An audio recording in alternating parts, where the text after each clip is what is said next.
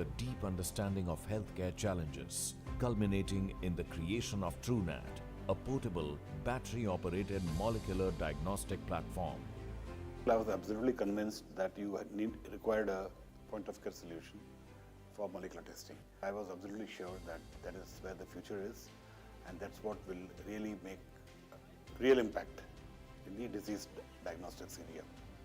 Founded with a visionary goal, MolBio has emerged as a global leader in diagnostics, revolutionizing healthcare with TrueNat. TrueNat democratizes access to advanced molecular diagnostics, enabling timely and precise treatment initiation, thus transforming patient care worldwide. From the mountain passes of Peru to the jungles of Congo and the plateaus of Mongolia to the islands of the Philippines, MolBio's diagnostic solutions reach the most vulnerable communities. Based on the multi-country study, we got a WHO endorsement. So with that, we could go to all the other countries also. With a presence in over 80 countries and numerous global partnerships, MolBio leads the field in point-of-care diagnostics, addressing multiple diseases like tuberculosis, hepatitis, HPV, etc. all over the world. MolBio's 18 years of relentless dedication have set global benchmarks with their compact, portable solutions. Today we have a menu of about close to 40 different tests that we can do in the same machine, which is absolutely a great menu to have because nobody has something like this. MolBio offers a range of technologies for screening at the point of care. These include the ProRad Atlas, an ultra-portable digital X-ray system for mass screening of lung diseases, and Thermalytics, a novel AI-driven thermal screening device for breast cancer. These tools, when combined with TrueNat, provide comprehensive solutions for screening and confirmatory diagnosis of diseases. So all of these ability to provide independent, cost-effective, continuous care is something that we've worked on with every single product of ours. MolBio remains committed to innovation, striving for a future free of illness by offering cutting-edge point-of-care solutions. MolBio's impact transcends mere numbers, touching lives and paving the way for a healthier, brighter future for all.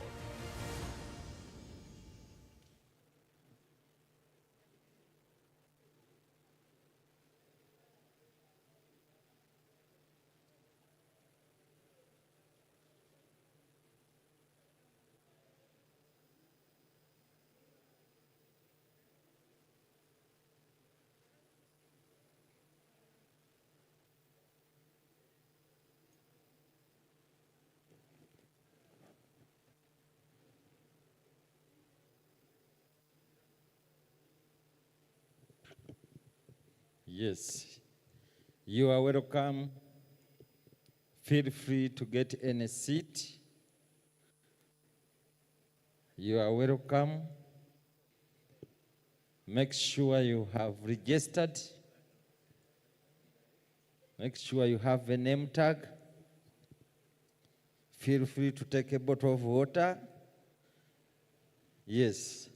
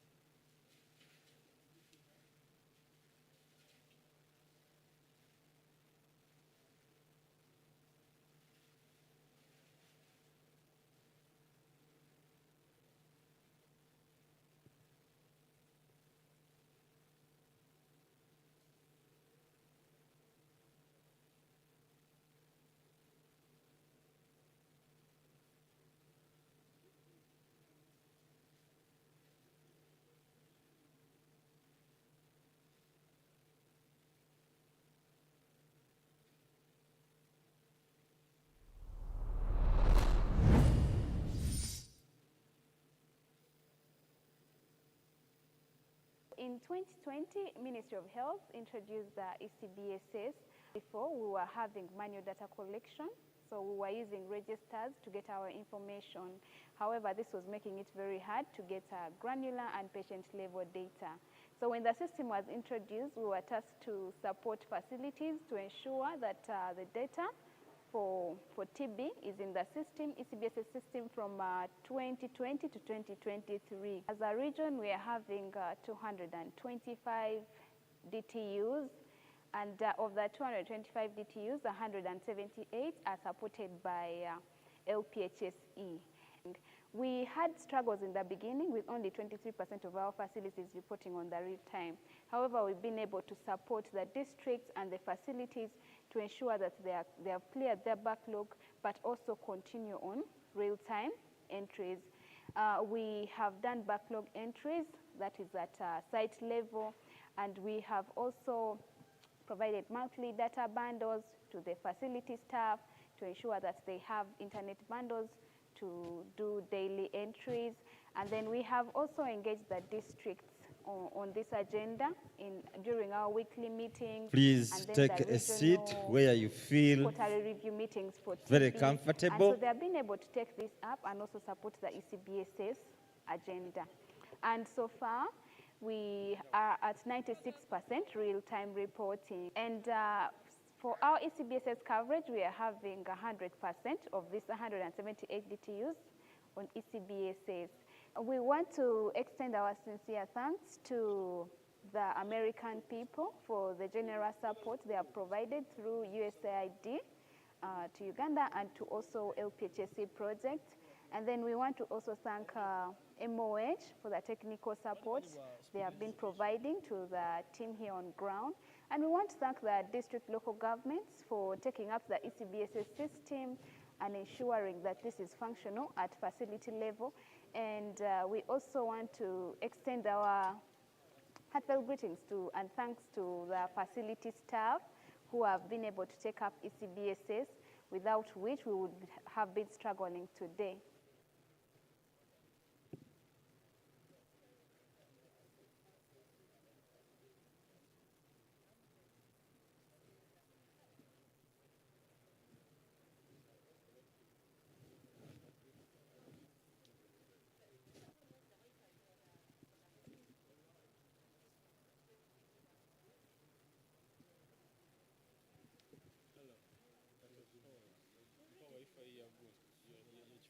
TB is one of the top 10 causes of death globally. It is caused by the TB bacteria through the air from one person to another. When the person that has the bacteria coughs, speaks, laughs, sings, or sneezes, anyone near the sick person with TB disease can breathe the TB germs into their lungs and get infected. This message is brought to you by the Ministry of Health. Chimanyere nti, whenever you cough in a public place, you have to cover your mouth with a handkerchief and open the window if you can. This helps you protect other people close to you from getting whatever infection you may have.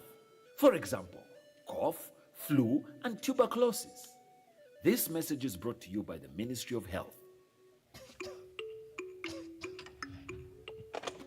What are you banging up there? Just a cough. Just. Man, I have had this cough for more than 2 weeks now. It's not going. I also sweat a lot at night. I have lost weight with no clear explanation. 2 weeks. Have you gone for a checkup? No? You can easily beat TB. I have no words for you. I don't have money. Money for what? TB services are free and available in all government health centers. No. Yes, anyone can get TB, but the good news is you can live a TB-free life. If you've been coughing for 2 weeks or more, have lost appetite and weight, sweat a lot at night, you could have TB. Visit a health center near you for TB testing and more information on how to prevent and manage it. Let me work on the cards that Basawa work on you too. Obulemu, brought to you by the Ministry of Health, with support from USAID. Tuberculosis is a threat that continues to affect an estimated 10.6 million people around the world. TB takes a huge toll not only on the health of individuals, but on families, economies, and societies. Joint action between affected communities and the health system are critical to bringing this ancient killer under control. To end TB, meaningful community engagement is necessary to acknowledge the strength and the aspirations of the communities affected and infected with TB, and even TB survivors. Harnessing the experience, skills, and insights of affected communities allows for better tailoring of programs and interventions, making them more community-centered and context-specific. The most crucial step in an effective TB response is identifying who your community is, because they have the highest risk and are most vulnerable to TB, and because their voices and contributions can help curb the TB pandemic.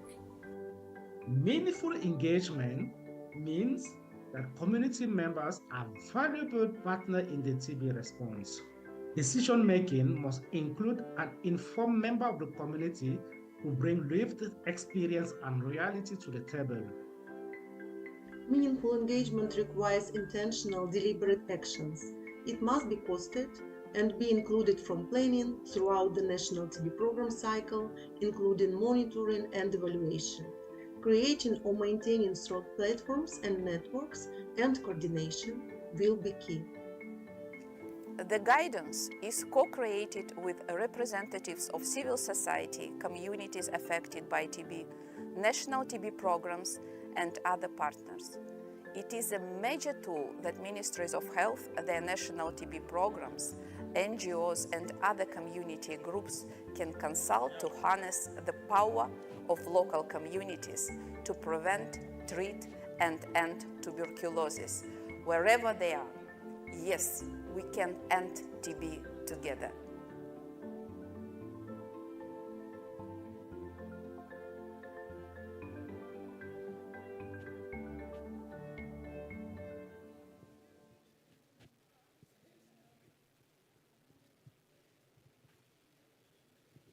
Please to do outreach. come in and have a seat. We move door to door looking for Those who are outside, patients.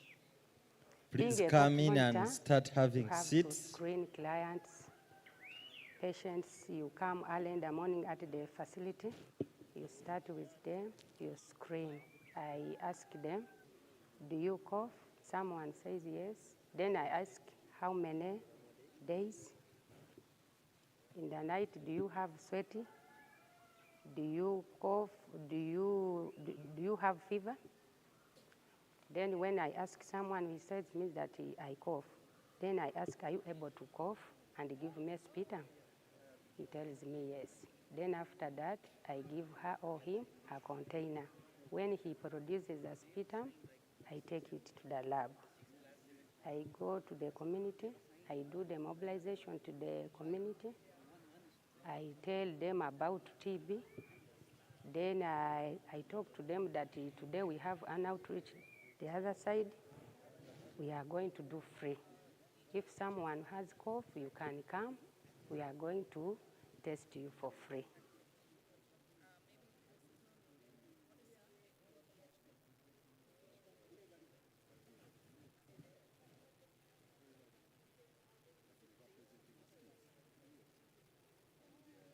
My community work in 2021, some people were not aware. They were lacking knowledge. Then when we went there, we mobilized them about TB. After mobilizing, then we started doing the community work. That community work, we use it to move door to door. Door to door, then mobilizing, teaching them, sensitizing them about TB, the causes, the symptoms and the signs, then the preventions. Then after telling them, some people picked the knowledge. They started coming to the health facility. Then some we pick from there. We pick samples from the homes. Because we reach the place, we ask how many people they living here, They tell you, we are about 10. How many are they coughing? They can tell you we are about over 3. Then I ask, are you supposed to give up the sputum? They say yes. Then I give the container. I wait for the sputum, I collect, then I bring to the health facility. You sensitize it through mobilization. If you do mobilization, someone can tell you that the other home, there are some people they are coughing. We cross-check according to the data for the health facility. Through the use of computer, the data people were able to come out and tell us that the 2 villages, Kasanja and Chireka, are likely to have TB numbers. You know, for us, BHTs, we have our monthly reporting. Now we keep moving door to door.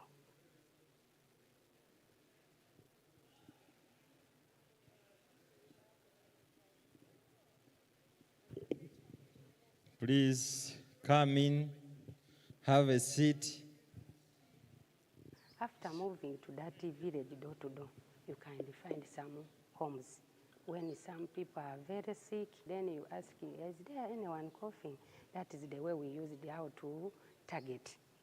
And we are many. Some can come in and tell you that there are some village there, people are not well. Some are coughing, some are like that. Then we target that village. The system has helped for us so much because we use registers. You can look and see this is over Kireka. Then you see these patients are about over 4. They are coming from where? Kireka cells, over Kasanja.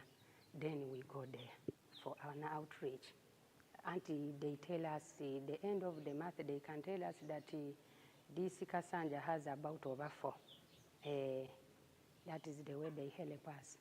That assistant, the end of the month, if they tell us that in Kasanja, we have about 5 or 3 clients from Kasanja. That is can show us that the other Kasanja has a big number of TB patients. Then we move there.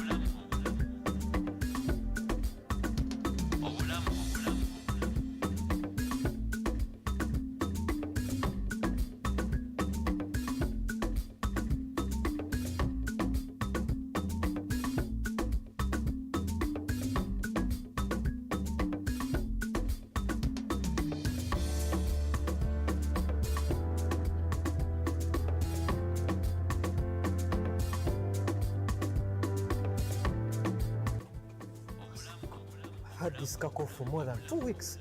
I sweat a lot. Did you get a checkup? Just cough. You can easily beat it. Don't you see the economy?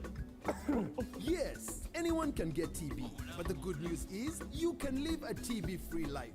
If you've been coughing for 2 weeks or more, have lost appetite and weight, sweat a lot at night, you could have TB. Visit a health center near you for TB testing and more information on how to prevent and manage it. How have you gone? From the doctor come for your car. Obulamu, brought to you by the Ministry of Health with support from USAID.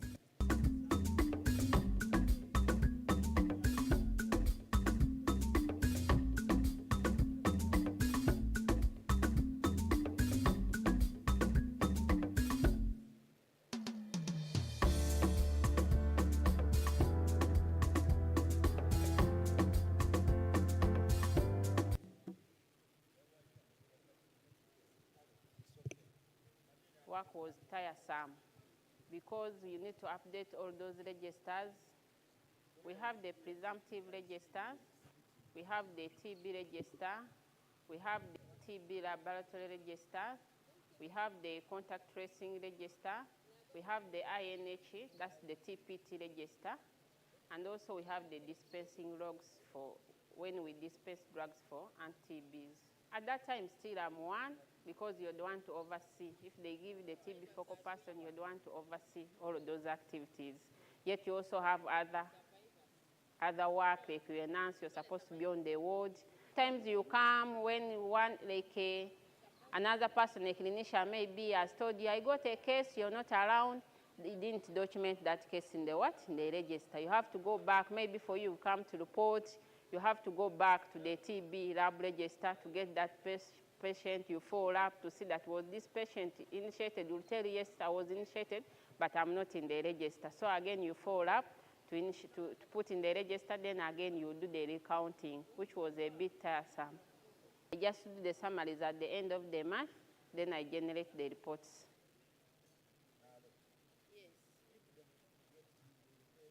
It was not easy to balance those registers, documenting them. You can see that after a week, the presumptive is not balanced. You've not documented it well. Here, the TB register, there are still some gaps.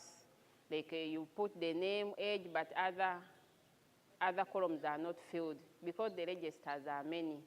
Some registers are torn. Again, you need to go back and look for the patient. Like one part is torn, then it used to be hard to look for those patients back in the registers. Please come I used to in. do the summaries to update the registers, give refills to patients, so they go back again to update. Then like for a week when we are reviewing your data weekly, you go back still in the registers, you update the registers. I used to dedicate a day that I'm going to collect TB data. I collect all my registers, the presumptive, the TPT, the contact tracing, and the TB register. So that day I collect my data, then I submit to the HMIS people.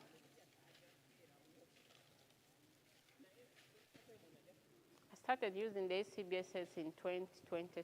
It was very, very hard because at first I was a computer illiterate.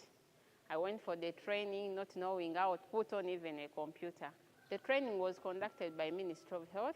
It was at Mbale, Ocean Wales. It was for 5 days. You know, for them, they were based on ECBS. They took us knowing all. We knew the computer, but it is afterwards that I knew, I got used to the computer, because after going through how to switch on that, enter the username, everything. So slowly, I got used to the system and the computer. After the training, I came back, started using the system. As you know, the first data were clear in the backlog. The first data had issues, a lot of issues, because I was not used to the system.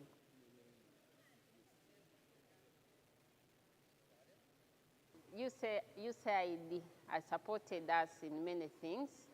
They rolled out the training, and they took other facilities for the training.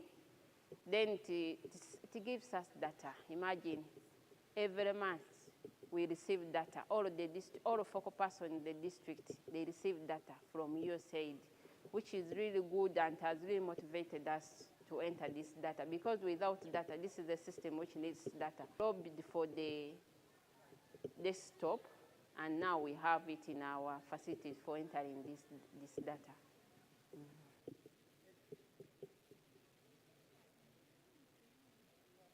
It has eased my work, because now, even when I've not reported a case, like referring, giving appointments, everything, I just go to the system and I said this one was given this date. I come and follow up with the patient. I don't take long, because you just click the DHIS with what we have. Even 30 minutes will be when you've already generated your report on the indicator you want. After updating the register, we just go on the system. I can now look back for a patient for 2020, and I look whereby in the register it's not there. It helps in contact tracing. Then the hotspot screening, we go to door and we do hotspot screening. Then in terms of supplies, redistribution. When I don't have drugs at my facility, I just call them and they will bring a vehicle and move to other districts to get the supplies, which is very hard within government setting.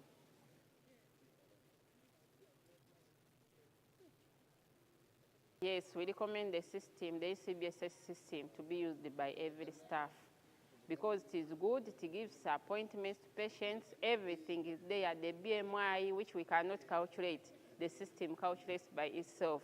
Yet when you go in our registers, we don't know how to calculate those things. But when you're on the ECBSS, it will calculate itself and you document on the patient's what? On the patient's name.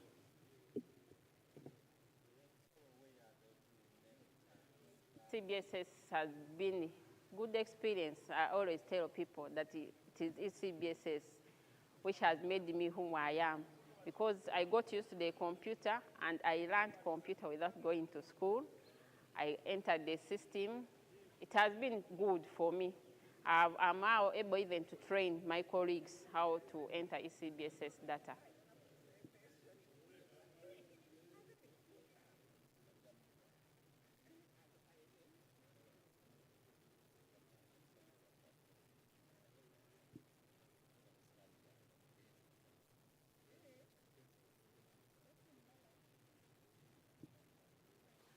I do the collection of data majorly on HIV and TB. The TB data, before, we have been doing manual work, whereby, we report at the end of the quarter. So at the end of the quarter is when we would go to visit the registers and then find out how many were presumed in the quarter, how many were sent to the lab, and how many turned out to be positive for TB and were linked to TB unit. Then the TB unit would look at the numbers that were started on treatment, how many have been able to complete if they were clinically diagnosed, how many have been able to cure if they were bacterially diagnosed. At the time when we are collecting data before, you would find that at the end of the quarter, many PBCs have just completed treatment, and yet at the end of the day, we expect them to cure. So our results for cure rate were very low. In fact, we would report between 45 to, if we have done very well, we would get 60% of cure rate. That was in the year around 2000 to 2019-18, because ECBSS came in Tororo Hospital in 2020. That's when we started entering data into ECBSS. But ECBSS has made work easy for us, because as you enter in the data into in the system, you're able to know that this person is a PBC, and at the end of 3 months, I expect somebody to have done a follow-up at 3 months. And you're able to notify the TB clinic that this person is due for a follow-up at 2 months, this one is due for a follow-up at 5 months, and this one is due for a follow-up at 6 months. And because of that, we have been able to minimize the suboptimal outcomes of completion instead of cure. So as I talk now, in the recent quarter, we managed to hit a cure rate of 85%, and by the national target is 90%. So you are seeing that we are nearing to the national target. And then the treatment success rate, national target is also 90%, but last quarter we hit a 92%. So ECBSS has helped us to improve, because at the end of the day, after entry, we are able to run and know what services somebody is required to do in the clinic. So we appreciate the ministry, the IP that brought in this system is very good. It has helped us in mapping where we can get TB clients. We are no longer doing contact tracing like we used to move anyhow. We now have, we can map according to parishes, we can map according to sub-counties, according to villages. And our TB focal persons are able to go there and do contact tracing, and there we are yielding. Because as I talk, as Tororo Hospital, our notification rate, we have gone beyond the target that we are always being given. I would like to thank the ministry as a whole. I would like to thank the IPs that have put in their energies, first of all, to train the staffs in ECBSS, and also to come up and we do follow-up support supervision for all the people that have been trained to see how they are doing, and we improve on their skills. And also, I would also like to thank my fellow staffs, the data assistants under Baylor, the health information assistants in the ministry and Tororo district as general, for all the work that they are doing to make sure that ECBSS is helping us to reduce on the workload in the district.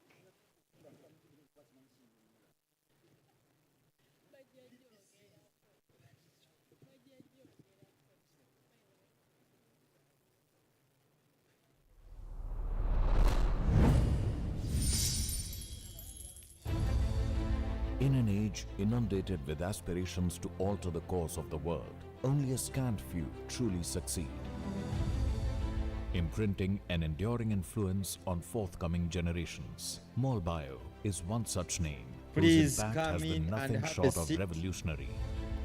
Come in. Accessibility remains a global challenge, particularly in remote regions. TrueNat, Molbio's flagship innovation, provides early and accurate diagnosis regardless of geographic constraints. The journey began with a deep understanding of healthcare challenges, culminating in the creation of TrueNat, a portable, battery-operated molecular diagnostic platform. I was absolutely convinced that you required a point-of-care solution for molecular testing. I was absolutely sure that that is where the future is, and that's what will really make real impact in the disease diagnostics area. Founded with a visionary goal, Molbio has emerged as a global leader in diagnostics, revolutionizing healthcare with TrueNat. TrueNat democratizes access to advanced molecular diagnostics, enabling timely and precise treatment initiation, thus transforming patient care worldwide. From the mountain passes of Peru to the jungles of Congo and the plateaus of Mongolia to the islands of the Philippines, Molbio's diagnostic solutions reach the most vulnerable communities. Based on the multi-country study, we got a WHO endorsement. So with that, we could go to all the other Please, you countries can also. extend there. With a presence Those in over tables 80 are yours countries there. and numerous Don't stand from behind. Okay? Yes, come in. We are almost in our time. You are welcome, ladies and gentlemen.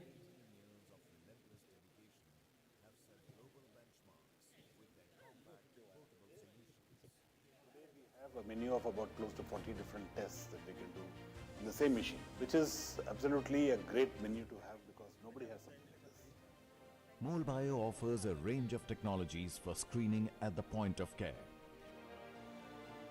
These include the ProRad Atlas, an ultra-portable digital X-ray system for mass screening of lung diseases, and Thermalytics, a novel AI-driven thermal screening device for breast cancer. These tools, when combined with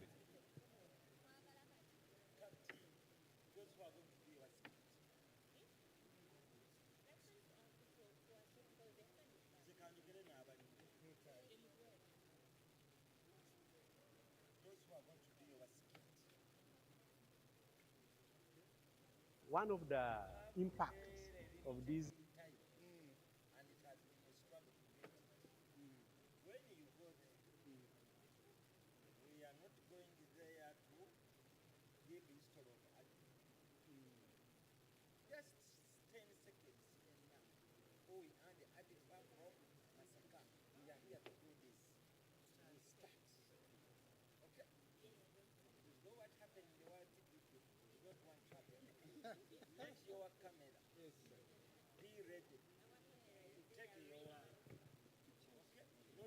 also the camera. The moment you see, okay, that is it.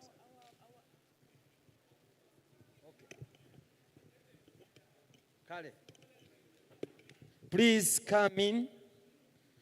and have a seat. Please come in. We are almost starting.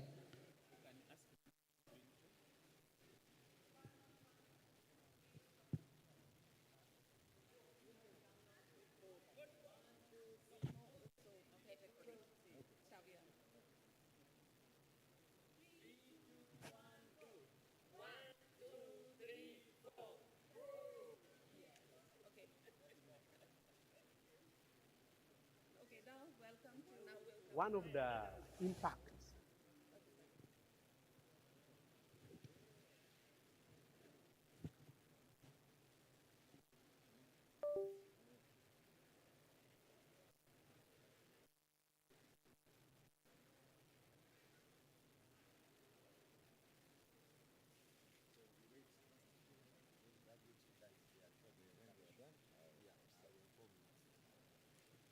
if you need anything, when you see me, met what I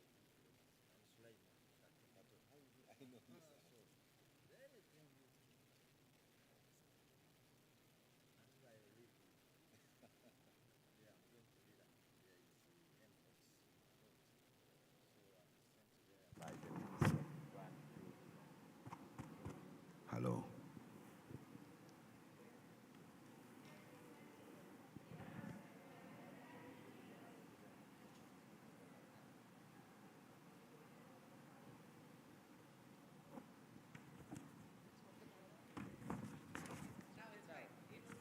Please, over to you.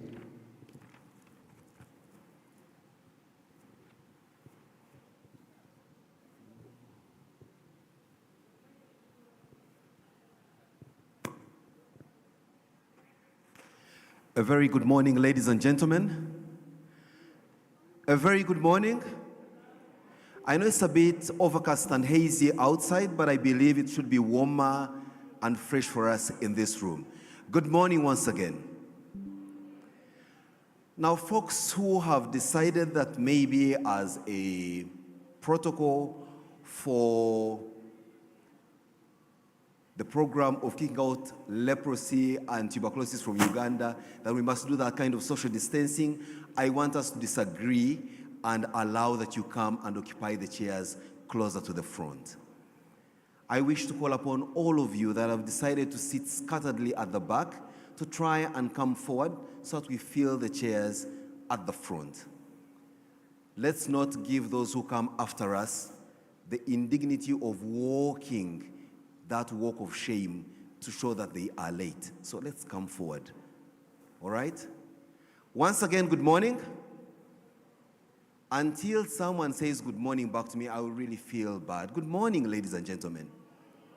Aha, now that sounds even better. Well, welcome to the annual Tuberculosis and Leprosy Stakeholders Conference 2024. We all are aware of the grand objective of this conference, and so we should be starting in earnest. It's going to be an action-packed program for the day, and we hope that each one of us will leave this room feeling a lot better than they did when they walked in. We have a huge lineup of activities, both internally here in this room and some breakaway room engagements. So I hope that as we engage in the program, you get to know what follows after what. By way of introduction, ladies and gentlemen, my name is Simon Kasiaten. Mine is a simple role. I noticed that in your field you love acronyms. Everything is acronymed. So for the purposes of my engagement with you today, you will call me the EFMC. The EFMC. That is the Event Flow Management Consultant. I noticed, everything is acronymed. You know, when you talk about Ministry of Health, they say, no, MOH. When you talk about tuberculosis, they say, no, TB, that's a bit too long. When you talk about anything, you acronym it. So for purposes of today, I've also chosen to acronym my engagement with you. Now, before I tell you what's more, we are friends from WHO, a country that never starts anything without a prayer, even when that anything may in fact be the wrong thing. But gladly today, we're going to do the right thing, and so we'll start with a prayer. I've looked around. I thought I would see a religious leader, but I was informed that there is someone whose prayer goes direct to God without any hindrances or doesn't need any bottlenecks, and that's Dr. Simon Muchoro, who I now invite to lead us into a word of prayer. Doctor.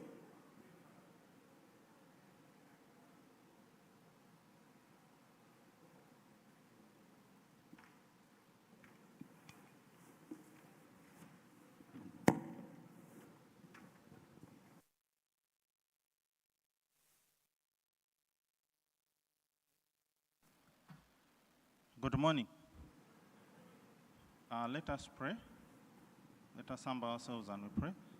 Almighty God, we thank you for this day, and we thank you for the rain. We thank you for this opportunity to reflect on the work that we've been doing to fight TB and leprosy. We pray for your wisdom. We pray for journey mercies for those who are on their way. We ask that you protect them as they come. We ask that you protect us as we are here. We ask you to forgive us, Lord, where we have our own hidden agendas. We ask, Almighty God, that you cause us to reflect on the people suffering with TB and leprosy. And we pray that you may help us to deliberate and come up with resolutions that will be to the benefit of your people.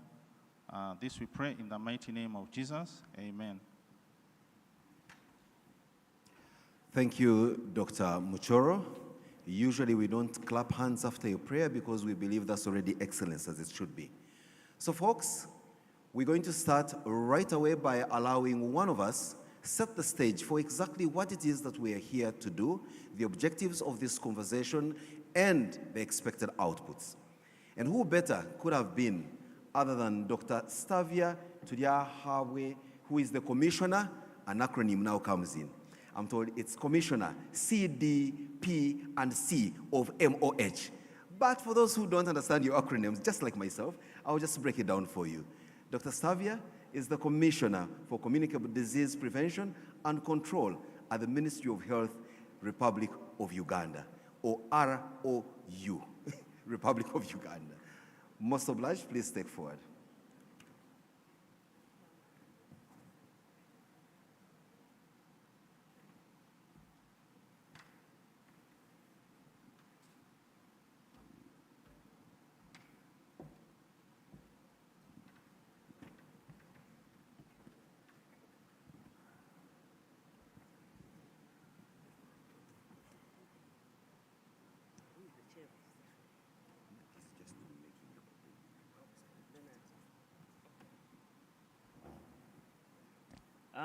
Thank you, our MC. Good morning to you all. Good morning. You're most welcome to the 7th National Tuberculosis Conference. And I'm very happy to be the one to take you through the reasons why we are gathered here today. Most of you have been with us through thick and thin as we try to heighten the response on tuberculosis. I'm waiting for the IT team to load the objectives of the conference. This is an activity that we do every year. For this year, we are very honored because we are going to have the Right Honorable Prime Minister with us to join the fight against tuberculosis. The other special people we have, the Honorable Minister of Health will be with us. You know she has been behind the fight against TB, the Permanent Secretary. The Director General is already in the room. Acting Director General, you're most welcome. He's here with us. We have the World Health Organization Director of Tuberculosis with us, Dr. Kasaeva. You're most welcome to Uganda. We are very happy to have you in our country with your team, And we hope that our stakeholders will reap a lot from the high-level insights that you'll bring to us. Thank you. Next slide, please. So the theme for our conference today is advancing multisectoral and multi-stakeholder engagement and accountability to end TB and achieve zero leprosy in Uganda. You will appreciate that however much you find the TB patients, you will not be able to end TB unless certain things are done somewhere by certain people. They are drivers of the epidemic that we cannot address by only identifying people. We have done very well. All of you will see from the report that will be shared that we have actually done very well as a country to reach the people that are falling ill with disease. But as a sector alone, we will not be able to reach the end unless we engage other stakeholders to put something on the table. Then objectives include, we want to use this opportunity in the 2 days to share with you our strategic plan performance, share with you the roadmap, and work with you to get priorities for the next strategy. As you all know, by 2030, we need to end the TB epidemic. What should we focus on? So from this 2-day engagement, let's work together to see where we are and together generate ideas on how we should move to end the TB epidemic. I want to share with you the most recent global TB report that was published last month, and the most recent also guidance on social protection. We have the gurus, the experts from the Global TB Program, led by the director herself, but also national. We have a number of updates we have made to the management of TB in the country. So we'll use this opportunity to share with you the guidelines, and they will be launched by the team that will be officiating the conference. We want to use this opportunity to once again foster high-level leadership in increasing investments to translate the 2023 TB political commitments into multi-sector actions.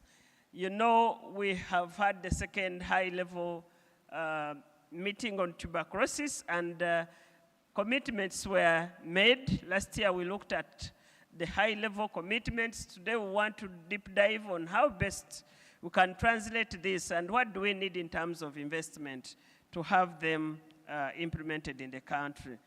We want to further also look at what the civil society organizations and other actors, celebrities bring on board as far as ending TB and achieving zero leprosy in this country requires. So by the end of tomorrow, we expect to have appreciated our performance. We expect to have generated priorities for our next period. We expect to have been updated about the new guidelines that we'll be following to manage TB in the country.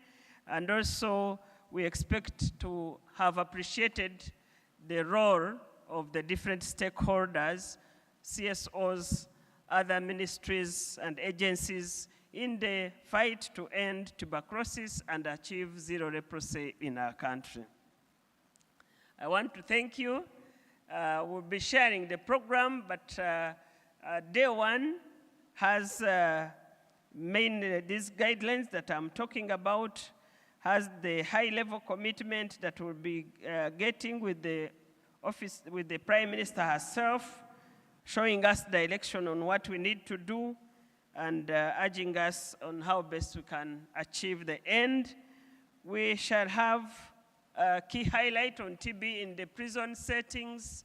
We shall have a number of panel discussions to further delve into the high-level meeting commitments and how best we can translate them to reach the NTB in this country.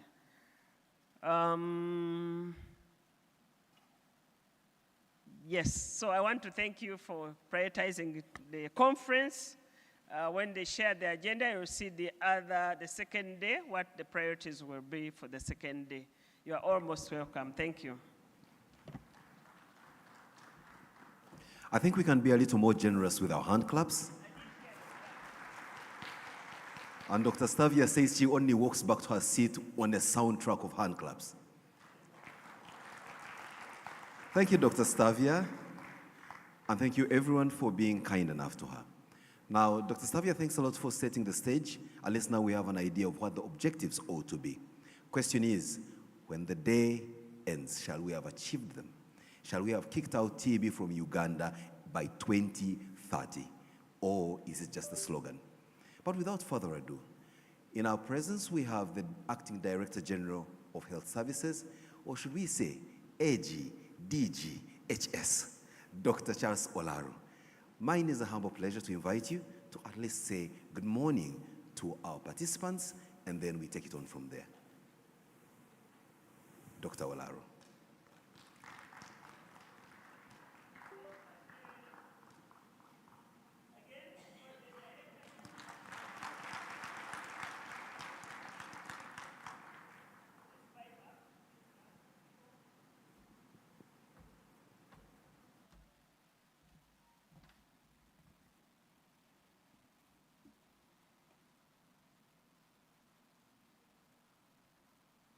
Good morning. Good morning. At least that's better.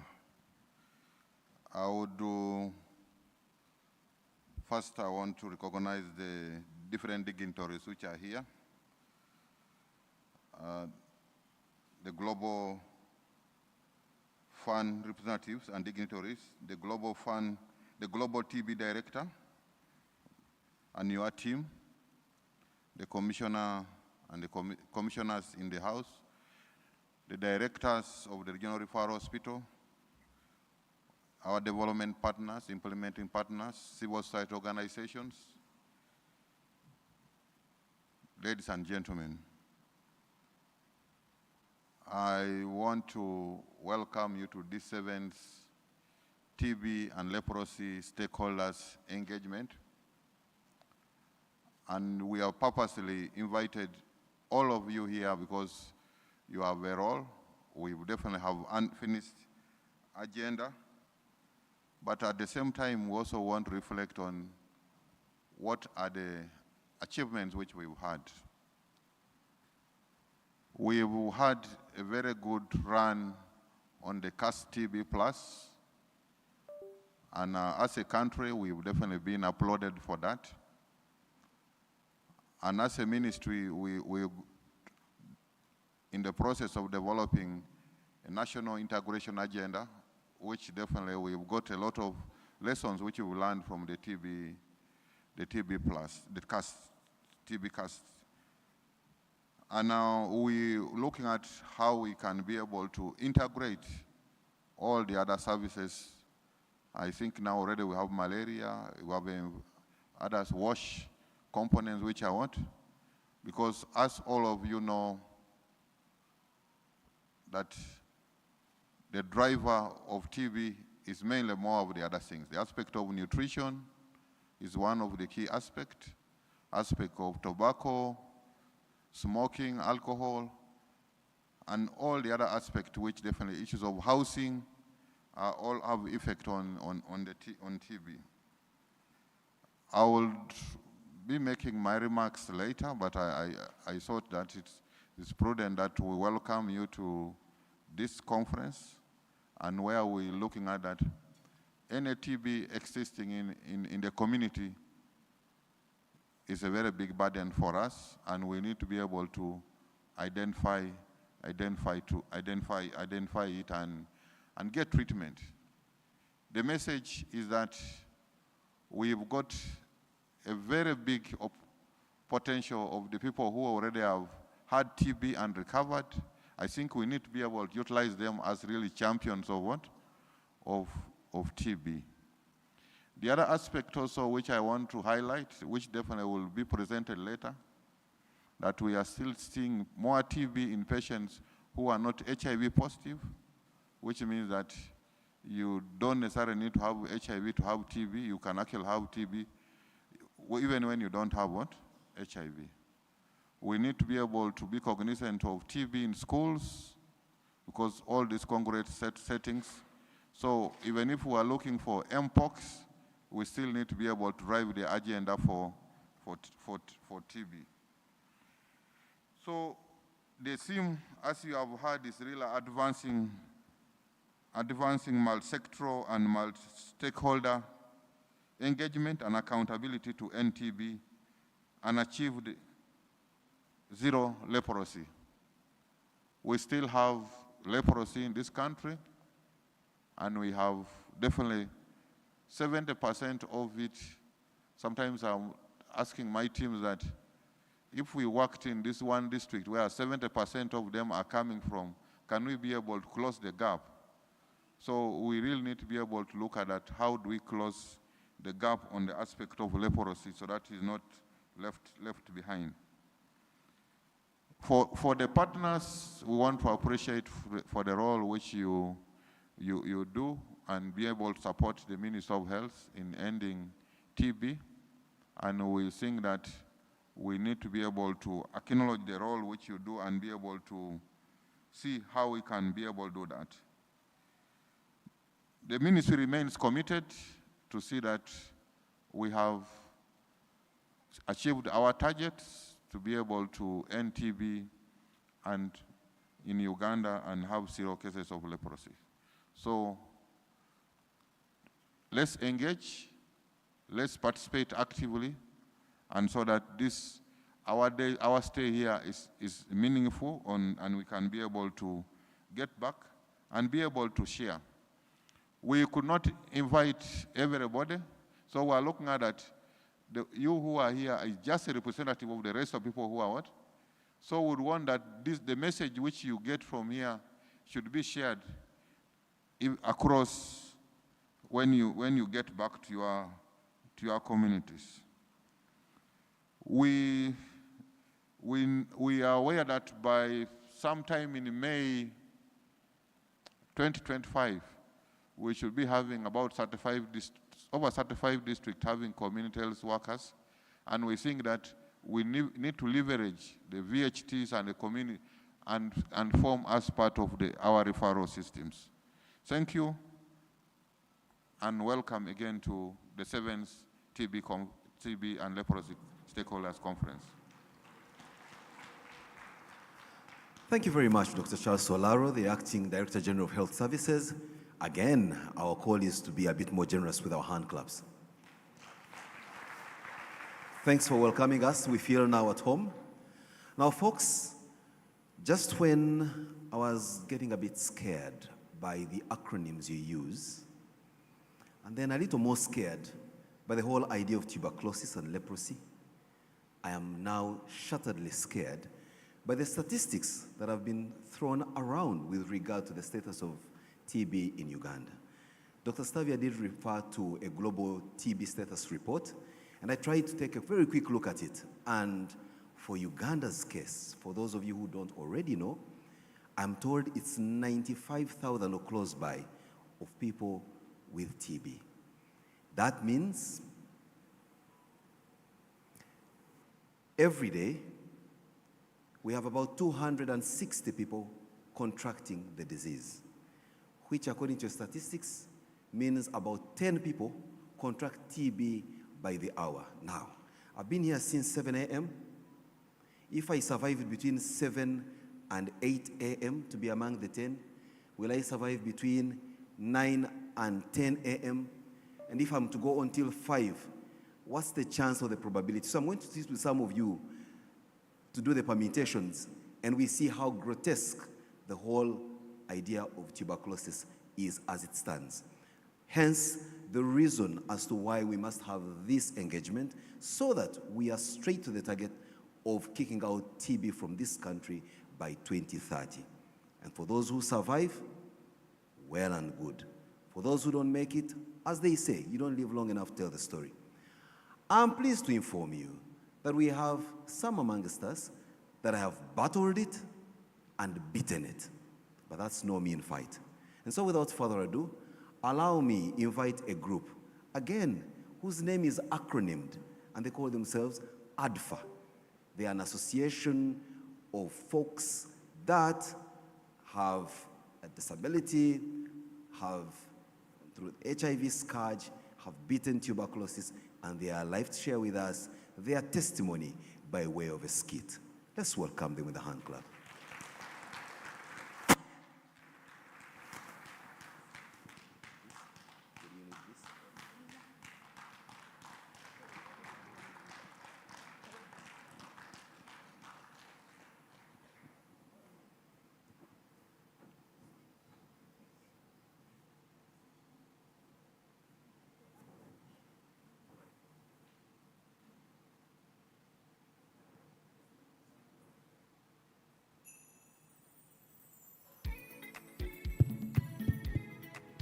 Good morning, ladies and gentlemen.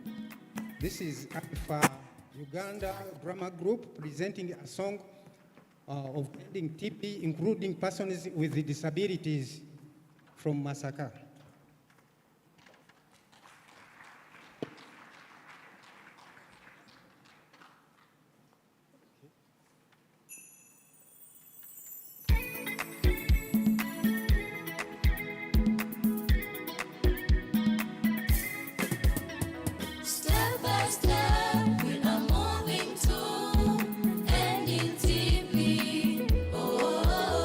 Ugandan people, let's fight together.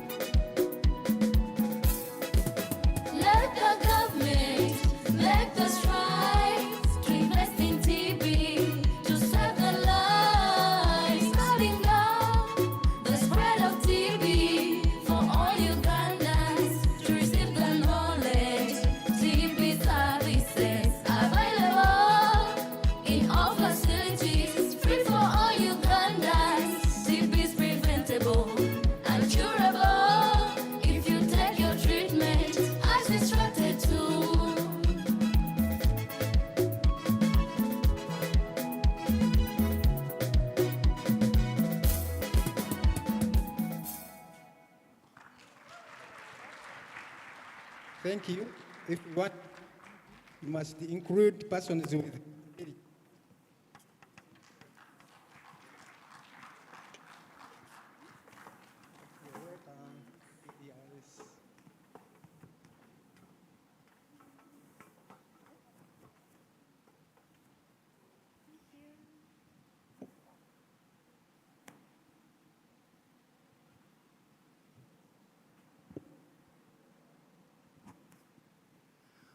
Thank you, Adfa, for that great piece of music. Someone once told me that music washes from the soul the dust of everyday life. If you're in this room and this song hasn't touched you, at least washed away some dust off you, I don't know what possibly could, not even the heavy rains we've had this morning. Now, time to get a bit talking. The fight against tuberculosis cannot only be taken at the top or at the center. It transcends every nook and corner of our country, and by extension, the world. Now, in Uganda, we are geographically broken down into administrative units called districts. The details can be found on the World Wide Web. But for purposes of today, at every district, there is a district health officer, someone that takes charge of matters of well-being. So this morning, in our midst, we have a representative of all those incredible people, Dr. Giogo. It's my humble pleasure to invite you to say hello and possibly also give us an insight into how, at district level, you are coordinating the fight, the control, and everything in between to kick out TB out of Uganda by 2030. Please step forward.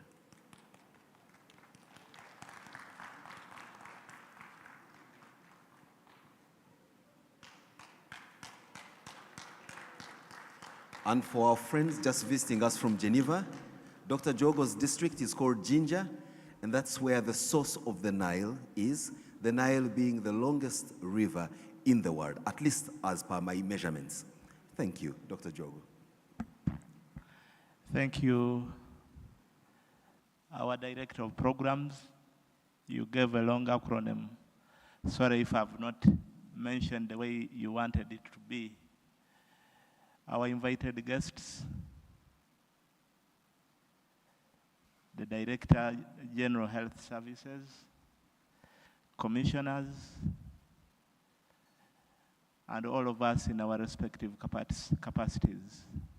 Allow me to add my voice to those who have already addressed us to welcome you to this meeting. You are all most welcome. As you might have already heard, my name is Diogo Nantam, District Health Officer Jinja, but I also happen to be the chair of DHOs in Uganda. So some of the issues that I'll be sharing this morning is trying to have a reflection on what it is that we do at local governments, and probably it will explain some of the results that we shall be sharing today and tomorrow. When we look at the theme of today's engagement, I picked one word that I wanted us to start with and probably think through, and this is the word of accountability. We are aware that this morning's engagement is one of the interventions that we try to organize for us to be able to account to those that gave us the resources, those for whom we serve, and the whole country at large.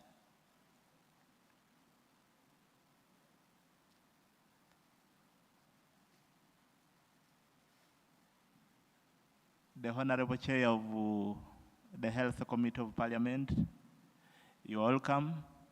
So when we are looking at this accountability as DHOs, we looked at three issues that whenever we mention accountability, that we must ensure that those concepts are clearly considered. One of which is that we know that as DHOs, we have a principle at Ministry of Health. I'm trying to look at the concepts of accountability, who demand that DHOs explain what they've been able to do and what they've failed to do. So as DHOs, the areas that we superintend are the facilities that generate most of the outputs that we shall be sharing. So we do this by ensuring that reports come through for the center to be able to do the analysis and confirm that yes, we've been able to do the work that we expect to do, and where we've not been able to do as expected, sometimes sanctions happen. But for us to be able to do the work that we do, the number of stakeholders that we engage with, and one of the issues that the center expects us as the district health officer to do is not only to work as the health workers, but also being able to mobilize the resources and leverage on the local resources that we have at local governments to ensure that the fight against TB achieves its goals. And some of the local resources that we coordinate is the issue of our health workers, the issue of our local implementing partners, and as DHOs, we've been able to, in our small way, ensure that the few resources that we have are put to good use, and ensuring that our response as far as TB is concerned is up to speed to get the results that they expect. We know that most of these cases, some of them don't walk into our facilities, so we need to use mass media to be able to reach out to them, for them to be able to identify some symptoms that may suggest that they have TB, and they seek services. And this, we've been helped by the resident district commissioners by allocating us airtime to be able to raise awareness in our communities.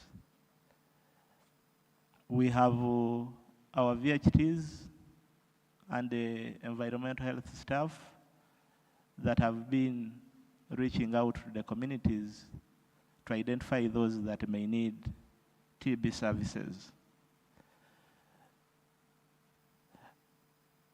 We also know that for the resources that we have as local governments may not be sufficient. So it requires that we work with partners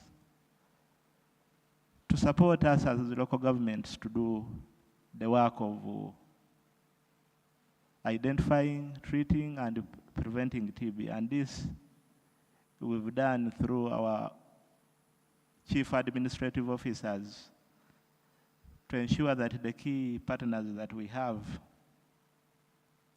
participate in the sensitization, engage with us during the CAST TB, and this we've been able to achieve because we've mapped out the CBOs, and for us who have urban centers where we have factories, they've also been key partners in supporting our response. With all that, we know that TB is largely in the communities where we live. And for us to be able to get there, we have structures that support us to get there. The VHTs, at the parish we have our health assistants, but we also that with PDM, although some local governments have not yet activated the Social Services Committee. You know, PDM has several pillars, but Pillar 4 is the one talking about health and the other social services. So we think that for us to be visible out there, we also need to leverage on this Social Services Committee at parish level, since the focus of government and all of us is to take the services closer to the people using the PDM approach. And this, we have representatives at these parishes, the health assistants that we've earlier had. And we think that with these ones, if we also put our efforts through the Social Services Committee at the parish level, we shall be able to identify those that we've not yet been able to reach, and most likely it will put us on the road to achieving the zero leprosy and also mitigating the challenges of TB that we have. What do we need to do to sustain the gains that we've so far received? One is that we need to be intentional as health workers to also leverage on the PDM approach to ensure that the communities that we serve have the food that they need. We know that some of our patients with TB may have challenges with the nutrition. But we also know that for leprosy, it is associated with stigma. So we need to reach out to our population to tell them that yes, you may have these problems, but it is not a passport to heaven. If you seek care, you are likely to cure, and you become a productive human being like you were before getting the condition that you have. So the other issue is that we know that we are still having issues with the diagnostics. Some facilities do not have these gene experts and x-rays. So we do request that as local governments, we need to support our facilities, the hospitals especially, to have some of these facilities such that the patients that we identify who may benefit from these services don't have to trek long distances for them to access this service.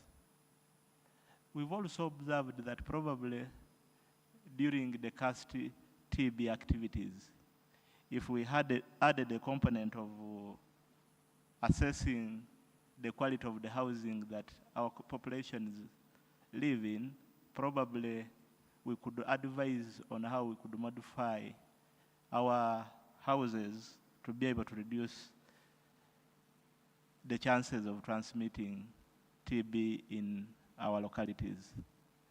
With those few remarks, I thank you once again. That's the end of my comments. Thank you.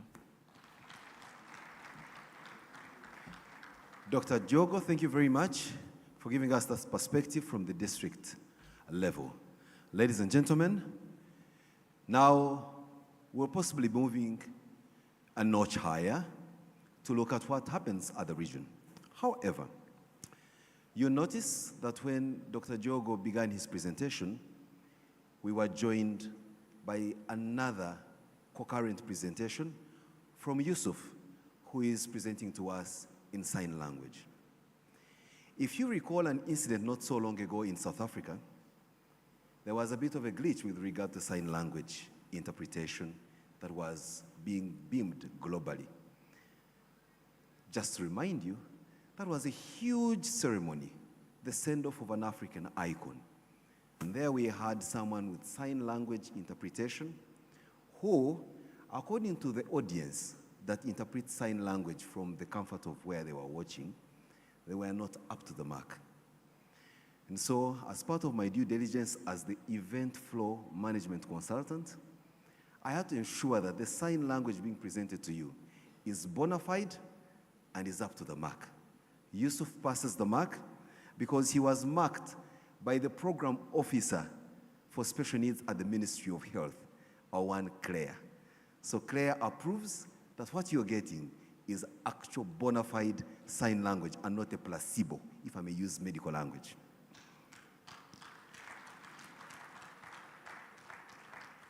Yusuf, you haven't interpreted the hand clap? So now, we're going to look at the role of regional referral hospitals in the subnational level TB and leprosy control. And at that point, I'll have the pleasure to invite Dr. Emmanuel Batibwe, who is the gentleman coming to present to us from Mubende Regional Referral Hospital. And as Dr. Emmanuel takes the stage, I've been reminded that every moment you mention the word TB, it must be paired up with the leprosy. And when I checked with some of you in the crowd, leprosy is a disease you only pick from biblical stories, and so you think it doesn't exist. Please, it is a reality, and we are out to fight it and kick it out of Uganda together with TB by 2030. Dr. Batibwe. Thank you very much.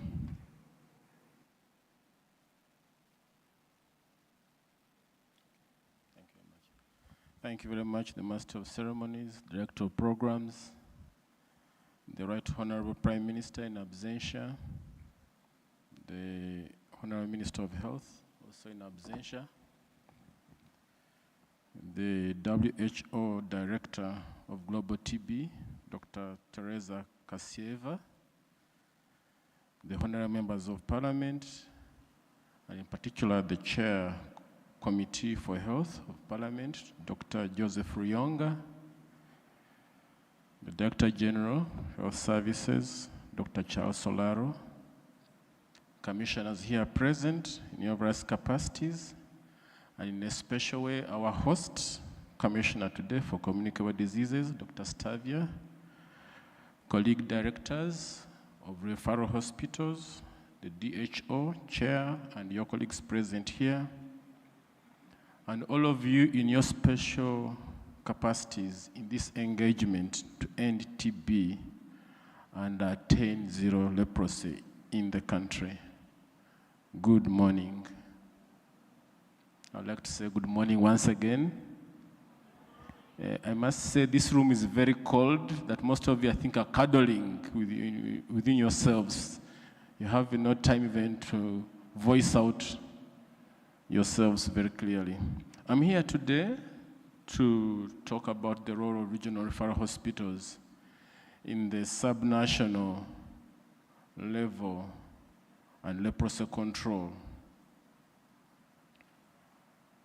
And in our introduction, I would like just to inform that the wise leadership of the government and the Ministry of Health innovated the regional referral hospital mechanism. This mandates the regional referral hospitals to strengthen coordination and technical oversight to districts in the provision of health services for improved access, equity, quality, and safety. And among us, the functions of the regional referral hospitals in this oversight role is governance and leadership. Under G2G, or the cooperative agreement, support is given for the functionalization of governance structures in facilities in the districts and in the regions. We also engage stakeholders. We sign MOUs with implementing partners to mobilize resources, especially the human resources for health, logistics, and supplies, including food for the MDR TB patients we have. We plan and participate in the district strategic annual planning meetings, adapting the national TB leprosy strategic plans into the region and the district plans. In addition, we generate strategic information, and we do this through a process which we are carrying out of digitalization of hospital records, of production of weekly bulletins, monthly facility reports, and situational reports which are shared countrywide. And in also collecting our information, we integrate disease surveillance and response together with this activity.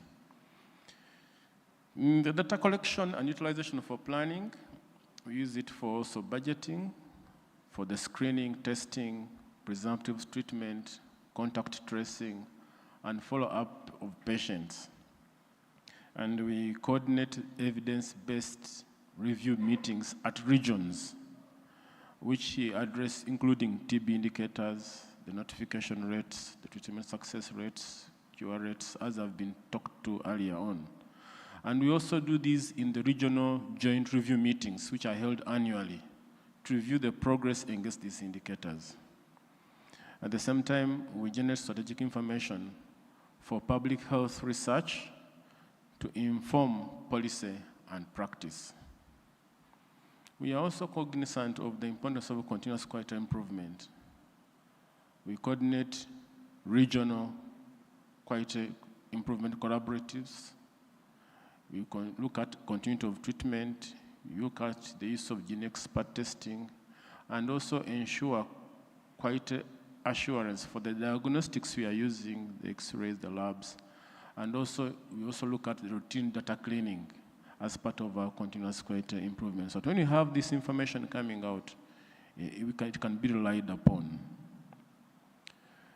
We also have been strengthening supply chain systems and also worked with the government on the issues of community pharmacy, pharmacovigilance, logistics management, dispensing practices of these TB medicines. In our service delivery, regional referral hospitals are coming out as centers of excellence in the regions for specialized services. There are also centers for MDR TB diagnosis and treatment, and follow through for a period even as long as 2 years. In addition, we are mindful of the importance of nutrition, like my colleague had mentioned earlier on, but also we are also addressing aspects of psychosocial support to patients who have been diagnosed with TB and leprosy. We are also working with the district health offices to strengthen community health services through our community health department. We are in a specific way supporting the queues and also encouraging communities to recognize symptoms and test for TB leprosy through radio talk shows, during specialist outreaches, TB camps, and also we participate in contact tracing and integrated community health outreaches. We also address the key populations in special outreach programs, and as well as health education sessions and door-to-door services. We have also recognized the importance of IPC. So we are functionalizing IPC committees throughout the regions where we work in the different facilities and districts, and also carry out regular assessments, mentorships, structure improvements, and supplies. In our recommendations, given the mode of transmission of the microbacteria of TB and leprosy, ideally we should concentrate our interventions where congestion is or is bound to occur, and then engage the respective stakeholders. For example, in the prisons, we have to engage the stakeholders of the Ministry of Justice and Constitutional Affairs. For schools, we have to work with the Ministry of Education and Sports. For the asylum seekers, we have to work with the Ministry of Internal Affairs. And where the social grants assistance programs are going on for empowerment of the elder populations, we have to work with the Ministry of Gender and Labor. We have also a way of the fish folks communities. We have to work with the Ministry of Agriculture, Animal Industries, and fisheries. We've also got to work with the Ministry of Works and Transport, especially where there are construction camps, We have to bring to their attention the importance of vehicle spacing and aeration.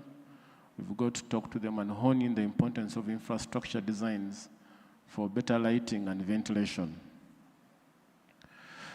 By providing staff and logistics for symptom screening at entry points, regional referral hospitals are working with the districts, and also we are also ensuring that also the similar symptom screening occurs in OPDs and also in inpatients on a continuous basis. In a special, we have come up with nutritional programs to support these TB patients and also strengthen our mental and psychosocial support. We are also encouraging the testing of all uniformed people in schools, in prisons, in the army, the police, the hospitals, to at least have their staff testing once a year for TB. And if we work with the departments and the ministries to adopt the Ministry of Health TB policy for routine testing and screening, we shall have made a big milestone towards kicking out TB in the community. But at the operational level, at the region and the districts, we think if we could implement performance-based reward or pay in relationship to realization of targets, we'll be able to motivate the teams who are working towards eradication of TB or elimination of it, so that we eventually are able to attain these targets in a short period of time. I strongly believe that together we can put an end to this TB and leprosy in Uganda. I thank you very much for listening. Thank you.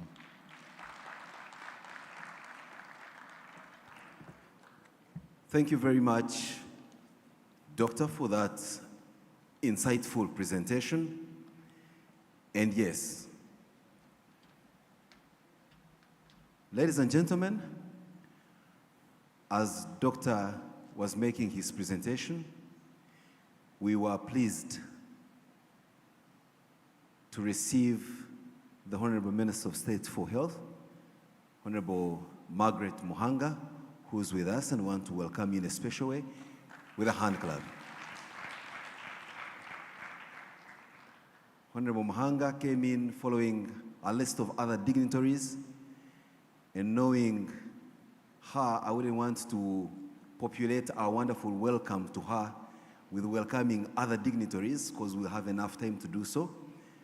But we'll proceed with our program as it is, so that she can settle in and get the flow of the conversations as it is. Right about now, I have the pleasure to invite Dr. Owol Emmanuel, who's coming to speak to us about the interventions taking place in the private sector. Now, you'll notice that we started off with district interventions, which is government of Uganda, went to regional referral hospitals, which is government of Uganda, and now we're getting down to the private sector. That tells us only one thing, that the fight to kick out TB and leprosy out of Uganda is a concerted effort from all sectors, be they government intervention or non-government interventions. And that's why we have partners coming in from civil society organizations, partner agencies, global agencies, and of course, friendly states from elsewhere. Dr. Wall. Thank you very much. Events Flow Management Consultant, that is a EFMC. You have 100%. Thank you for getting it. All right, and thank you very much to the various dignitaries, the leadership from the Ministry of Health, the national leaders, leaders from the World Health Organization, the different implementing partners, and all of us who have gathered in here today. I am very glad to see you, and I appreciate this opportunity. Today, I'll be representing, I am Dr. Matthew War. I am the TB focal person at Nakasero Hospital. And today, I'll be giving a perspective from the position of the private healthcare providers. Thank you very much. I will start with exactly what TB means in the private sector, and I'll not forget TB and leprosy. They go hand in hand. Yes, so I'll start with what TB and leprosy mean in the private sector. I'll also discuss a bit about the position of the private sector in the provision of healthcare, and I will go ahead and appreciate the support that has been provided to us by the Ministry of Health, different implementing partners, WHO, and the whole team that supports us in the provision of health.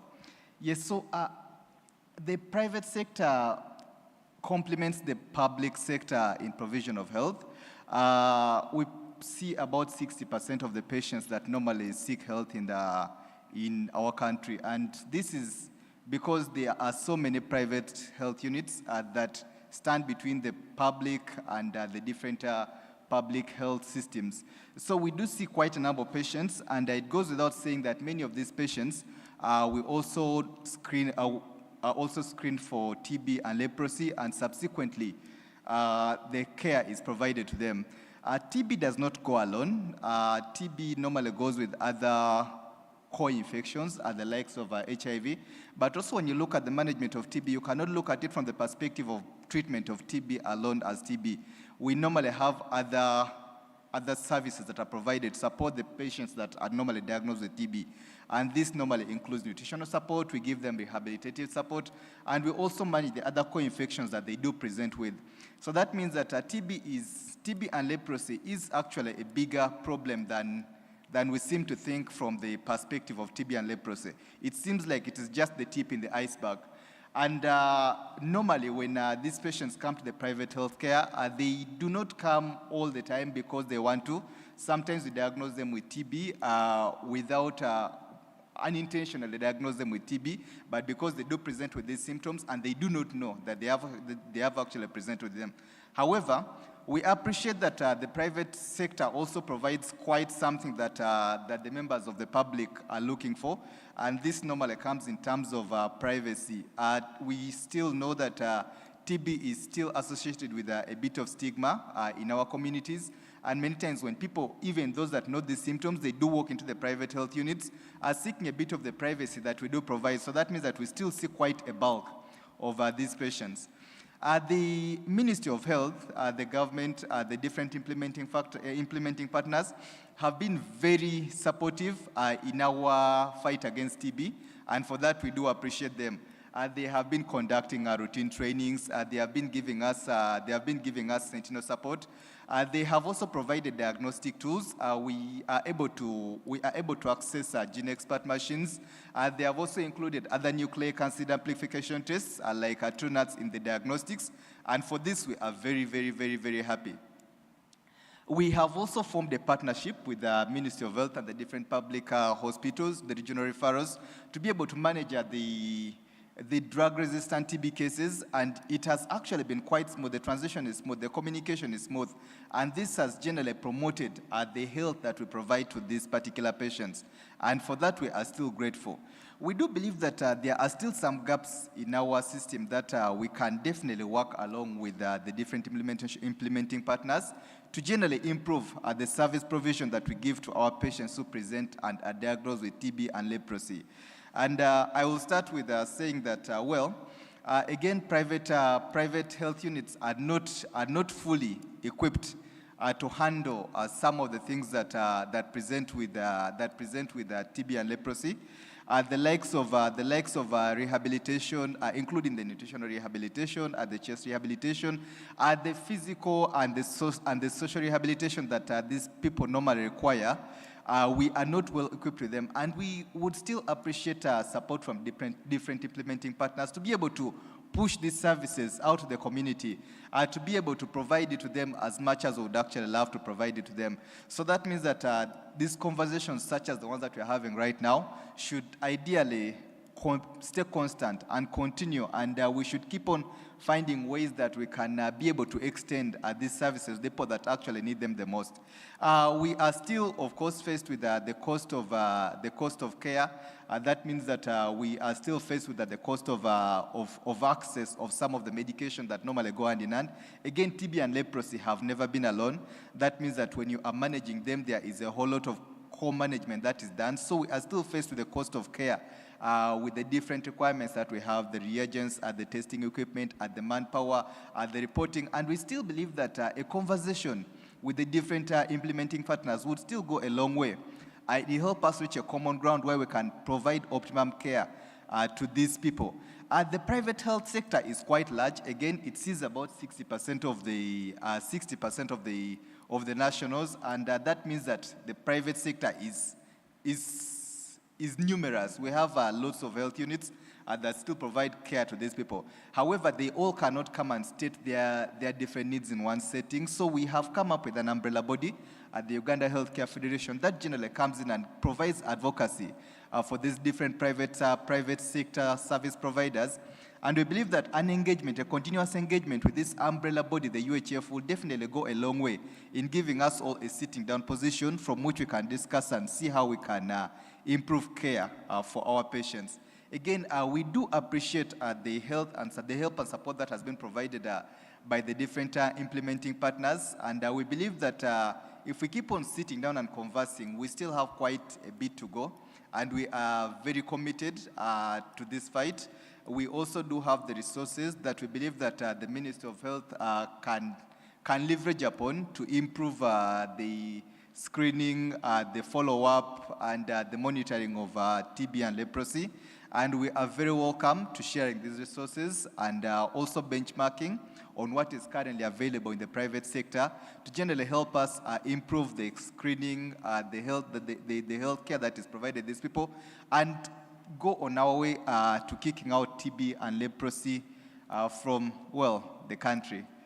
With those few remarks, I would like to again extend a big round of applause to the Ministry of Health, the different implementing partners, for allowing us to be part of this discussion.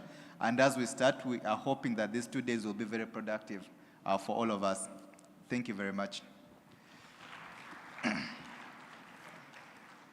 That's Dr. Wolf from the private sector. And as you know them from the private sector, they speak so fast, they have no time. Perhaps if we allow them to join the fight to kick tuberculosis and leprosy out of Uganda, they probably will do it before 2030. But again, why should they move alone? We all need to tag along and move so that we achieve our shared objective. Honorable Minister and other dignitaries, including and not limited to the Chairperson of the Health Committee of Parliament, Honorable Charles Ruyonga, who is also Member of Parliament for Joseph Ruyonga, who is also Member of Parliament for Hoima West, and all of you who have joined us. We're now going into another session, a session that's now going to deep dive a little more into interventions coming in from different circles, just to show the different perspectives of how this fight to kick out leprosy and tuberculosis is faring. But someone earlier on told you that the fight cannot only be done by you incredible doctors with your huge titles, not by the politicians like Honorable Muhanga, not by journalists like myself, not by only can we fight successfully when we are all together from our different perspectives, professions. Now, in this room, I have got someone with a title, and he told me explicitly to read it out, if for nothing else, not to miss a letter. He says, introduce me as the ambassador of TB at the National TB and Leprosy Program and the Uganda Stop TB Partnership at Ministry of Health. He is a comedian of acclaim. He is an entertainer of great value, and he will be here to show us what the fight could look like if we use the performing arts. But before he comes on stage, which will be after the next session, allow me invite the chairpersons of the next session to come and take stage. The chairpersons of this session will also invite the participants who will also come and join them at the foyer. In no particular order, but I think I will be the gentleman and say ladies first. So, one of the chairpersons is Dr. Teresa Kaseyev. I hope I pronounced your name very well. You are the Director, Global Tuberculosis Program at the World Health Organization. Thank you, Dr. Teresa. And to co-chair this session with Dr. Teresa is none other than Dr. Joseph Ruyonga, who's the chairperson of the Health Committee of the Parliament of Uganda.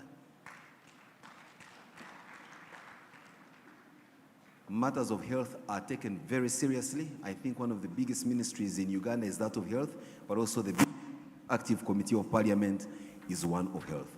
So I now turn the spotlight on you, incredible chairpersons. Over to you. Hello. Thank you very much, MC. And colleagues, I've been introduced as Dr. Joseph Rionga, and I'm the MP for Hoima West, Hoima City, and in Parliament I'm the chairperson of the Committee on Health. I'm a politician. You know, sometimes telling politicians to speak when they are seated, it's like a punishment, but for this case I'll have to talk when I'm seated.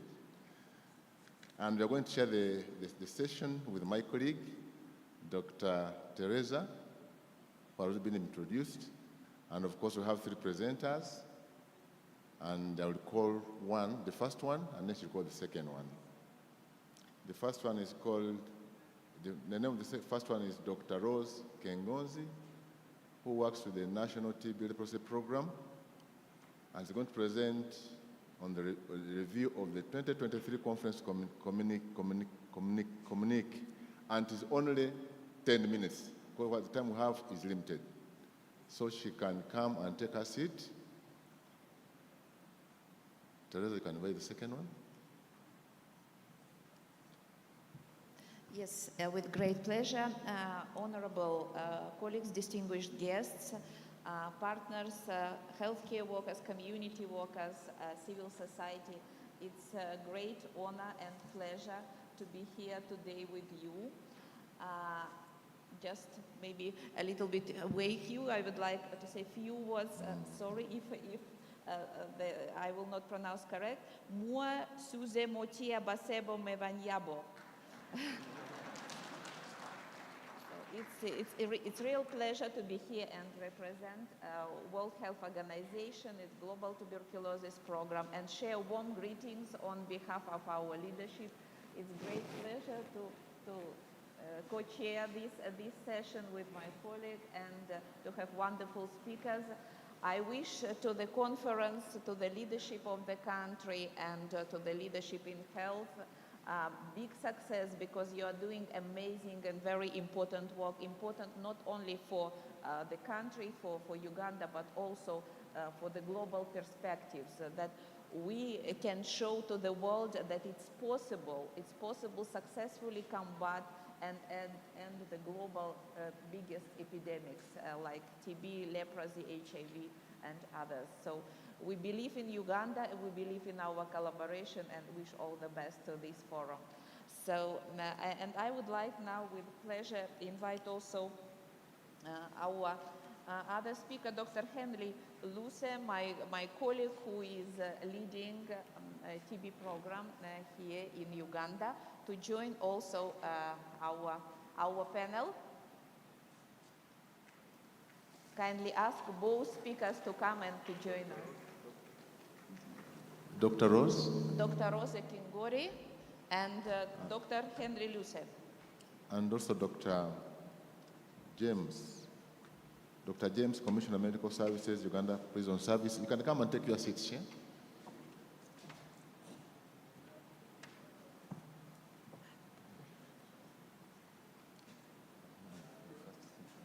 While we are waiting for other colleagues to join, so we would like, again, use this unique momentum opportunity and highlight that we've had an opportunity to visit health facilities, to meet with the high-level officials, and we've been deeply impressed by the progress made to date. Of course, we are closely monitoring, and also how effectively and you are implementing the best guidelines and policies, and how rapidly you are introducing innovations. This is a great example, great experience, and also learning for ourselves. We've learned a lot, and now would like to share broadly this experience we've seen here in Uganda, but we will be happy also to continue our dialogue. As WHO, we are following our core mandate. We are developing policies, we are providing global monitoring of the situation, but policies will remain just papers if they will not be used and if we will not receive feedback how we can do better. So the real wins are happening at the first front where you are doing your amazing job, and we hope that our collaboration will give real results. Sorry, now our speakers are here. I filled the pause. Where's Dr. James Chisambo? She's our third presenter. Sorry? But we can start with the two whom we have here. So let me take this opportunity to invite Dr. Rose Kengozi to give her presentation, and it is only 10 minutes, and I will be the timekeeper.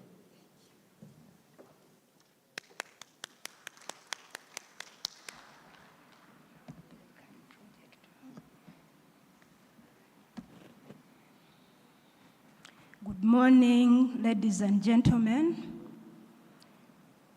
Yes, all protocol observed. As we wait for the projection, I thank the chair for the opportunity to take us through this session. The session is mainly on the communique, basically what transpired in the last stakeholders conference, which was the sixth annual stakeholders conference, which was held last year in December on the 7th and 8th of December.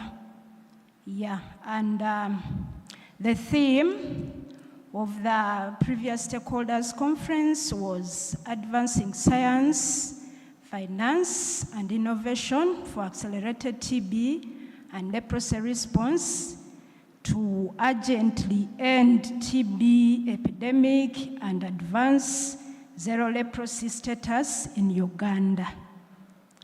And the slogan was, yes, we can end TB. Yeah, it was conducted in Imperial Resort Beach Hotel in Tebe. I'm just going to give us highlights in the interest of time. Maybe just to stipulate the objectives, we had 4 objectives: to disseminate and discuss the NTLP performance for 2022-2023. We also had an objective to share performance against the UNHLM 2018 targets and mobilize the stakeholders' commitments towards the achievements of the 2023-2027 targets. Another objective was to discuss the evidence, innovations being implemented to end TB and achieve the zero leprosy status, and to disseminate the midterm review findings and the revised National Strategic Plan 2020-2021 to 2024-2025. There are we had a number of speakers. We had many people give remarks. I'll not go through that in the interest of time. I will take us straight to the action matrix.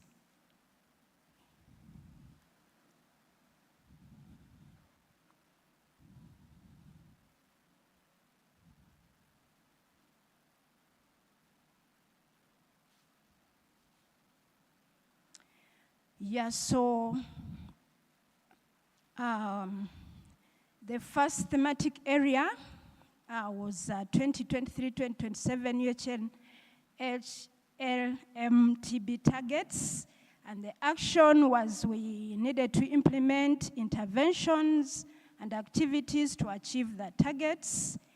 There are various targets. I don't have to go through all of them, and it was for all of us as stakeholders, and the progress so far on the implementation of this key area was as a program, we've been able to implement the CAST TB plus, Yes, okay. Most times we say CAS plus, but it was, of course, from TB. Yes, CAS TB plus. We've been able to do contact investigation, capacity building, guideline updates, as we shall hear from other speakers, and dissemination of guidelines, TB screening in schools, which is also an ongoing activity. Yeah, and we note that despite challenges in pediatric TB and DRTB detection, we have demonstrated commitment, and we continue to commit to achieving the UNH-LM targets in order to end the epidemic. The next was to do with financing. The key action was to integrate TB, leprosy into the PHC funding. Here mainly we think that district local government should be able to, I think we have had even a speech from the DHO, so this is something which is ongoing, although we didn't color code it. But our appeal is all districts should prioritize TB and leprosy in planning and implementation. And then intentional mobilization of resources for research and programming. The government of Uganda provided 21 billion shillings for the procurement of medicines and laboratory supplies for both public and private sector. So we were able to realize a 21% improvement from the previous year's contribution. The division also received additional funding, especially for leprosy from other partners like St. Francis Leprosy Guild to facilitate enhanced contact management in regards to leprosy control. And we've been able to do quite a lot of work, especially in West Nile, in the districts of Yumbe and Zombo. Going on, the next was to do with prevention and health promotion, where health promotion department was to consider including TB messages into the various approved IEC materials for dissemination. And on the progress, we see that video messages for HIV, WASH were developed, and these actually included TB messages, as well as audio and social media messages which have been aired out. There was also a call to increase investment in the Live TB Free campaign at national and district level, as well as the community levels. Engagement with key influencers like media, religious, and cultural leaders has happened, and we've had multimedia campaigns at regional level being conducted, meaning that there were resources that were actually put for the campaign. We also, the other action was to engage the CSOs in mobilization and sensitization of key and vulnerable populations. And this was to be done by USTP, of course, with support from NTLP. And here we have been able to actually see CSOs engaged in mobilization and sensitization of key and vulnerable populations. For example, we have the Forum of TB Survivors established, Mama's Club reaching out to men, Philemona reaching out to the fishing communities in Kalangal and Kasanda, and other engagements, including, of course, the World TB Day commemoration, as well as the TB Marathon. In TB case finding, care and treatment, we were tasked to have decentralization of DRTB treatment initiation sites to districts, to district levels. This is ongoing. What has been realized is there has been consideration for 20 high burden districts, which we think NTLP should consider first. And we have had some initiations done in some districts, not 20. We have had some districts like Apache, Tororo, and we hope to continue engaging to make sure that the DRTB services are actually decentralized to district levels. Other districts that are being considered mainly Kapchorwa, Adjumani, Entebbe, Pader, and Napak, they are being planned to be able to support DRTB treatment. We also had an action to have rapid uptake of new WHO recommendation and guidance. And here's a program. We've been able to have guidelines updated. We shall be able to see our NTLP manual with these guidelines updated. And these include child and adolescent TB, MDR TB, TB HIV, and other comorbidities, as well as, so this is WHO provided recommendation, and as a program we're able to take up the recommendations and adopt, The other action was to develop a roadmap for introduction of shorter-term regimens for pediatric TB treatment, and this was actually done. We have PED guidelines updated to include the 4-month treatment regimen for children, and we are actually doing a phased rollout that is being done. 2 minutes, So looking at working with USTP and Iganga district to start the construction of the MDR-TB ward in Iganga. What has been done, USTP held a meeting with Iganga district local government in April-June quarter together with potential funders for the ward, and the actions that that transpired during the meeting include developing a comprehensive write-up of the planned ward, and we also, from the meeting, the Iganga district local government was tasked to lead by example, ensuring that the foundation is in place and other stakeholders can build on that. And I'm reliably informed in January, this is being planned that they are going to have a foundation started for the ward. Also, the other key action point during the meeting was they had to schedule meetings with possible funders, and Iganga is planning to include the construction during this, the new financial year. In their budget. Almost done.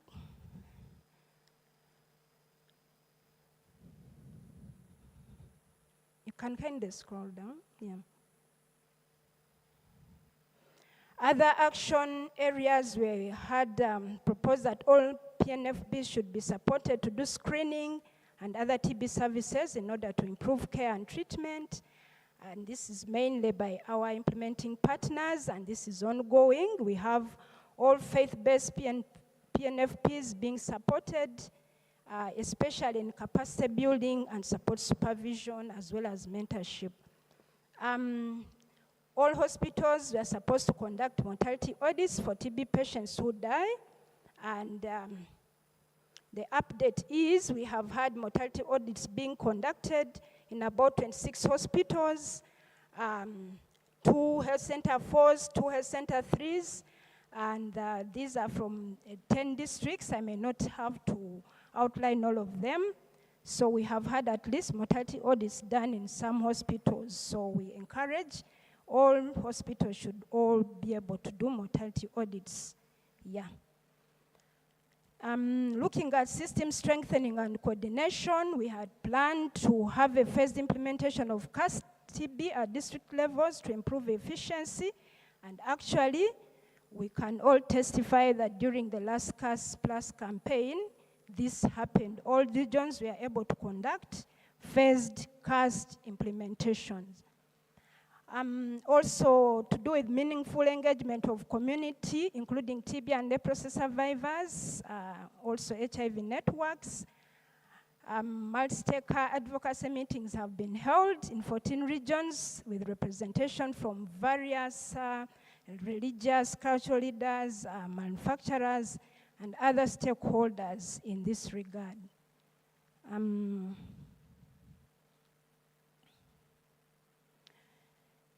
Yes, so we also had that, an action point of decentralizing capacity building interventions to district level. This is ongoing. And procuring computers to facilitate utilization of ECBSS and making sure the coverage of ECBSS is at 100%. We have been able to achieve a 73% ECBSS coverage. And we did not manage to procure the computers, but hopefully we should be able to have computers procured. But at least our ECBSS coverage, 73%, not 100%, work in progress.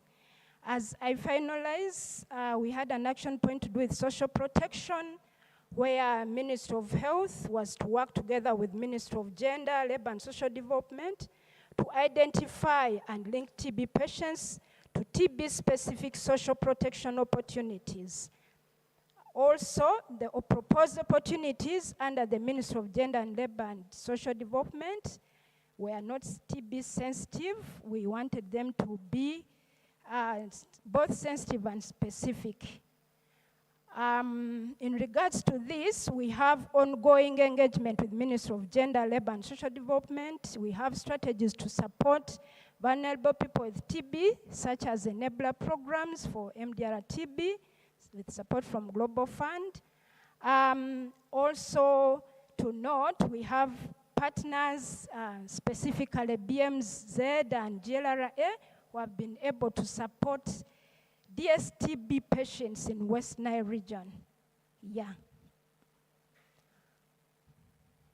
Many things to do with social protection. There is integration of TB interventions into social development schemes, such as the SAGE. Okay. We have USTP, supported TB survivor network registration status within their divisions, to be able to come up with income-generating activities. We have Rubaga TB Fighters, Nakawa TB Fighters Network. We have Kawempe, Makindye, and yeah. Lastly, I think, lastly, it is to do with, okay, second last. We had also an action point with NSSF engagement with NSSF on awareness creation on social protection programs and mindset change. This is not done as well, but we promise we should have this done in this financial year. Lastly, there was an action point on leprosy, where we were tasked to implement innovative approaches for early leprosy case detection and treatment. And in regards to this, we have had extended enhanced contact management being done and is still being done in phased manner. We have had districts like Koboko, Yumbe, Nebi, Kibuku, Budaka, Zombo, Rukungiri, and we are still doing. We conducted leprosy epidemiological investigation in Koboko and Nebi districts. And this was an innovation where on top of the investigation, we did case finding in terms of contact tracing, as well as administration of leprosy post-exposure prophylaxis to all those that were eligible. And we had an opportunity to support the districts to do data entry for all leprosy patients into the ECBSS. Thank you so much. We had about 5 rapporteurs. Thank you for listening. This is actually what transpired and was captured during the last stakeholders conference. Thank you so much for listening. Thank you so much. Dr. Rose Kengonzi, you have saved 2 minutes. You have used only 8 minutes. You can take your seat. We are going to have some questions after all the presentations. So I request my colleague to invite the second presenter, Dr. Teresa, please. Thank you very much, Dr. Joseph. Indeed, it was a very comprehensive presentation, and that clearly showed that TB requires comprehensive approach and addressing multiple things and determinants. And I'm actually also facing the same problem. We have so many things to present, to share, to discuss that we never have enough time. So, but that was a great presentation. Now, with great pleasure, I would like to invite our next speaker, my colleague, Dr. Henry Lutze, who will share with us an overview of the current status of the National TB and Leprosy Program in Uganda, as well as progress against UN high-level meeting targets, and share with us a roadmap for the National Strategic Plan update. Please, Dr. Lutze, floor is yours.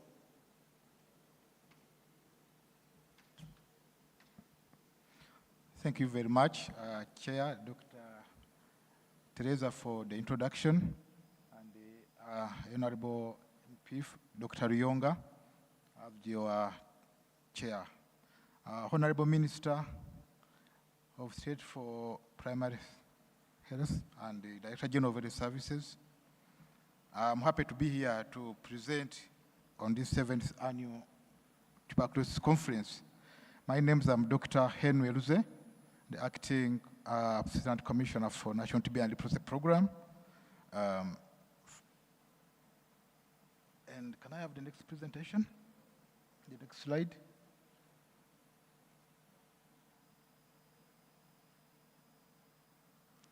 Yes, so this is the outline of my presentation. I'm going to make progressive report for 2023-2024 financial year, including the implementation of the 2023 United Nations high-level meeting commitments.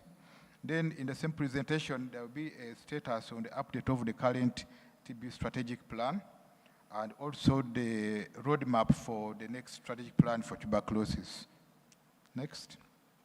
So the 2023-24 financial year focused on the following objectives: TB and leprosy treatment coverage of not less than 90%, and also increase TB and leprosy contact screening to 90% for all the confirmed tuberculosis patients with tuberculosis and leprosy, and to increase the proportion of notified TB and leprosy TB patients with bacteriologically confirmation from 64 to 80%, and TB and treatment success rates of more than 90%.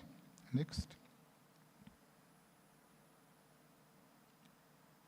So this is a brief profile of the country as far in 2023, and we have a population of 49 million. That is our working population. And we had an estimated number of TB patients of 96,000, of which you were able to detect 87,000, giving us a detection rate of,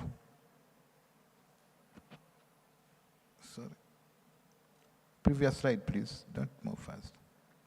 Yeah, giving us a detection rate of 90%. Then among those, we had patients with drug-resistant tuberculosis amounting to 656, and 96% of which was started on treatment. So overall, our treatment success for all the TB patients that we detected in that year was 90%.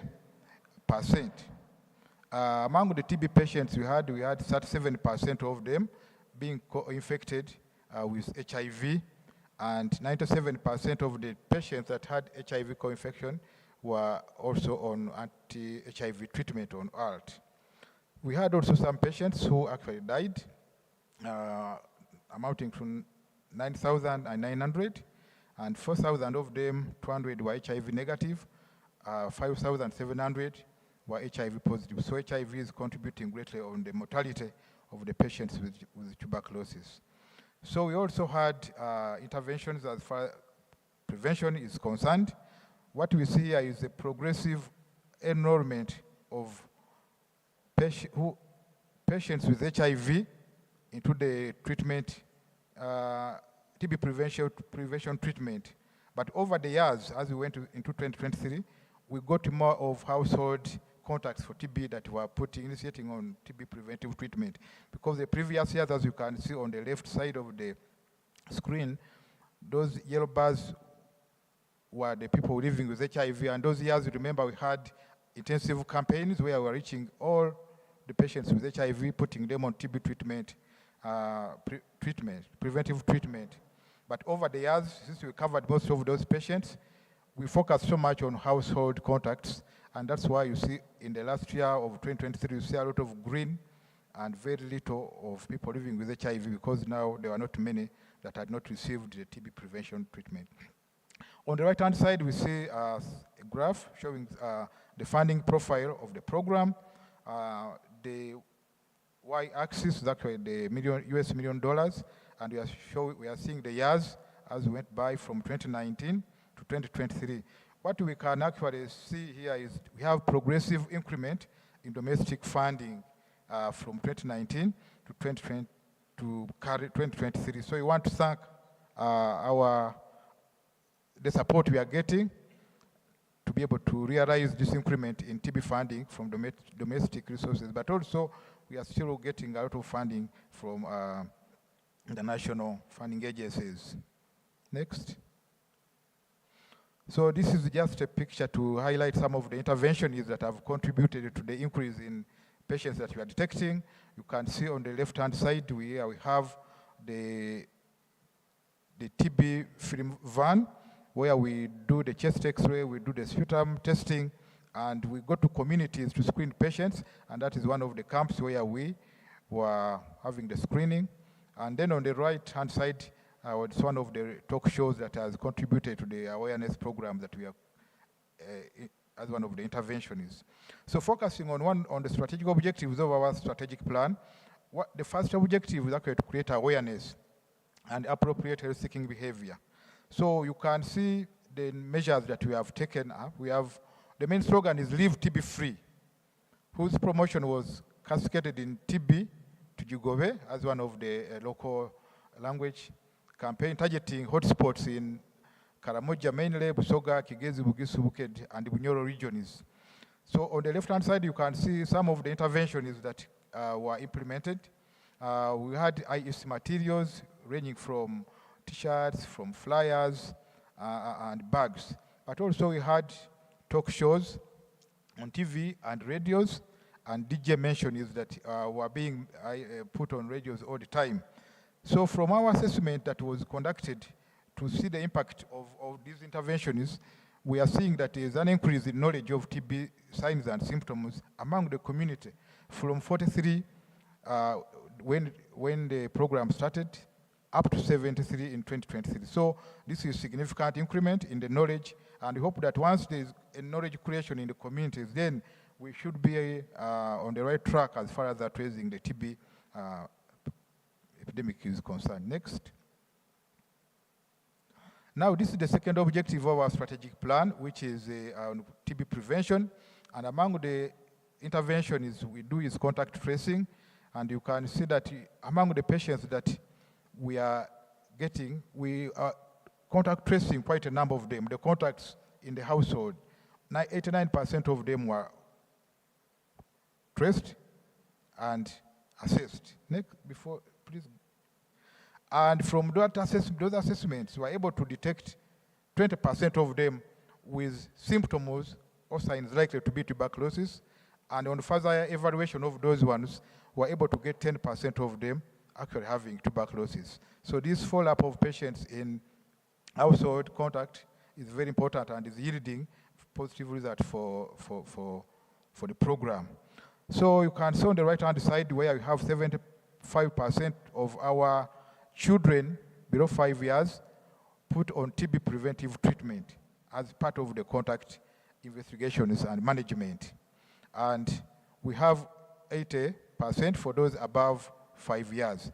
And the completion rate we can see it is 95%. So our effort in as far as TB preventive treatment is concerned is positive. Next.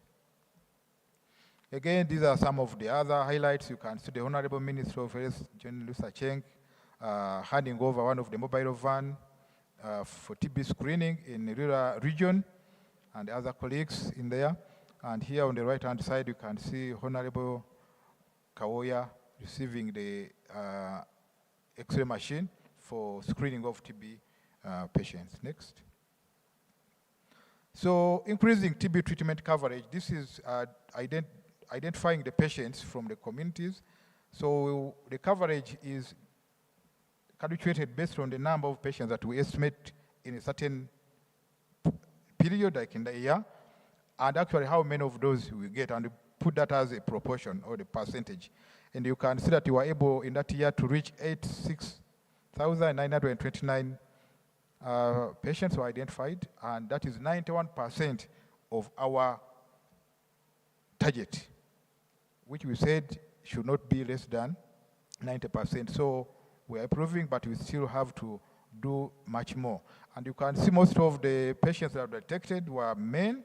60% actually were men, and 40% were females. So meaning that we need to work together to step up interventions that actually target men, because they seem to have more TB than females. But note that we should also relax on the side of the females. Among these patients, we had 779 who had drug-resistant tuberculosis. So on the right-hand side, we can see some of the risk factors that actually drive the TB epidemic as we see it now. The major one is the TB contacts. You can see the purple graph, which is quite higher. So the TB contacts, if you have someone in the household who has tuberculosis, so people in the same households, they're at a higher risk of getting active tuberculosis than those who don't have a person in the house with tuberculosis. But also tobacco smoking is another risk factor. We had prisoners there, refugees. These are people living in congregate settings. And then we have fisher folks, as you can see, and also diabetes, and as a health, and including actually health work as a part of the risk factors. Next. So this is the breakdown of the treatment coverage by region. Some regions are in green, meaning that they have done as we expect. So Ankole, Kampala, Bukit achieved their targets, while 2/3 of the country achieved at least 90%.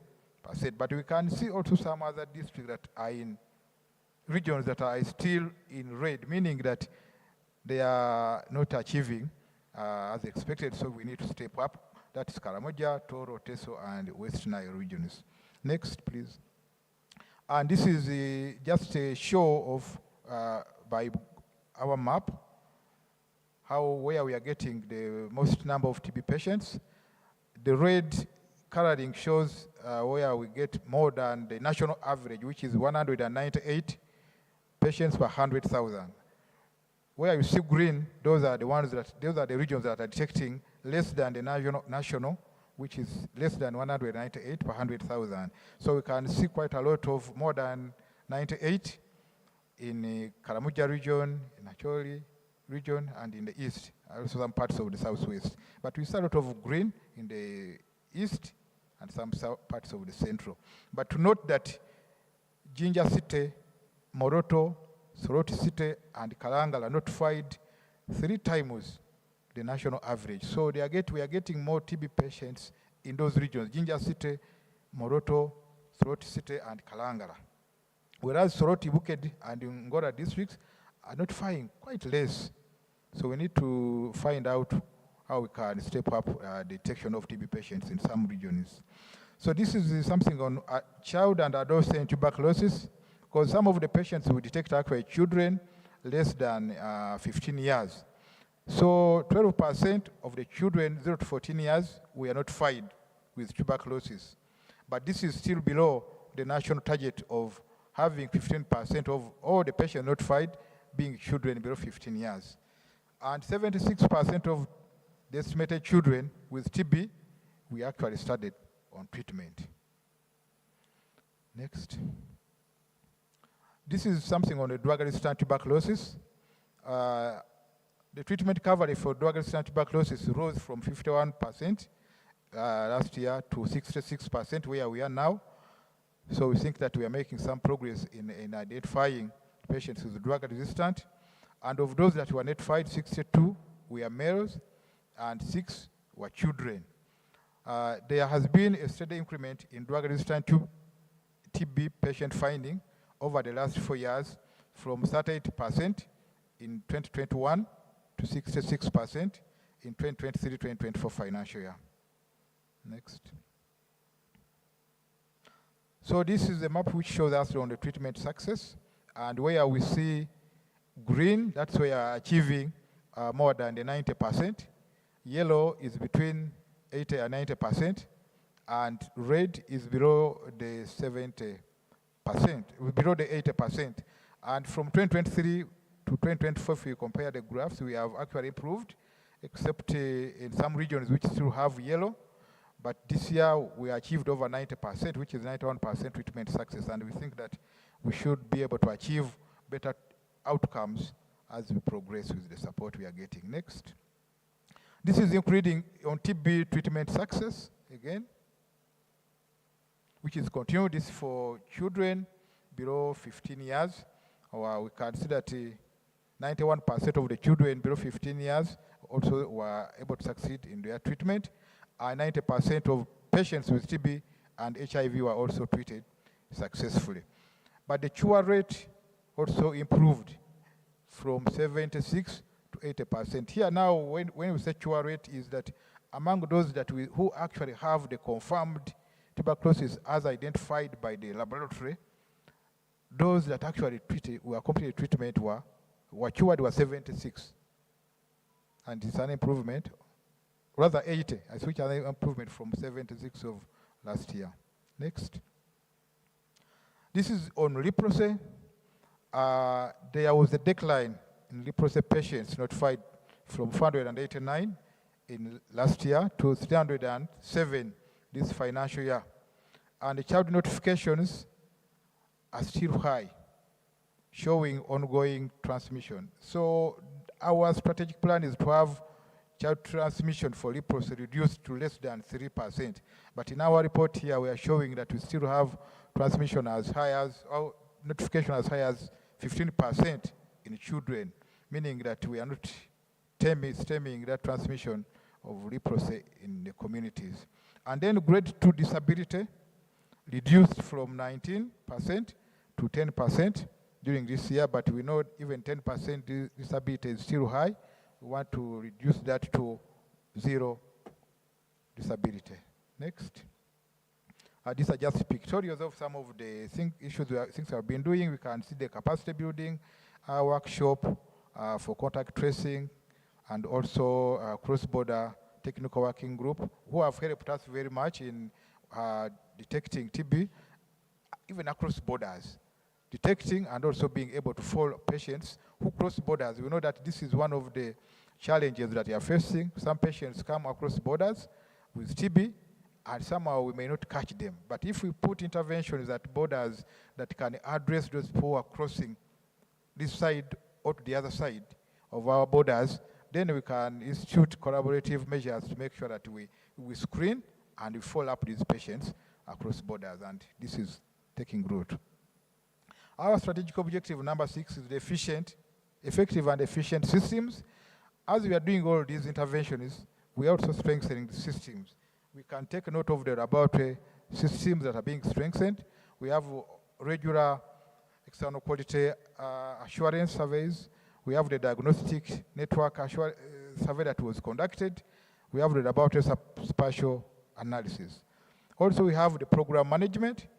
On that side, we were able to update the TB guidelines, as will be highlighted in future presentations. We have the TB management guidelines that have been updated. Then you have conducted a number of capacity building workshops and trainings, and support supervision, as you can know.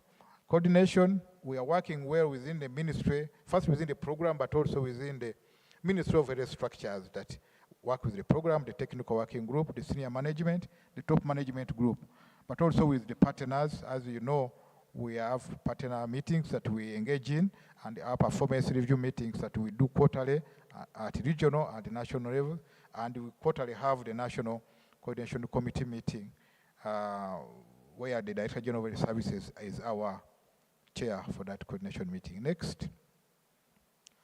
This is now the progress as far as our strategic plan is concerned. Where you see yellow is that the progress has not reached where we actually want. Like strategic objective 1, which is creating awareness, our estimate is that we are now at 80%, if you can see the screening at outpatients. But we think that the CAST TB campaign that we are conducting in communities, creating awareness, screening, and testing, we think that this is going to help us here to create more awareness in the communities. Then we have the TB prevention, where we have the children under 15 years, they have reached green, meaning that this year we have achieved our target, which is 75% of children put on TB preventive treatment. But for those above 5 years, we are still in yellow. We have not reached our target at 80%. It is 80%, but we want to be at 90%.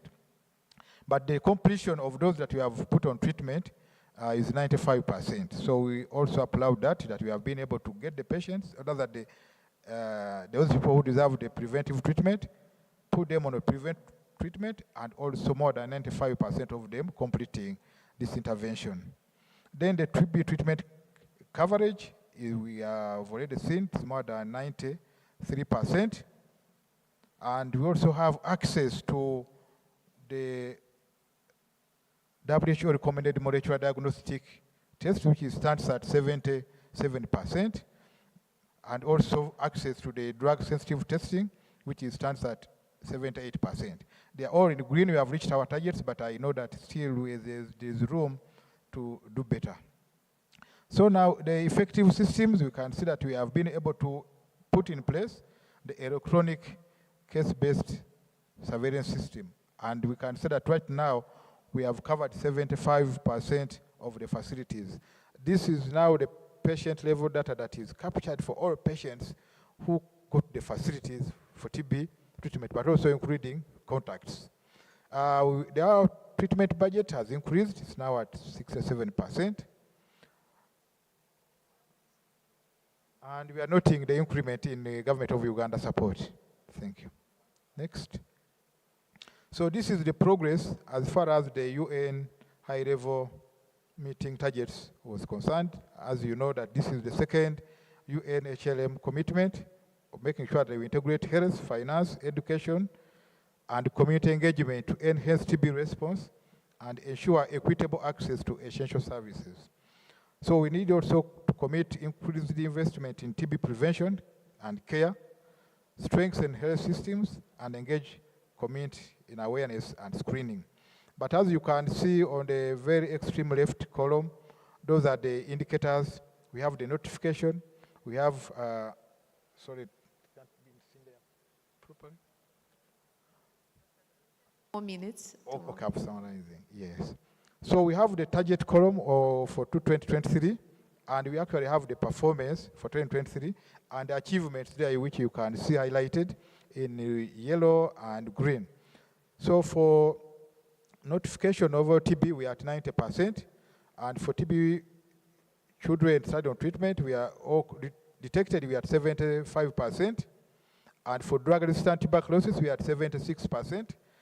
But for TPT, the TB preventive therapy for those above 5 and below 5, and for those with HIV, we are far, far above 100. That's why you are seeing the green shadings. So going on the extreme right-hand side, we have targets for 2024, 2025, 2026, and 2027. So we still need to work to address some of these other targets that we have not achieved. Next. So these are some of the challenges we are finding, as you have already seen. The funding has been increasing, but still we are not yet there. We think that our efforts of working with all the stakeholders will bring better results. We still have locus detection in some areas. We have violated some of the areas that are still in red. We need to go in there and address the challenges that we are having why we are still getting low case detection in those areas. Some of the data issues we need to address to make sure that we have strong data systems. We are not yet at 100% with the electronic case-based system, but we want to make it 100% and make sure that we are getting reliable, accurate data and make sure that actually the data is being used at the point of collection, not just sent to national level. Next. So these are some of the recommendations that we still have to do a lot to ensure that we have laboratory strengthening. We have to work a lot to reduce stigma and discrimination. We have to improve the data quality and then expand access to services. Next. Yeah, these are some of the interventions that we have been doing. You can see some of the children that we reached in the debates. We have been going to schools, mobilizing children and engaging them into school debates, and you see them getting awards. And in that way, creating awareness among the children and the youth. Next. So this is the roadmap for our strategic plan. This is the TB and leprosy roadmap. As you may be aware, the current strategic plan is ending next year in June. So we need to start now to make sure that we have a strategic plan starting 2025, June, going to 2030. And we have the planning which is taking place in this month. We have phase 2, which is conducting the situational analysis. We expect that will be in the first 2 weeks of December, and then formulating goals and objectives by March. So we hope that by June next year, we should have a new strategic plan that is going to guide our levels of next implementation. So next slide. Next. Yeah. All of these achievements are great, but we have not been alone. We can see a number of other partners that are here, whom we need to applaud. They have contributed to this success in different ways. So we need to thank you. Thank you very much. Thank you. Thank you very much, Dr. Luce, for the excellent presentation, for deep dive. You presented the full picture, and once again, I would like to acknowledge excellent work of the team and under your leadership, and also, of course, great leadership of Dr. Stavia, Commissioner for CDs, Dr. Lago, Director General, National Leadership in Health, Honorable Minister of Health, Honorable State Minister of Health, and all the engaged actors. And of course, I'm especially privileged to sit next to the eminent representative of Parliament, Chairperson. So, and role of the parliamentarians are also absolutely crucial as the drivers of the progress. Hand over to you, Joseph. Thank you very much. We don't know whether Dr. James Kisambo has come. Dr. Kisambo, he's not here. If you hadn't, then we can thank you, Dr. Henry and Kengonzi. Now is the time for question and answer session. We can have some questions to the presenters. And as it is, mine is to ensure that I spot your hand so that I can bring the microphone to where you are. After giving you permission. Thank you.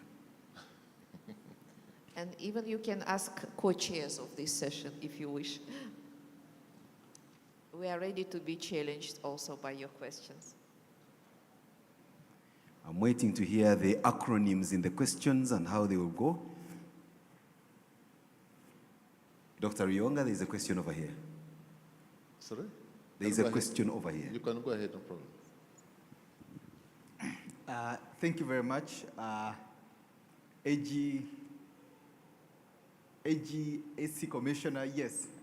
Thank you very much. I would just like to get a few perspectives from you regarding the report, especially when it comes to the TB diagnostics amongst people who are living with HIV vis-a-vis those who are not living with HIV.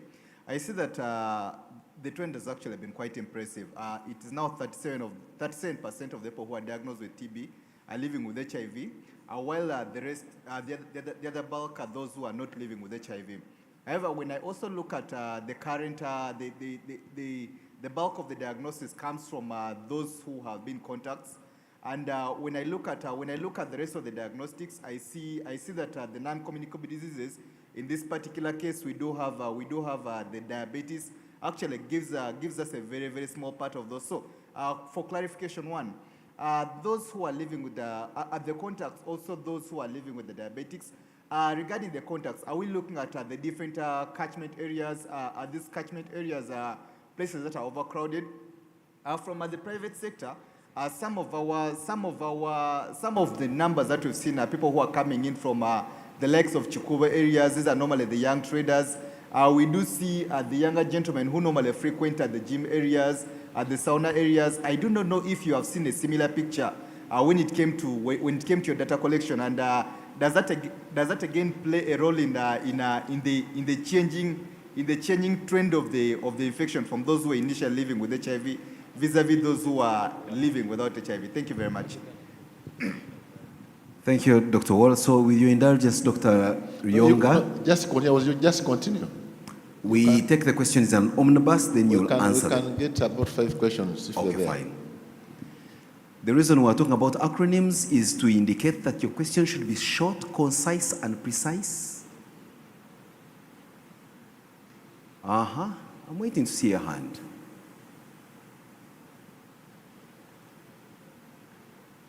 If you can't raise your hand, at least smile at me, then I know you have a question. There's one on this side. Someone was raising his hand. Yeah. Thank you. Morning, colleagues. My name is Ochero Ogola. I work with Ministry of Gender, Labour and Social Development, and I happen to come from Karamoja sub-region. My question is relating to malnutrition and co-infections of TB and leprosy in the region. I noted from the presentation that there is a lot of high TB in Karamoja, and I would like to know what the ministry is doing in relation to the high malnutrition in Karamoja, which weakens immunity, and then the comorbidities, infections in relation to HIV and AIDS. Thank you very much. Great, beautiful question. Next.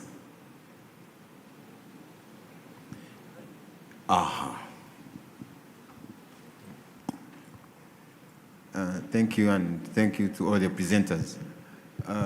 Thank you very much. I'm Dr. Gerard Mutunji, Minister of Health. I just wanted to know about the screening rate in the TB clinic, I mean in the diabetes clinics, because we know diabetes is a risk factor to TB, and many of our diabetics have actually TB. So what is the rate of TB in diabetes? Or it shouldn't be our indicator? Thank you.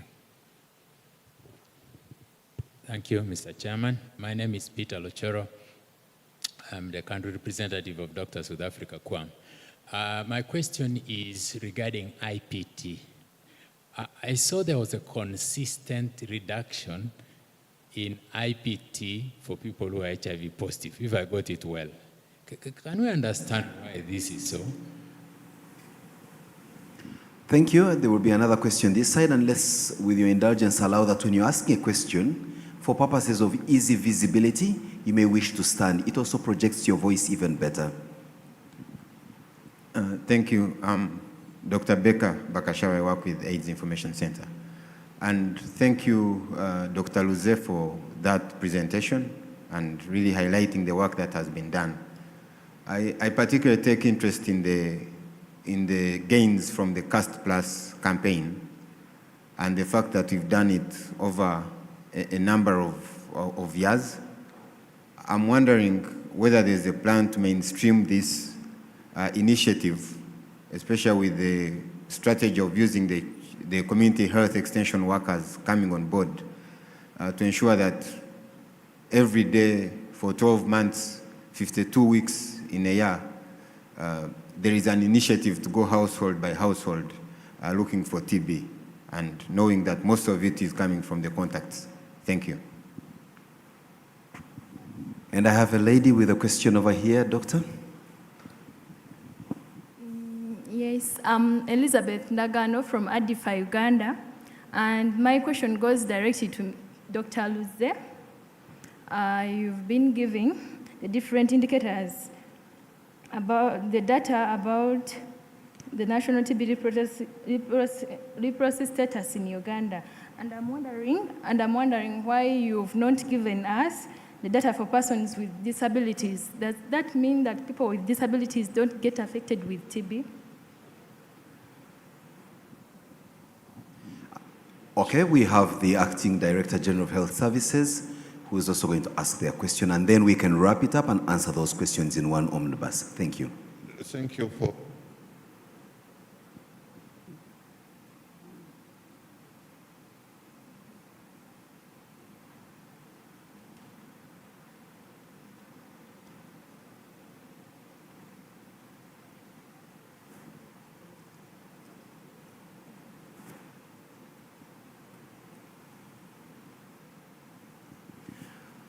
Pardon that glitch, but we are coming to you, sir.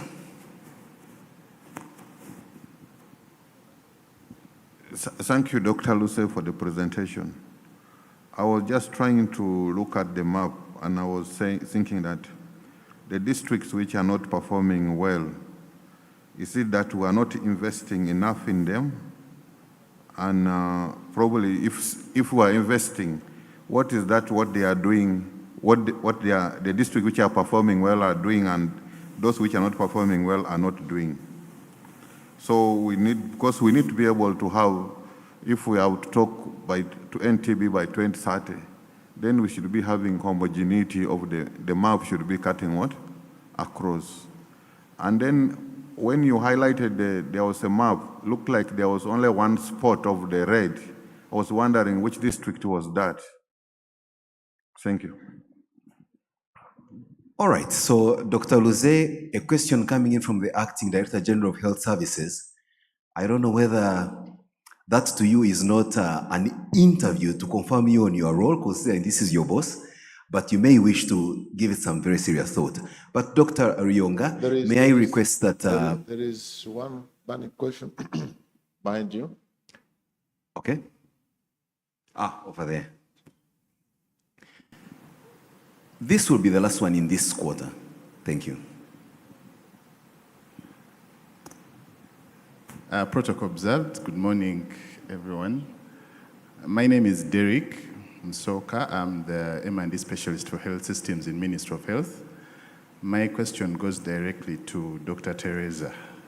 At that global level, we realize for a time now that certain programs have more priorities than others. Much as TB is really a risk to us. So I'm wondering why we are still having a low portfolio for TB grants than any other programs. For example, when you look at Global Fund, when you look at PEPFAR, when you look at all other programs that are funding these programs, they tend to suggest in their giving that HIV is more at risk. Yet for now we know that it's no longer that much at risk. But programs like TB, which are really a risk, are not that much funded. Is there any plan to triple so that they can also catch up like other programs in terms of funding, so that we can actually end TB as we ought to, as we plan to? Thank you very much.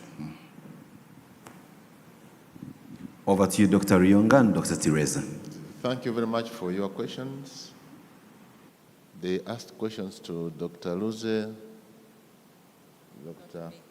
and Dr. Teresa. I don't know whether you are fearing me. I have not got any question, please, so I will not give an answer. So we can have Dr.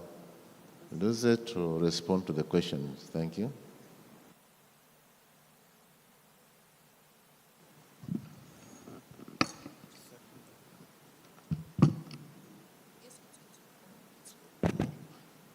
Thank you very much, ladies and gentlemen. And for those questions, actually some of them are comments, but before I attempt, I must also say that within the audience, there are very many able persons that can contribute to these issues that we are discussing, and also the chairs here. The first one was concerning the TB-HIV co-infection, which starts at 37%, yes. It has been much higher, but it's coming down, and due to the different interventions that have been instituted by the ministry and the partners. So at some point, you remember, it was above 50%, but we happen to know that it is coming to below 30, below 40 at the moment. So the struggle continues. This is not the end. We are still trying to address that issue. And you talked about the contacts. Yes, the contacts are our major our major risk factor as far as the TB we are getting in the country is concerned. That's the data which we get from our programmatic assessment, and it tells us a lot. That's why the contact screening is one of our major interventions into when we get a TB patient with confirmed TB, so we go in their homes and screen all the contacts, the children and the adults, and you see that we are getting some yield from from that intervention.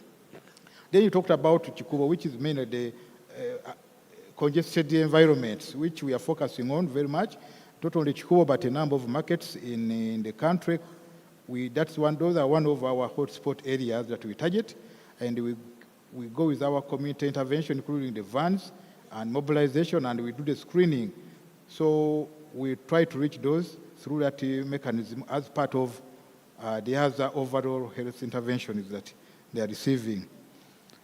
So, Mr. Ochero from Gender Ministry talked about malnutrition in Karamoja, which is actually true, and all of us here in TB know that malnutrition could be driving the TB, not only in Karamoja but elsewhere it is. And this is why the theme for this conference is here very important. How can we put our heads together, not only health, but other sectors, other departments, other agencies? How can they come in to support this area of malnutrition? We know that there's a lot of contribution to malnutrition. It may not be the disease that causes that, but it could be actually the malnutrition that leads to the disease. So how do we put our heads together from the different agencies and ministries and sectors to see that we address these factors that lead us there in the first place? But I know that some efforts are already going on to address that and even beyond the malnutrition issues. Dr. Mutunji talked about the TB in diabetes. From the graph I showed, the diabetes comes as one of the risk factors, but not as high as you see the TB contacts or the HIV or even the tobacco. And recently I talked to the person who's doing a very big study in Mulago Hospital, Dr. Bilal, in the HIV, rather in diabetic clinic. And he said so far what he's seeing, the prevalence is around 2% among the diabetes patients. But maybe we need for the final results. Yeah, so that's where we are. And I think even what I presented point to something like that in our slides. Thank you. Then Dr. Ochero, I didn't get the issue proper of IPT. Maybe we'll come back to it. And Dr. Baker, I think what you mentioned about the CAST is one of the suggestions that we need to consider, that the CAST is doing well in TB, but how can we now institutionalize it? We put it into one of the things that we do, and maybe we now call it CAST Plus, so that it's not only TB, but it addresses some of the other issues that are within the communities and households that we actually go to. Doesn't make a lot of meaning to go and look for TB, yet the person there has other conditions that you could address. So the approach is CAST Plus, and the ministry will take that as a very good suggestion, and I know that there are already some initiatives towards that direction. So Elizabeth from ADIFA, you talked about that we not mention about TB, about in the disabled population. I think this one will be able to go back in our data and look at it more carefully. Then we should be able to share this with confidence. Right now, I don't have the information right now, but it's some data that we can try to get from our records. So Director General of Health Services, you asked a question at the district that was red. That now was showing treatment success for 2023 and comparing it with 2024. And for 2023, we had one district that would not reach the 80% treatment success, and that was Buyukwe district.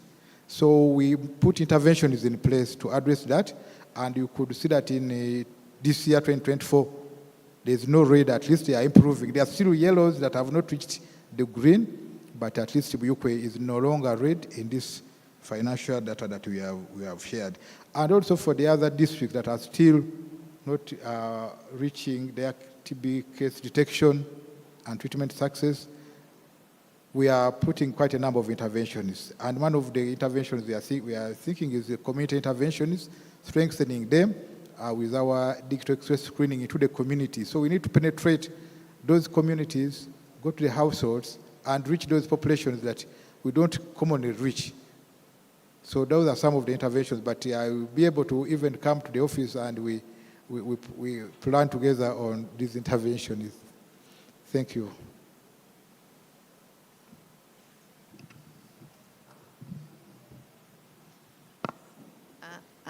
I also seen question, very important question addressed to me, and I will be happy to respond. But I would like also maybe to do small comment to Dr. Lutze. I've seen that progress against some of the indicators is over 200, 500%. Probably it means that for the next cycle, your target should be more ambitious. So that's why, for me at least, a signal, but I believe that you will take all the findings from your progress review into consideration in the new plan. Just to the question on the low portfolio of TB and low levels of funding in general of the TB response. This is a big question and a big problem at the global and national level. I will have an opportunity to share my presentation in the next session, but would like to highlight, we have only globally 26% of the funding available for the effective TB response against our needs. And it's absolutely impossible to expect that we will achieve all these targets as we committed with this funding. And as a global TB program, as WHO, we are trying to put spotlight together with the partners, with the Stop TB Partnership, activists at all levels, that we urgently need increased investments in TB response. We have much better tools, we have better treatment regimens and options, and we will have in few years even vaccines. And that's why Director General Dr. Tedros, in his joint call statement with the Civil Society Task Force, also urged countries urgently and substantially increase domestic investments, and also requested partners, international partners, increase international funding. I arrived to Uganda from Malawi, where I participated at the Global Fund Board meeting. And with mixed feeling, I am coming back. As you know, in the current portfolio and according to the current methodology for the allocation of the resources, TB programs are receiving only 18% of the funds. 32% is going to malaria program and 50% to HIV. But if you look at the evidence, and you're absolutely right with your question, so TB deaths are more than deaths from HIV and malaria together. We are not competing, we are just sharing the evidence as it is now. And as an impact of COVID pandemic, there have been globally 700,000 excess deaths due to TB. Luckily, it was not the case for other the programs for HIV and for malaria, though also a significant impact. We can see continued increase of TB incidence. And unfortunately, despite of all our advocacy, despite of all our messages, this basic information is not taken into consideration by funders seriously enough. So, and it was clearly during a Global Fund Board meeting highlighted by the Executive Director, Peter Sands, that For TB, what is needed for TB? For TB, we simply need money. So that was his own message. But a new replenishment gives some chance that TB part will be increased at least up to 25%, but condition is if the new replenishment will be more successful than current one. So of course we should stay optimistic, but looking at the global trends, socioeconomic trends and other issues, so it would be quite challenging task to increase the resource mobilization for the next replenishment. But we can all contribute. And of course, we are thinking about other opportunities. That's why, actually, I'm traveling the whole month. Before a Global Fund meeting, we've attended a forum convened by Gulf countries, by Qatar, Wish Forum, where we try to attract attention of Gulf countries to increase investment. Before, we, through BRICS Forum, BRICS meeting, trying to attract their attention and request increased investments in the TB response. So another opportunity could be given by multisectoral engagement, because this engagement is supposed to not only engage but bring also resources from other sectors beyond health.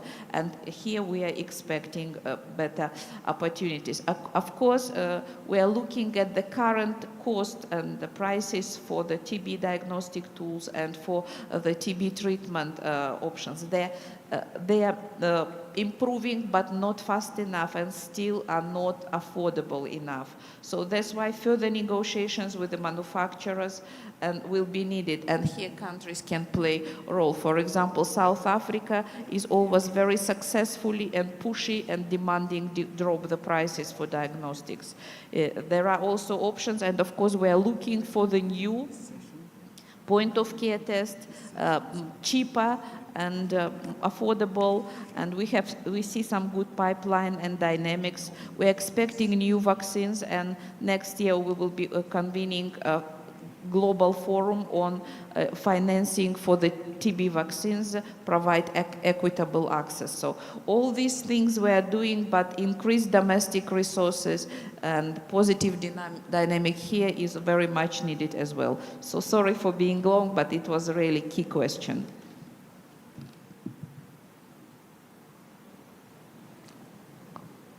There was no question to Rose on the 2023 conference communique, or is anybody has a question? Because she was asked, she wants one question from the audience.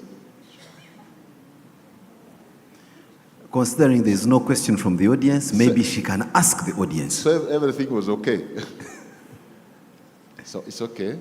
Then we have come to the end of the session.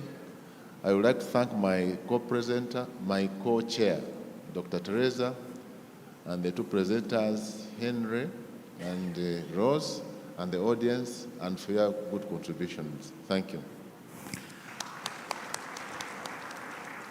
I think that hand clap is certainly not commensurate to the work that they have done. Dr. Teresa, Dr. Joseph Yonga, and the panelists. Now, Honorable Minister and other dignitaries in the room, we've come to a point where we may need to allow whatever it is that we've had to sink in. And we'll sink in by taking a break. But as I announce the break, I have two mutually reinforcing but antagonistic announcements. Okay, can I make a housekeeping rule that when I am speaking, I am unable to listen to any other intervention? So when you want to speak to me, wait until I've finished talking, which is going to be a bit rare, then you can speak to me. All right. I have an announcement to make of two mutually reinforcing activities, but antagonistic in nature. First, I think it's high time we take a bit of a break. But because we are cut short of time, we'll take a working break. The other is to say, while we intend to take the break, I will invite our ambassador for TB, who is a good communicator but through the performing arts, to make a performance for us. Now, Kachina, I am told you move crowds. I want to see whether you move crowds into the room or out of the room. Because out of the room is some beautiful, well-brewed Ugandan coffee that they would love to taste. But in the room is you with your incredible performance. Now can the competition begin? That will take a break, and we move not in one bundle. We move one at a time, pick your coffee, come back into the room. But you also have to make sure that your performance is such that someone runs, picks their coffee, and comes back to watch you. Good luck, Kachina.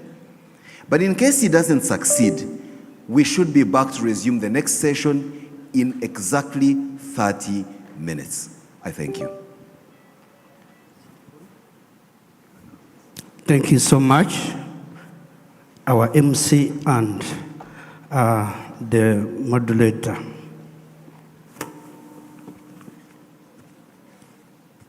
Our chief guest, who is about to come, Right Honorable Robin Anabanja, our Prime Minister, our Minister of Health, Dr. Ruth Acheng, State Minister of Health, Honorable Mwanga, the Commissioner of National Disease Control, MPs, present, ladies and gentlemen. My name is Valentine Muhereza Kachina. I'm a comedian, I'm a professional journalist, and I've composed also songs for TB, and I'm an ambassador of National TB and Leprosy Program and Uganda's Top TB Partnership in Uganda, but as a volunteer. Now, before I do any other thing, I have a little bit of what I've contributed to TB before we even go further. So I can have that.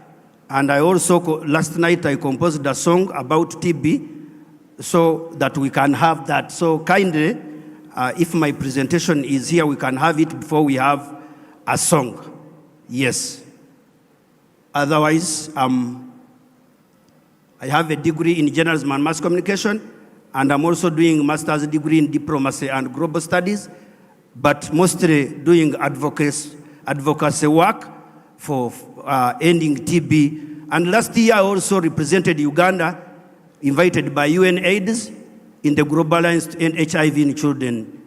We were in Dar es Salaam. So kindly, I know people had to go for break, but the little who can pay attention, I don't know why my presentation is not there, but in case it is not there, still I can explain this, that since I was chosen as an ambassador of TB, I have managed to go with National TB and Leprosy Program in all regions, including Rukunjiri, including Bushenyi region, and last year we were celebrating National TB Day in Chikagati.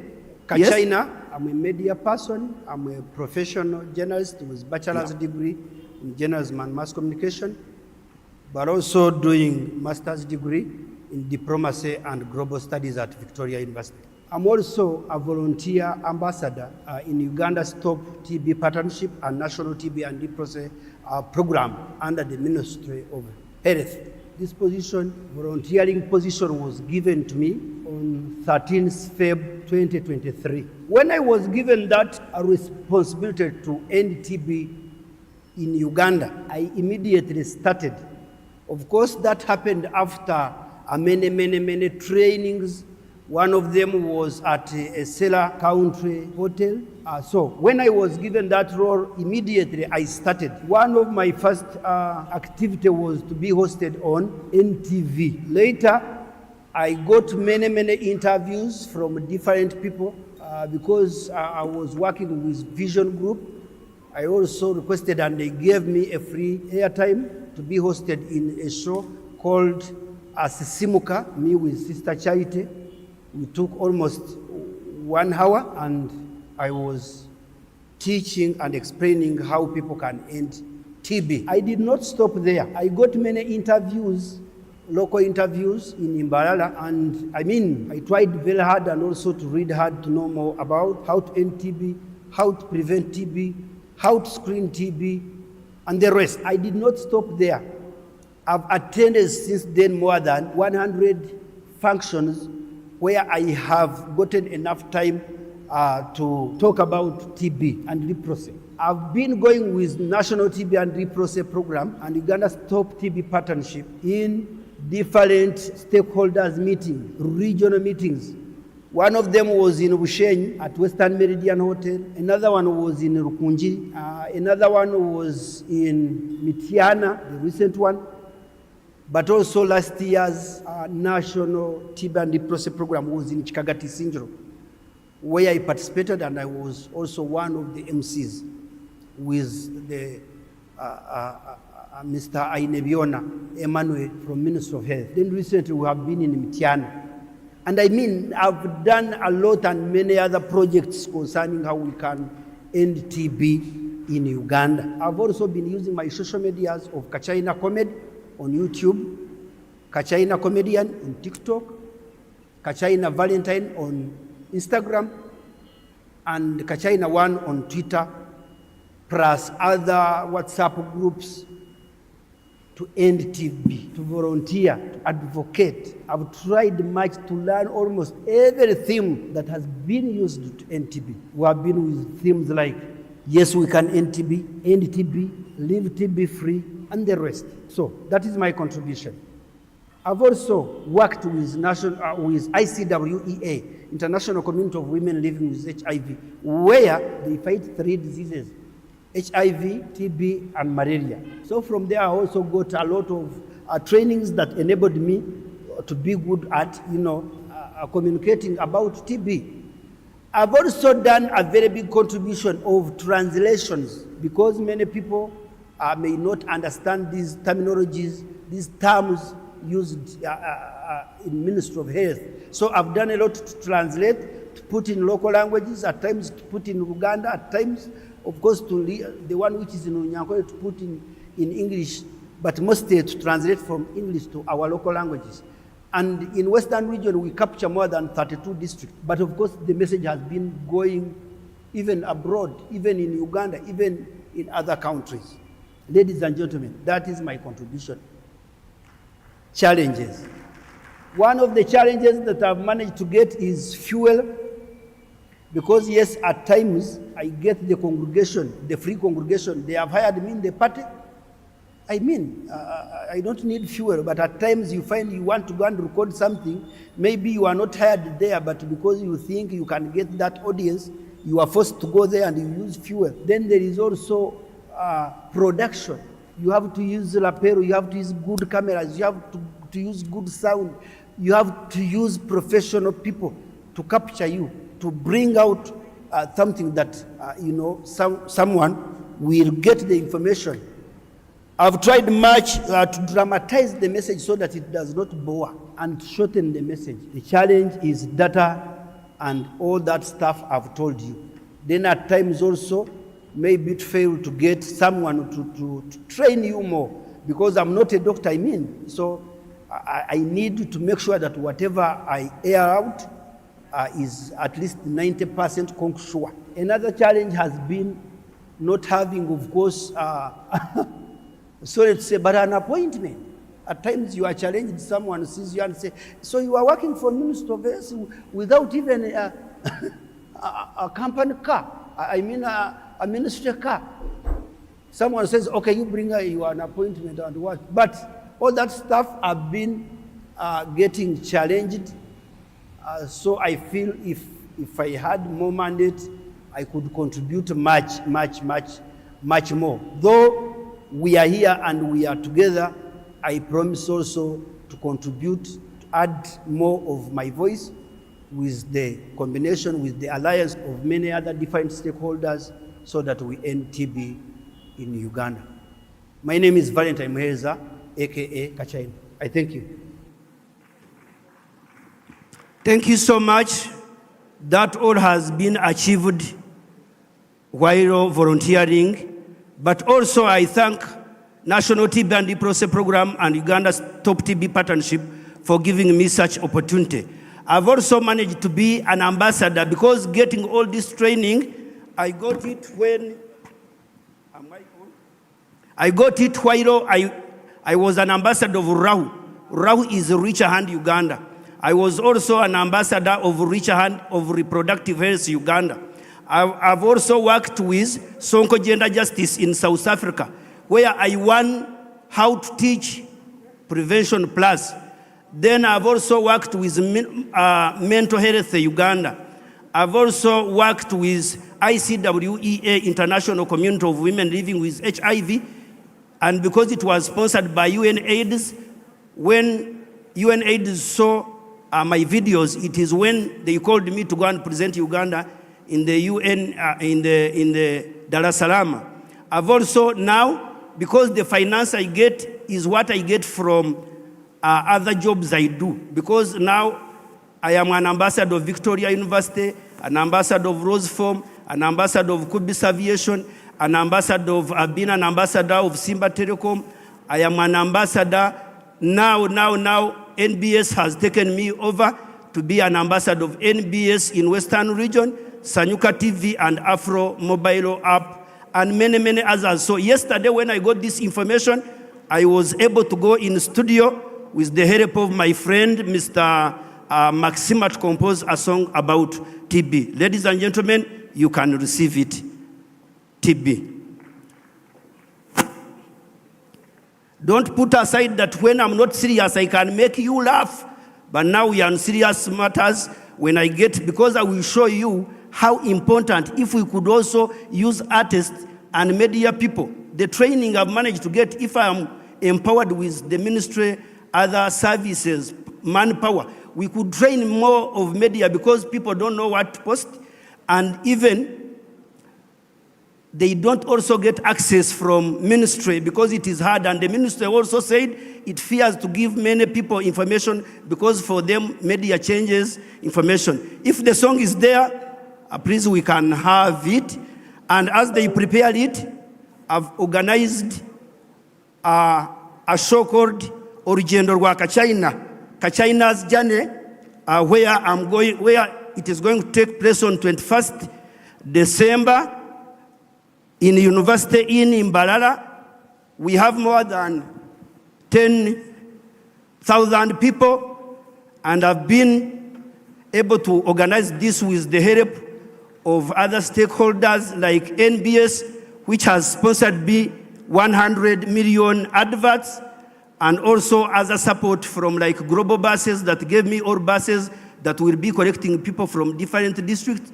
I've gotten a lot of support from different people, but you know, still, I really still need support for more branding like billboards and the rest. So the table will be at 1 million and VIP 50,000, and an individual will be paying just 10,000. So I also have that advert that shows how the show will be. So the IT team kindly play my advert so people can see. And I'm in talks with Ministry of Health so that they give me the manpower so that we can go and screen people and do other services. The IT team, if I don't know what is happening, but I sent there my I don't know. The annual Tuberculosos and Leprosy conference aiming at TB. China, Sound. Maxima, come. Hey, Maxima, come and sing. Did you know that more than 220 people? Did you know that TB? With TB every day, one in Uganda. Yeah. Woo! Akafuba means TB. Akafuba. Akafuba.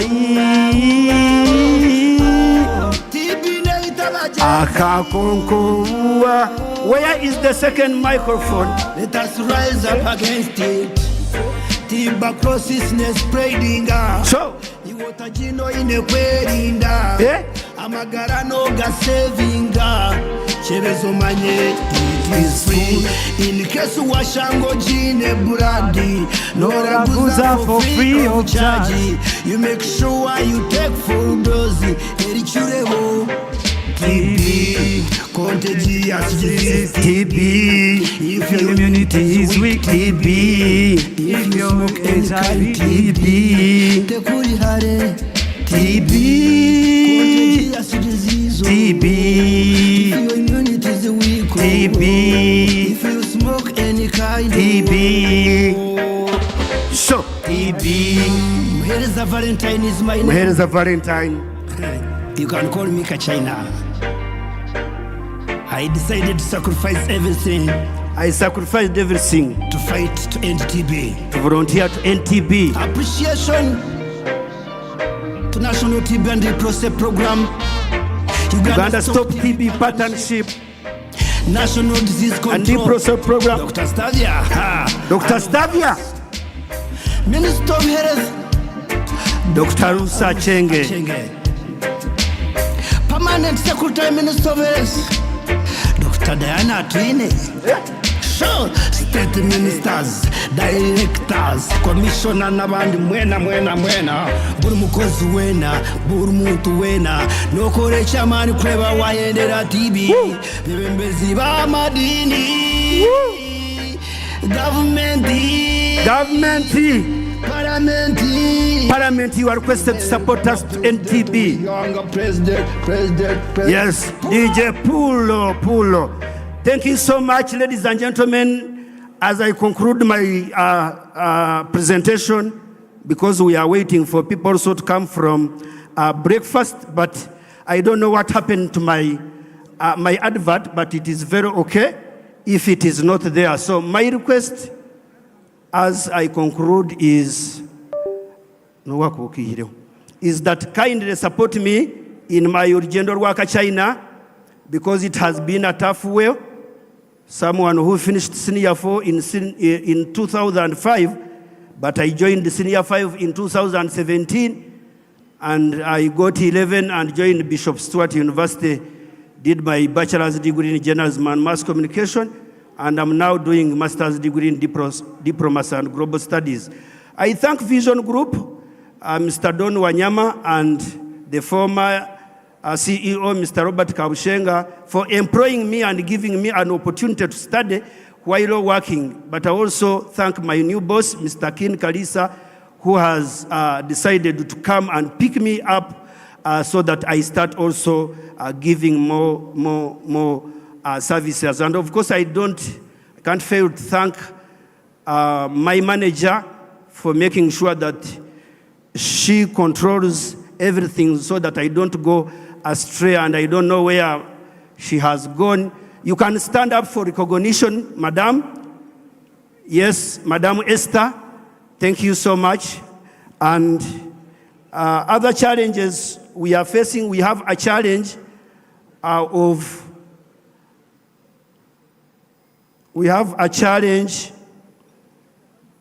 induction. Because I'm not appointed officially as an ambassador of TB, it is very hard for me, one, to go in the ministry and I enter to know which program is this, which ministry is this, how can I contribute to it, because I'm like here and there. So it is very easy to stay in the ministry working for long without knowing many people, because you are not appointed officially, and so it is very difficult. Another challenge is lack of enough training, for instance, on leprosy. I need also to know more about leprosy. I've not gotten a chance. Yes, I know Biebigenge.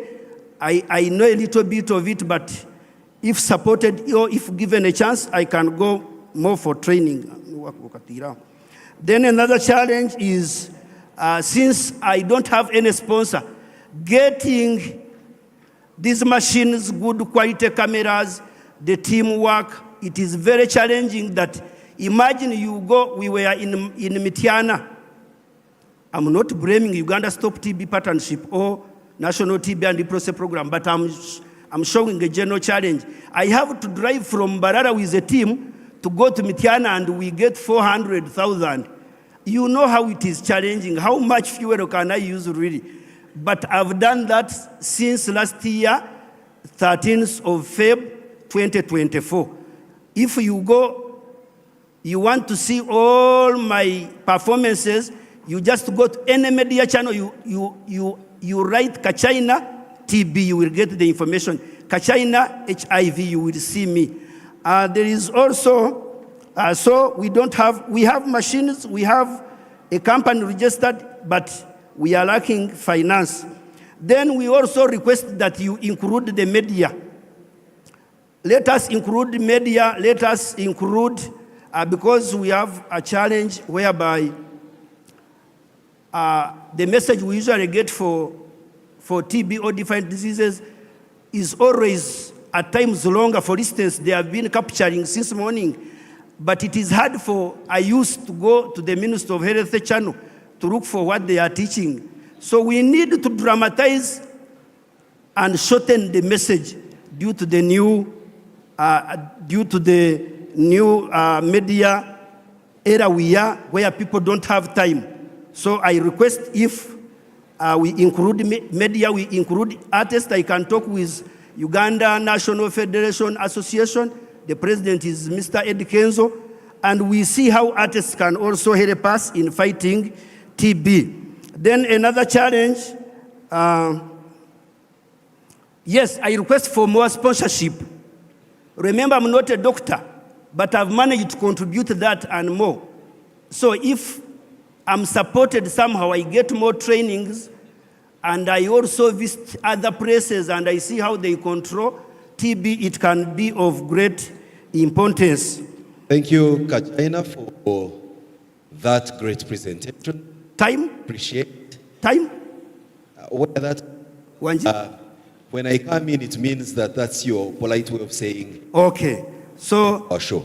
Thank you so much. Dr. Stavia, I want to take this opportunity to thank you for fighting TB with your department. So I don't want to speak much, or if I've spoken much, I ask for forgiveness, but as you have seen, that is me. So in case of any help or any contribution, I request to leave my contacts so that we are helped. Or any question, we are based in Imbalala, but also based in Kampala, Chigo here.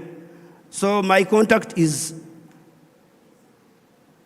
782 that is plus 256 782 69 55 33 and plus 256 702 42 85 76. And my email is Kachina of Kachina. So Kachina256@gmail.com. And on Twitter, use Kachina1, Facebook Kachina Comedian, YouTube Kachina Comed, TikTok Kachina Valentine, and all other media platforms. Ladies and gentlemen, it is a lot that I cannot speak everything for God and my country, and I thank our President. Minister of Health, thank you so much for God and my country. Thank you. To get a granular and patient level. In 2020, Ministry of Health introduced the ECBSS. Before, we were having manual data collection, so we were using registers to get our information. However, this was making it very hard to get granular and patient-level data.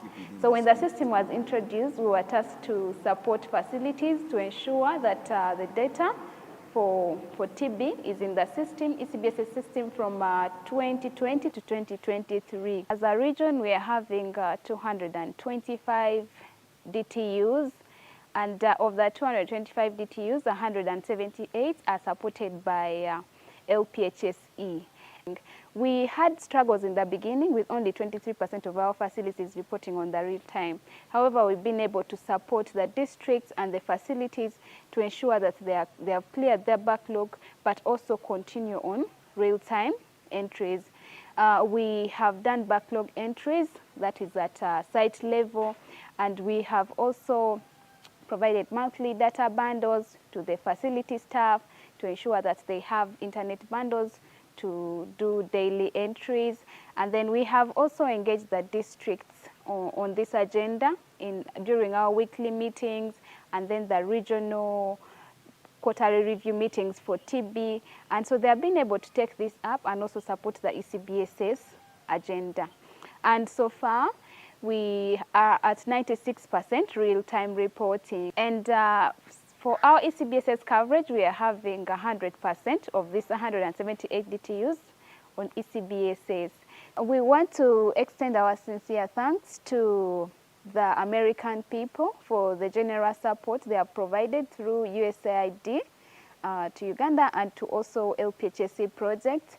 And then we want to also thank MOH for the technical support they have been providing to the team here on ground.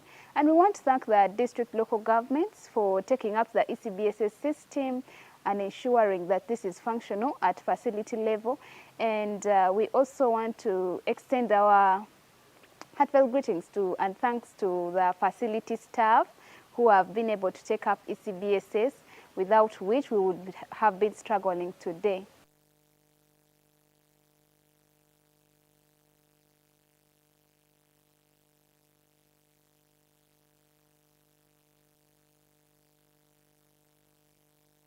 TB is one of the top 10 causes of death globally. It is caused by the TB bacteria through the air from one person to another. When the person that has the bacteria coughs, speaks, laughs, sings, or sneezes, anyone near the sick person with TB disease can breathe the TB germs into their lungs and get infected. This message is brought to you by the Ministry of Health. Chimanyere.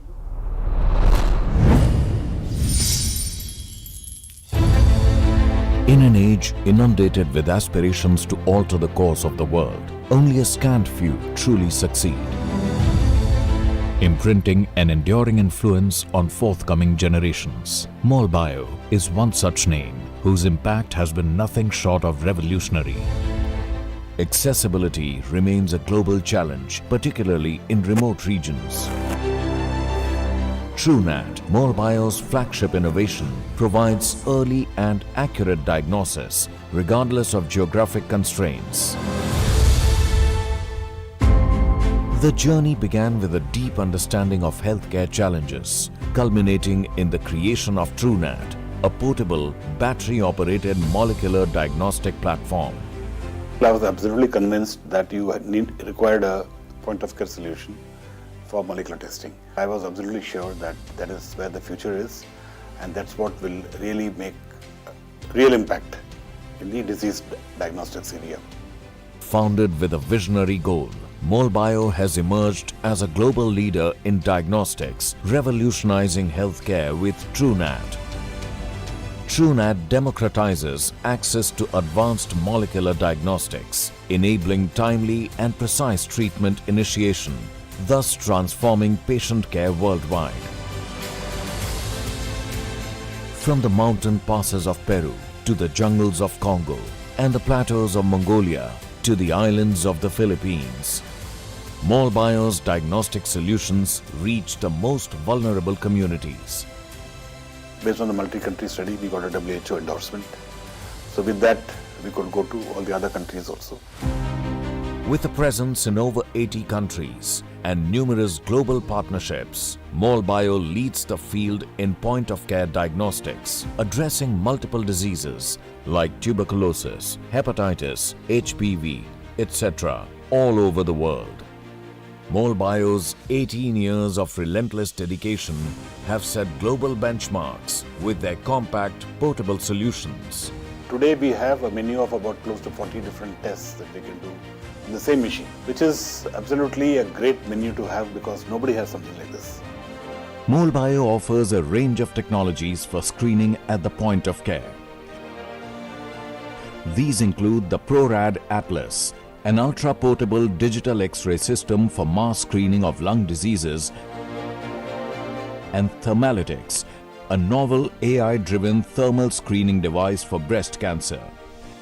These tools, when combined with TrueNat, provide comprehensive solutions for screening and confirmatory diagnosis of diseases. So all of these ability to provide independent, cost-effective, continuous care is something that we've worked on with every single product of ours. MolBio remains committed to innovation, striving for a future free of illness by offering cutting-edge point-of-care solutions. MolBio's impact transcends mere numbers, touching lives and paving the way for a healthier, brighter future for all.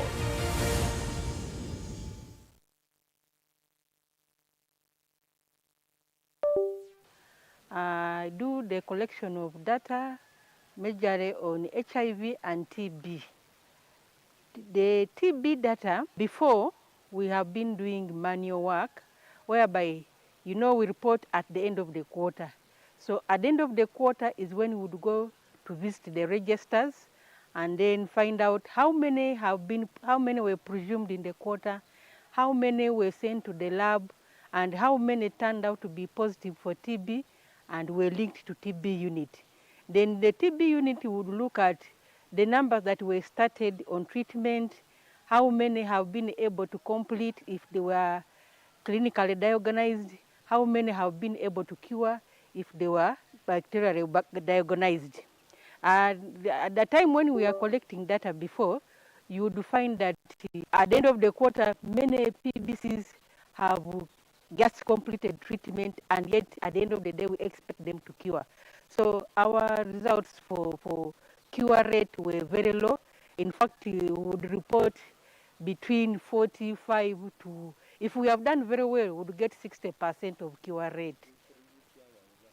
That was in the year around 2000 to 2019-18, because ECBSS came in Tororo Hospital in 2020.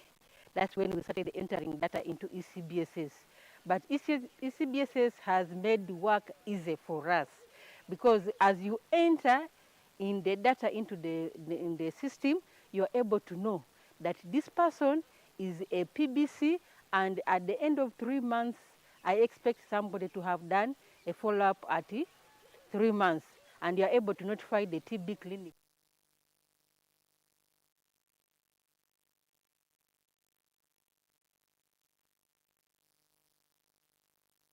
One of the impacts of this EcoClick project in our facilities is it enhances availability and proper use of the data collection tools in the facility. The health workers were not working as a team. The people in the lab did not know delaying with the results in the laboratory. You're also delaying the other process in the clinical room. But when this project was initiated, health workers were trained. Their capacity was built. When you build somebody's capacity, you create a conducive environment. Enhance my capacity, tell me what I am supposed to do, give me the tools I need to do that work, come and monitor the way I'm doing it. You will see me doing the exact thing you want me to do.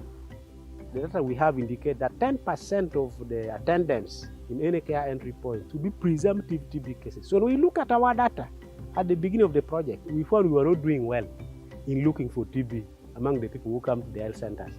We were missing out so many TB cases because they were not being presumed. The percentage presumed or screened for TB were like 40–50%. During the course of the project, we saw it improving to 60, 70, 80. Everybody on the presumptive register, to prove that they reached the laboratory, you would get their details in the lab register, meaning they reached. With the implementation of the project, that challenge of samples getting lost, samples processed but not documented on the register, were reduced. And as I talk now, that is a very big impact that we have realized. Nearly all the samples are accounted for, and the clients get their results. The interface, the linkage between the clinical room and the laboratory was also met.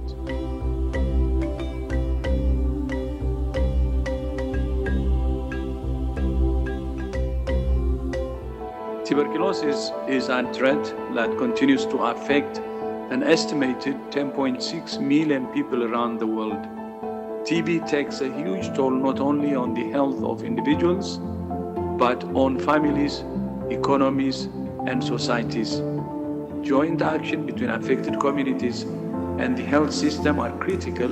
All of us who are still outside the hall are reminded to get in, as we are now going to start our next session. And those who are in the hall but are still networking very loudly, you may wish to take your seats so that then we can get ushered into the next program without much delay. 1 second, let me get you the people.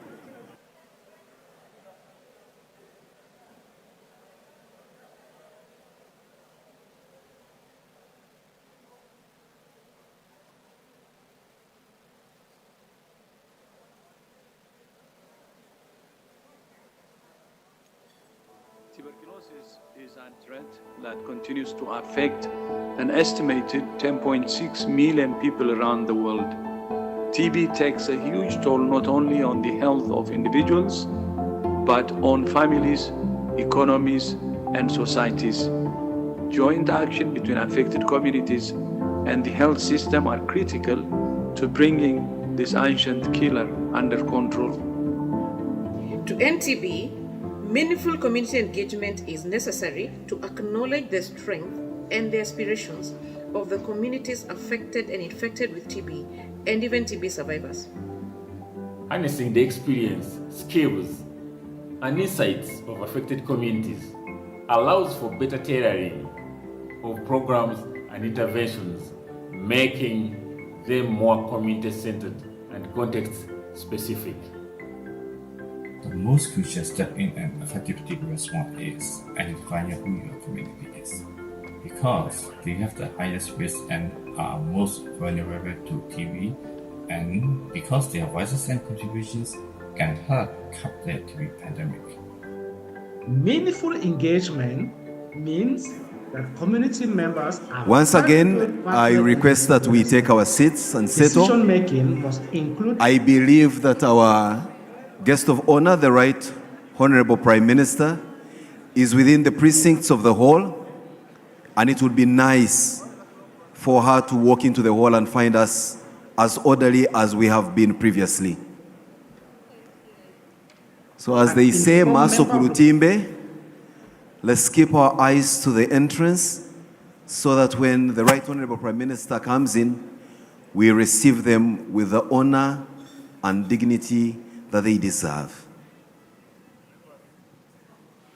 Hello, members, as the Right Honorable Prime Minister comes in, let's stand up to receive her. Yeah, you could clap better. Honorable Prime Minister, you are welcome to the 7th National TB and Leprosy Conference.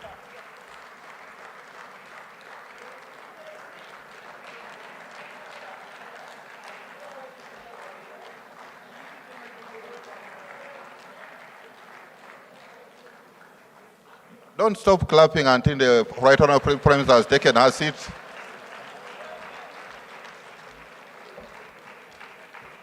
Thank you for coming, despite your very, very busy schedule.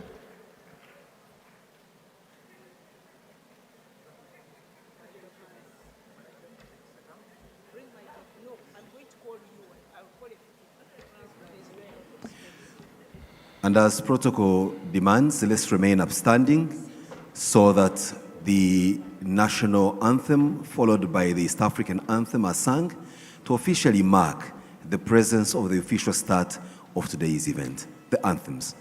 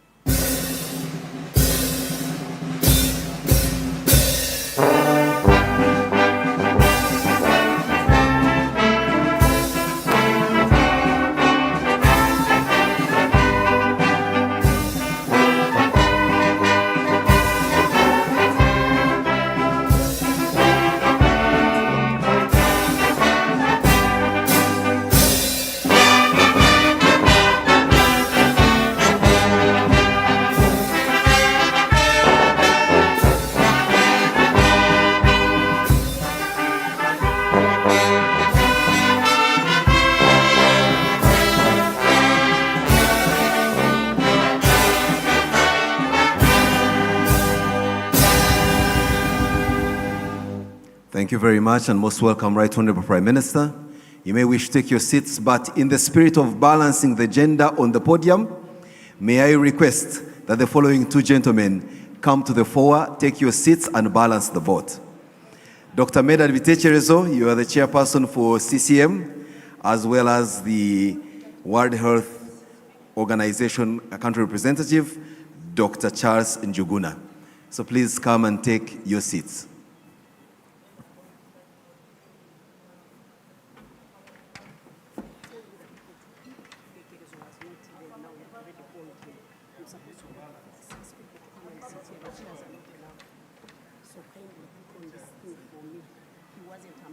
Now I have to leave another person down.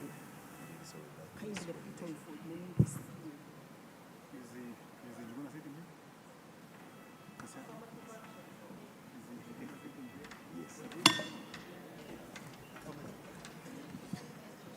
Good afternoon, everybody. We are supposed actually to have a panel of speakers.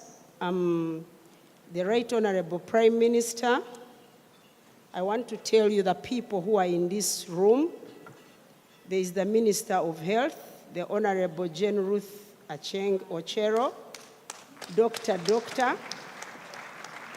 There are honorable members of parliament who have seen here, kindly stand up for recognition.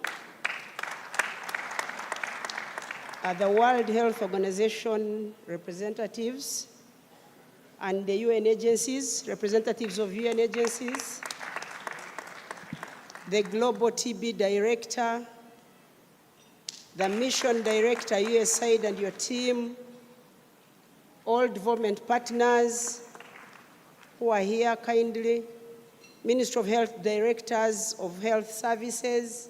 I've seen Dr. Laro and Dr. Dan Chabainze, representatives of the MTA TB participating MDAs. Where are the participating MDAs? Health implementing partners, district local government leaders represented here, district local government leaders, members of the academia, civil society, TB and leprosy affected people. Are you here? Right Honorable Prime Minister, that's the protocol of the people who are here before you, but I'd like to call a few of them to come up here, and some of them have already taken their seats. MS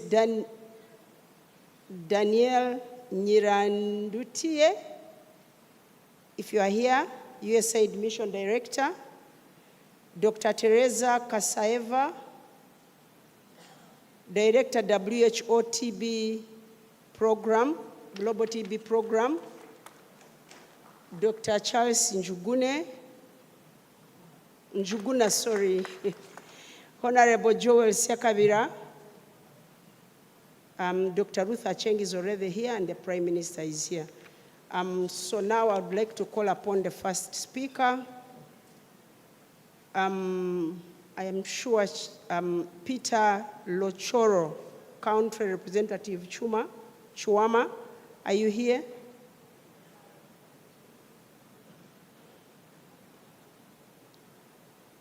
Dr. Peter Lochoro, kindly give your word wherever you are.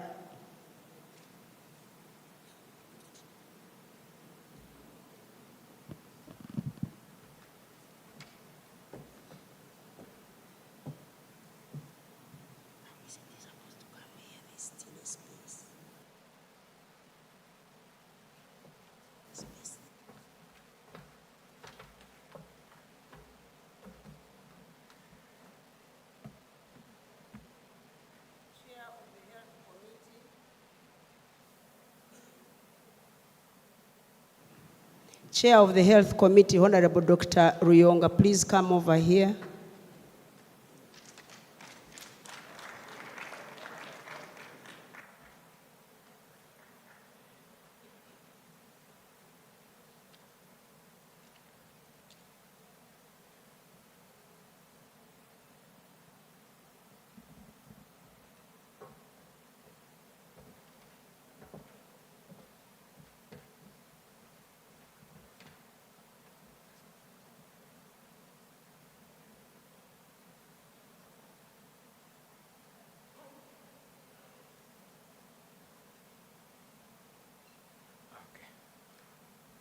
Thank you very much, Madam Chair. My name is Dr. Peter Lochoro. I am the QAM country representative, or in full, Doctors with Africa QAM. And I give these remarks on behalf of the civil society that is supporting the effort against TB on this day, the 27th of November, 2024. Guest of honor, Right Honorable Prime Minister Robina Nabanja, the Minister of Health, the Minister of State for Health, the Director General and the technical staff of the ministry, the head of USAID mission and CDC, the TB Parliamentary Caucus and members of the Health Committee of Parliament here represented, the WHO Geneva and WHO country team, the Global Fund country team, the chair of the Global Fund Country Coordinating Mechanism, district leaders, regional referral hospitals, and staff, CSOs and implementing partners, all protocol observed, ladies and gentlemen. I stand here representing the civil society organizations supporting the fight against TB and leprosy in Uganda. And I come in two capacities. First, as the chair of the board of directors of the Uganda Stop TB Partnership, and the country director as the country director of Doctors with Africa QAM, that is a partner in the TB space in the country. The Uganda Stop TB Partnership team has been deeply involved in organizing this conference with the National TB and Leprosy Program, and I thank the team for the job well done. USTP, or Uganda Stop TB Partnership, is a national umbrella body bringing together TB service CSOs to galvanize their contribution to the fight against TB. Most importantly, to strengthen TB advocacy, communication, and social mobilization, but also in support of private sector engagement, TB research, and community engagement. Currently, Uganda Stop TB Partnership has a membership of 110 member organizations spread across the country. Civil society has spread across the country and serve in very hard to reach areas as well as urban areas, supporting community mobilization and response in health education, in health and other social sectors. As civil society, we have worked with the National TB and Leprosy Control Program, and this good working relationship has contributed to the good results that we have been seeing in these years. The program has provided the relevant guidance, coordination, and good engagement policies for civil society and the TB implementing partners. While we still belong to the infamous group of the 30 high-burden countries as Uganda, let us recognize that we have come a long way in the fight against TB, but TB still remains the largest cause of mortality from a single infectious agent worldwide. So we still need to put our efforts together to fight this scourge. As civil society organizations, we are happy to contribute to the increasing treatment success rate, which now stands at 91.3% in the presentation we got some few hours ago. We recognize that the treatment success rate for drug-resistant TB is still lagging behind, and this is something that I call on the member organizations of civil society to support in bridging that gap. We are now seeing a reduction in case notification for TB. In the annual report of 2023-2024 of the Ministry of Health, it is reported that this has now dropped to 198 per 100,000 people from 212 the year before. We recognize that cities still have a high notification rate, and sometimes this notification is increasing in the cities. So for DRTB, we also recognize that we are not picking all the cases that we are supposed to pick, and now we are picking only up to 64%. So these are some of the figures that or ring the bell for us to put in new gears as civil society to improve the response to this disease. We are happy that the program is adapting expanded contact tracing and improving documentation of this process. Civil society organizations are active in this, and we are happy to continue supporting the program and the Ministry of Health. The theme of this year's conference is advancing multisectoral, multi-stakeholder engagement and accountability to end TB and achieve zero leprosy.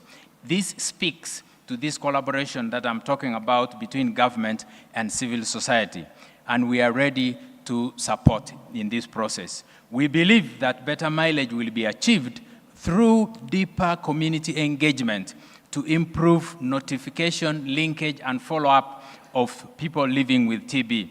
In December 2023, we committed to work towards achieving the United Nations high-level meeting targets that were set in September 2023. We need concerted efforts to realize many of these targets by 2017, which is only 2 years away from this year. I want to particularly single out this, one of the targets that is really not doing well, and that is the coverage of health and social benefits for people with TB that should come to 100%. And I don't see this coming to that in the next 2 years that we have left before we can report on these targets. I do not know how the percentage we have reached has gone now, but we are clearly not doing well. We need to do more as a country on these targets, but particularly this one.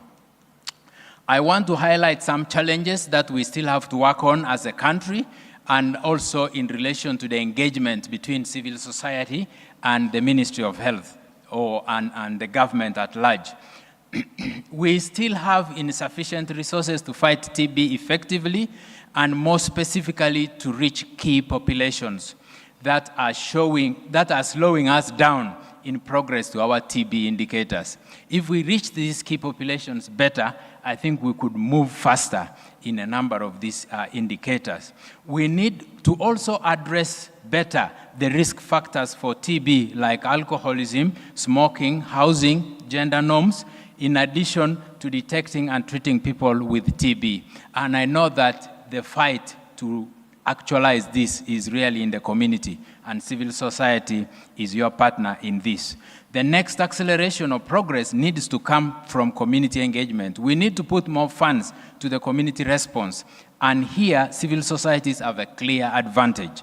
We had difficult discussions, I remember, on resource allocations on the community TB effort in the recent Global Fund grants, and we hope that going forward, we will put more funds to community TB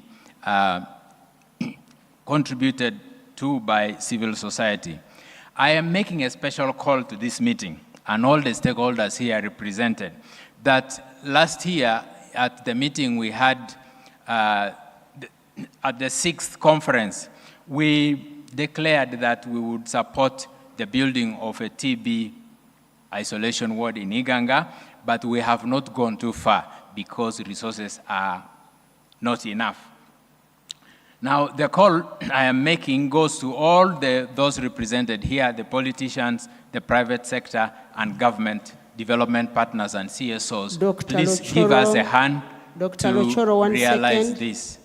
You had 5 minutes in which to Thank give you. your remarks. I conclude by really appreciating the support from all the partners to the fight against TB. Thank you very much for listening to me, for God and my country. Thank you very much, Dr. Peter Lochoro. Thank you for that insight. I would like to call upon the leprosy survivor, but while she gives her testimony, I want the drama group to be ready. We won't keep the Prime Minister here very long. So the next presenter should be ready, and also the drama group should be ready immediately she finishes giving her testimony. The survivor.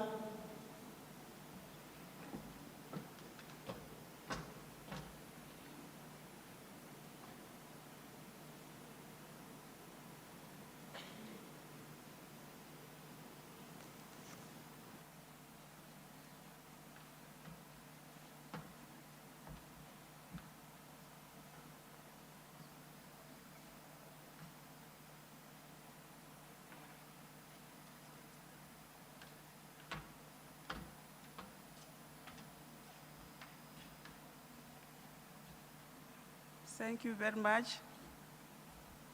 My name is Amita Gente Florence, a leprosy survivor.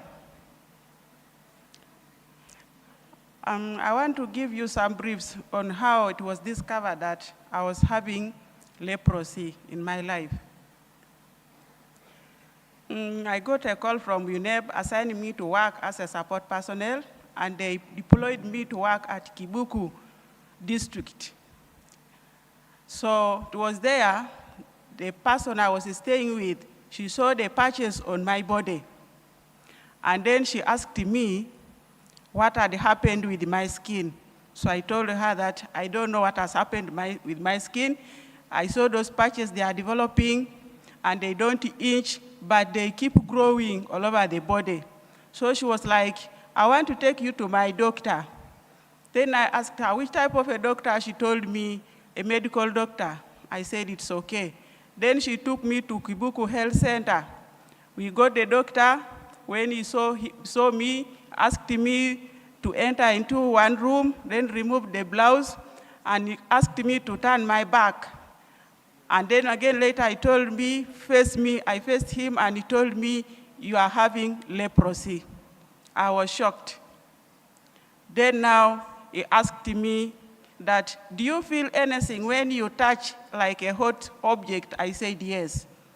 Then he told me, you are lucky because you have not gotten a disability. Once you get a disability, it will not go off even if you get the treatment. So for you, you are very lucky.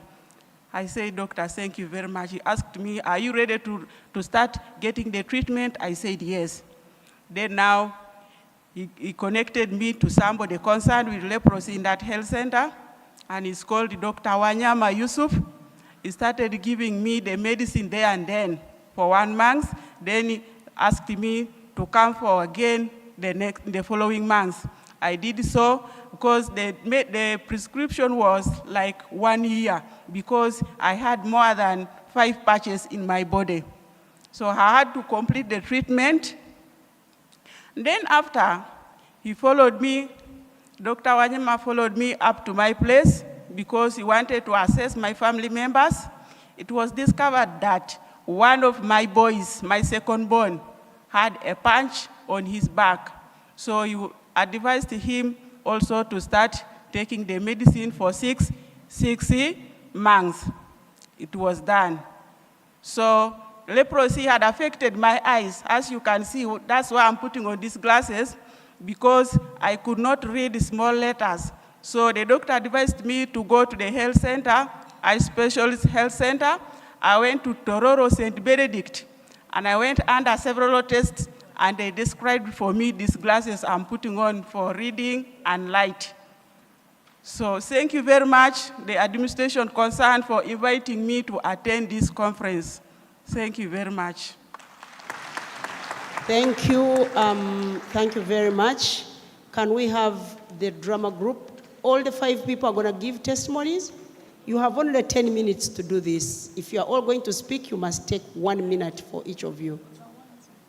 1 minute. Okay. My name is Kato Harrison Seboka.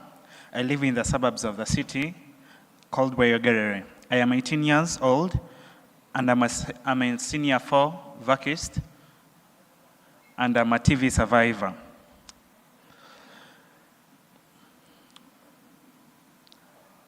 Me discovering I had TB, it was in S2, that's 2022, third term. I got a simple cough, so I took it as usual cough. As continuing, but I saw this cough, I coughed for over 6 months, but having night sweats, body weaknesses, and I was not getting fine however much I went to pharmacies to get different medications. Then one day my mom gave me certain medicine, and it was for cough. She saw I was not improving. She advised me to go to the nearest health center 3 to go for a TB checkup.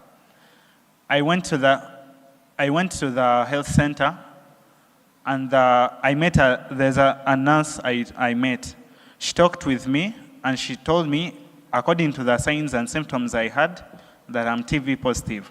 At first I was shocked, but I said, and she asked me, would you love to start right now your medication, or you're going to wait until the results come back? I told her, yes, I'm going to start right now because I need my life. So I started the medication. So in the second month, I started gaining back my weight and started gaining back my energy, and I started being healthy.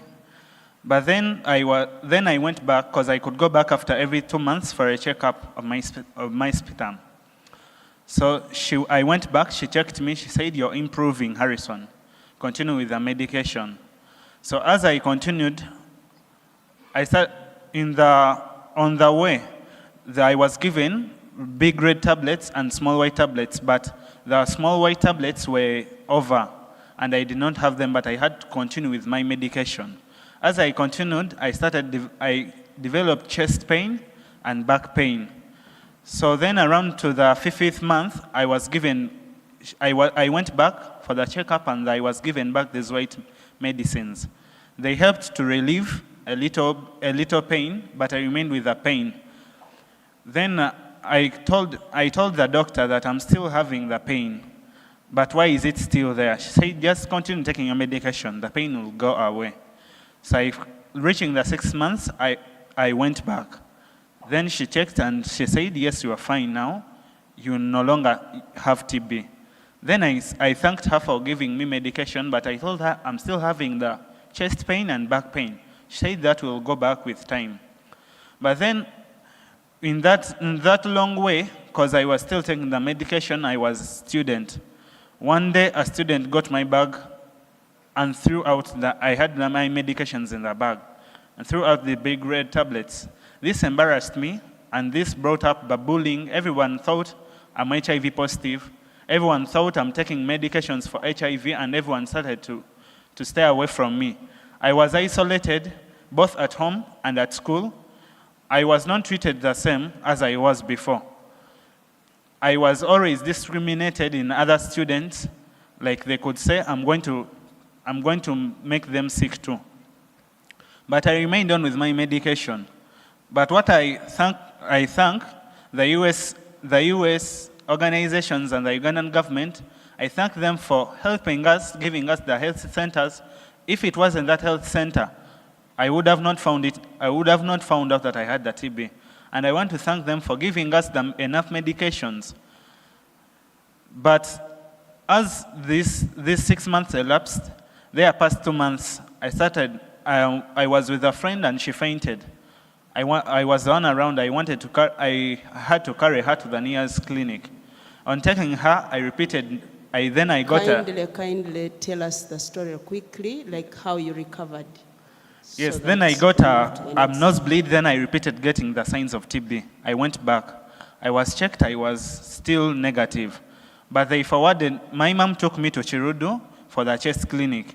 Just checking me, they told me I had post-lung disease, post-TB lung disease. And I started my treatment. By starting this treatment, the doctor asked me different questions. He asked me whether I had ever done a suicidal attempt. I told him, yes, I had done it more than 5 times. He said that I was mentally also ill.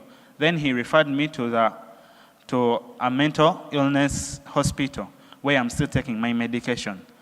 But right now, I thank the Lord that I'm still only having the back pain and chest pain, but I'm fine, and I thank the government for funding all these services. Thank you very much. Can we have the drama group perform?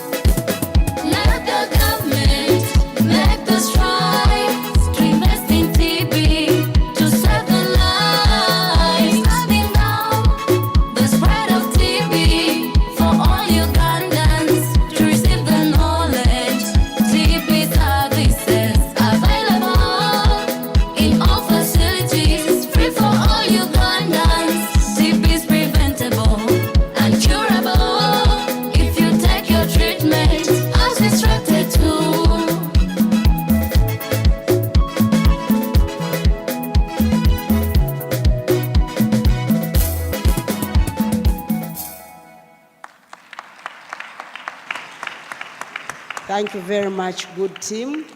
We shall now hear from Dr. Medad Bitekerezo, Chairman, CCM.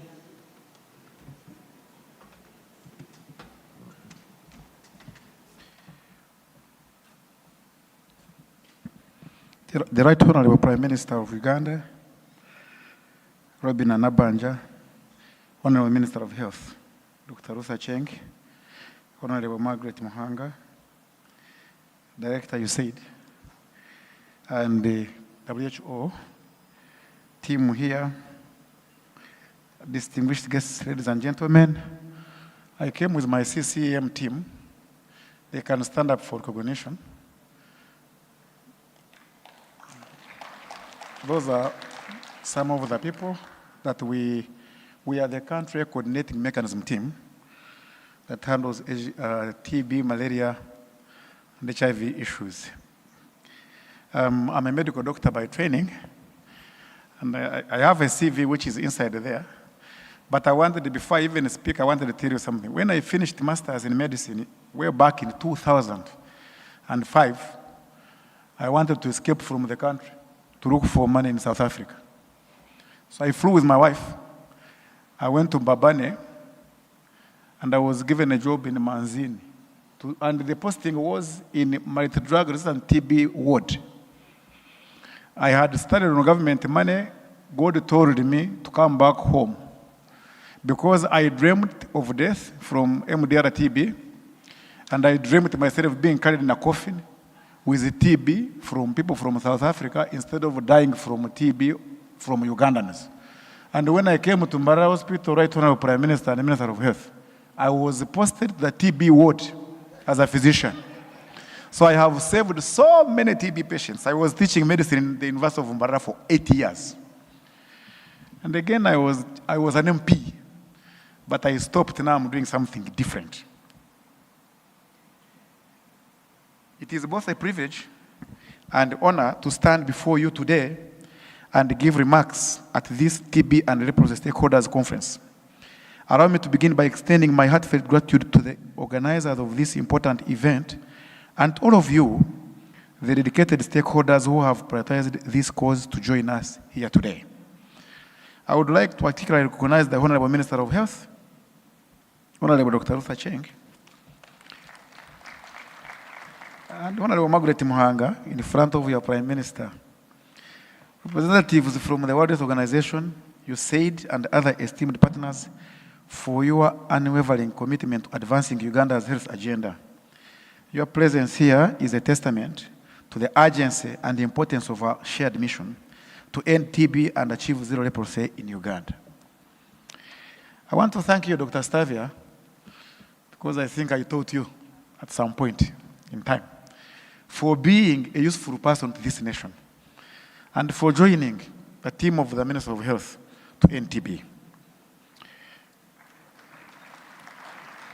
The theme of this year's conference, that is advancing multisectoral and multi-stakeholder engagement and accountability to end TB and achieve zero leprosy in Uganda, could not be more fitting. Ending TB and achieving zero leprosy require more than medical solutions. They demand that we unite across sectors, leverage diverse expertise, and ensure that all stakeholders, whether government agencies, development partners, private sector entities, or civil society organizations, are fully engaged and accountable. These diseases are not only health challenges, but are also barriers to social and economic progress. Together, we must address them with urgency, dedication, and collaboration they demand. As we reflect on our journey so far, it is important to recognize the significant progress Uganda has made in combating TB and leprosy. Once again, Honorable Minister, I want to thank the government of Uganda and the Prime Minister and the President for choosing you to be our leader. You are not a minister of bad luck. You are a minister that has caused us to tackle so many diseases in this country. And we thank you. And we cannot take you for granted, Honorable Minister. There has been improvement in diagnostic technologies and community-based interventions have saved lives and brought hope to many. Partnerships between government, development partners, and civil society have played a crucial role in enhancing access to care and reducing stigma. Community health workers have emerged as champions, ensuring that the most vulnerable populations are reached with care and support. We thank you. And these achievements remind us that progress is possible, but they also underline the need for sustained effort. Despite these strides, we cannot afford complacence. Challenges still persist. Right Honorable Prime Minister, Uganda continues to face gaps in funding and resources for TB and leprosy programs. Weaknesses in health systems, such as supply chain inefficiencies plus workforce shortages, they hamper progress. I made a statement today in our CCM board meeting that, Right Honorable Prime Minister, I kindly request you to support the Ministry of Health to recruit pharmacies to handle drugs at all levels in this country. I kindly beg of you to support my minister, because it is our dream to have pharmacists handling drugs all over the country. To overcome these obstacles, we must strengthen our health systems, improve coordination across sectors, and ensure that no one is left behind. Ladies and gentlemen, one of the most powerful tools we have in this fight is partnership. Ending TB and leprosy requires the collective efforts of all stakeholders. Government leadership must set a pace by ensuring robust policy frameworks and adequate resources. Development partners such as WHO and USAID bring invaluable technical and financial support. We thank you. The private sector has a crucial role to play in innovation and resource mobilization. Civil society and community-based organizations are critical in reaching the underserved and amplifying the voices of the vulnerable. Let us commit to building and strengthening these partnerships as we move forward. Right Honorable Prime Minister and members, I am the chairperson of the CCM board. I reaffirm our commitment to supporting Uganda's national TB and leprosy strategic plan. Accountability will remain central to our efforts. We must ensure that every commitment translates into measurable action and every action delivers tangible results. I call upon all of us to embrace transparency, uphold our shared responsibilities, and hold ourselves accountable to the people we serve. As we engage in discussions over the next 2 days, I urge each of you to contribute your insights, share your experiences, and propose solutions. Let us emerge from this conference with actionable recommendations that will drive progress in 2025 and beyond. Together, let us advocate for increased investment in TB and leprosy programs, strengthen cross-sector collaboration to address the root causes of these diseases, commit to innovate data-driven approaches that will accelerate our progress. Colleagues, as I close, let us remember that the fight against TB and leprosy is more than a battle against diseases. It is a fight for dignity, equity, and a healthier future for all Ugandans. Let us leave no stone unturned in our efforts. With unity, dedication, and accountability, I am confident that we will achieve a TB-free and leprosy-free Uganda in the near future. Thank you for your unwavering commitment, and I look forward to the fruitful discussions ahead for God and my country. I thank you. Thank you very much, Honorable Dr. Medadi Vitekerezo. I would like to now call upon Daniel Nyirantui, that name, the USAID Mission Director. Kindly give us your remarks in 15 minutes. 5 minutes, actually. You've been given 5 minutes.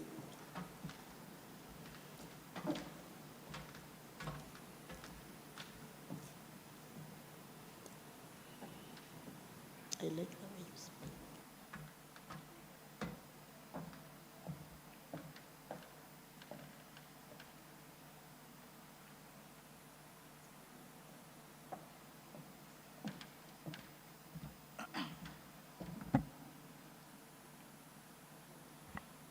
Thank you so much for the introductions. Good afternoon, everyone.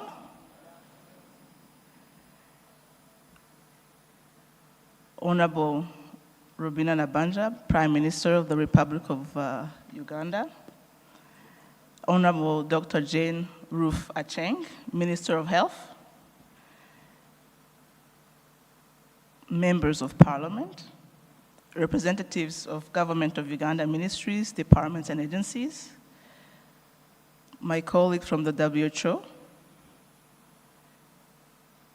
Dr. Teresa Kaseyeva, Global TB Division Director at the World Health Organization, district political and technical leaders, development partners, implementing partners, and representatives of civil society organizations and affected communities, and my colleague from the chairperson of the CCM here in Uganda, distinguished guests, ladies and gentlemen, all protocols observed.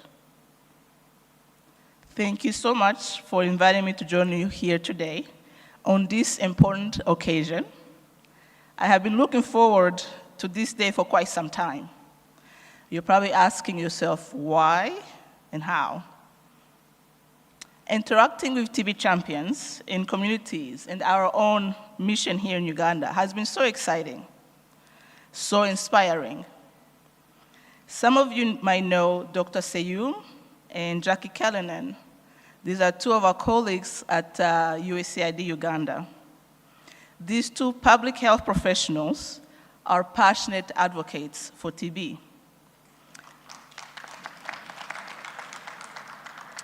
I had the opportunity to get a briefing from them a few months ago, and they humbly shared about the work that you're all doing to defeat TB in Uganda. They talked about the forward-leaning nature of Uganda's approach to ending TB.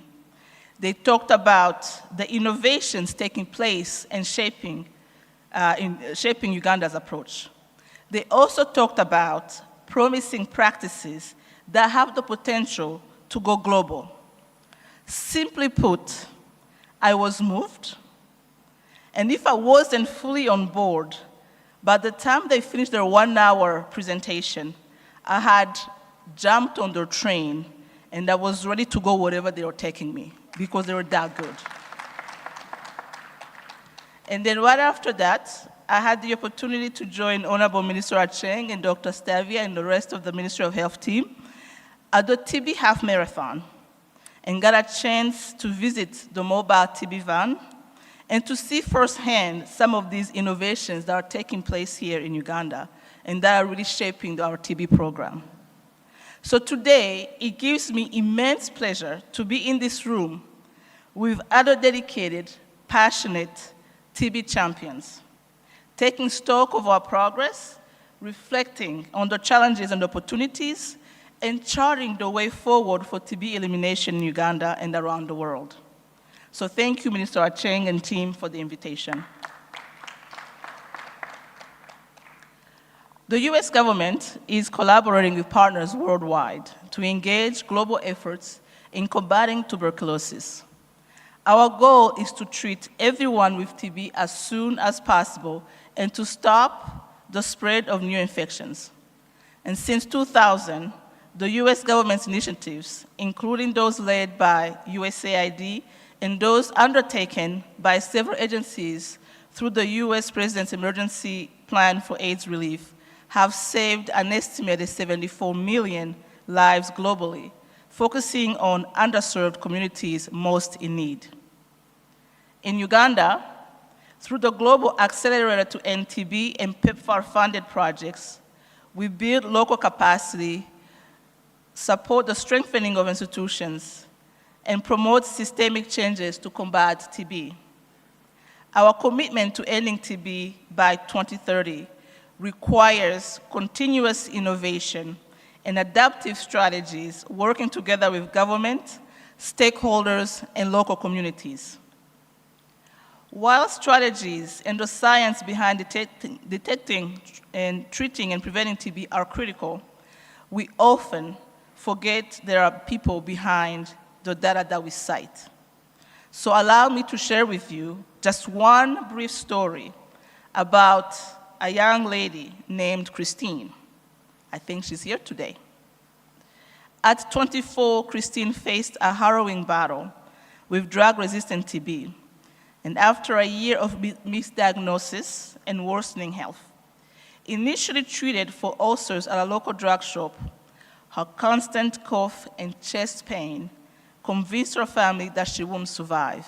And I think earlier today we heard other testimonies as well. In September of 2023, a village health team, during a TB awareness campaign, visited Christine's home. Her symptoms prompted immediate testing, confirming drug-resistant TB. I have to say, when I joined the minister and her team and got a chance to visit one of the TB mobile vans, I was really impressed by how quickly we can diagnose and detect TB and be able to give patients results, because I think that's really critical. Rapid response, rapid detection, but also rapid response. Within 2 weeks, Christine's health began to improve. And in less than a year, she had overcome drug-resistant TB, ready to resume her life with hopes of becoming a tailor. Christine's journey from despair to recovery highlights the importance of community health initiatives and the need to continue to go the last mile. And this is why USAID is committed to the CAST Plus approach, a groundbreaking campaign that raises TB awareness, identifies cases, and helps estimate Uganda's TB burden. Through the lab expert system, we've enhanced lab connectivity, enabling faster diagnosis and treatment. These efforts have resulted in nearly 100% treatment coverage and a 92% success rate. Remarkably, Uganda is one of only 5 countries to reduce TB mortality by over 50% since 2015, far exceeding the 35% target. This achievement is truly a testament to the incredible work of many of you in this room who have contributed to so much of our efforts. Another innovative approach involves partnering with Boda Bodas. My colleague from the chairperson of the CCM talked about the importance of private sector, the importance of engaging, and I think our theme today speaks the same. So we have partnered with Boda Boda riders to deliver TB medication to the most vulnerable patients, which has helped to significantly reduce treatment interruption and achieve a treatment success rate of over 98% for 2,500 individuals. So I think this really shows that everybody has a role to play in fighting and supporting our cause to end TB here in Uganda. At USAID, we have also been examining the links between TB and its impact on patients' mental health. Social stigma, psychological stress, depression, anxiety, and cognitive impairments are some of the mental health challenges faced by TB patients. To address this, we are partnering with many of you in the room to integrate mental health into TB care through policy development and innovative tools. We recognize that addressing mental health is essential in TB treatment, as psychologically well-being significantly influences treatment adherence and overall health outcomes. And on the treatment side, we are committed to fully implementing the new 6-month all-oral TB regimen, replacing the 24-month injectable treatment. We are also expanding digital chest x-rays with computer-aided detection and scaling up childhood TB diagnosis using stool specimens. These innovations will transform our approach and reach those in greatest need. And so today, I am delighted to announce that over the coming months, USAID will be providing up to 50 digital X-ray machines which use artificial intelligence to identify cases for TB. This new AI-powered equipment will help identify new TB cases and greatly improve community TB screening efforts. As we all know, drug-resistant TB continues to threaten the progress we have made. I'm also happy to announce that USAID will hand over equipment to the Ministry of Health for managing and monitoring drug-resistant TB and setting up TB critical care unit at Kirudi National Referral Hospital to improve patient outcomes and strengthen ability to manage severe TB cases.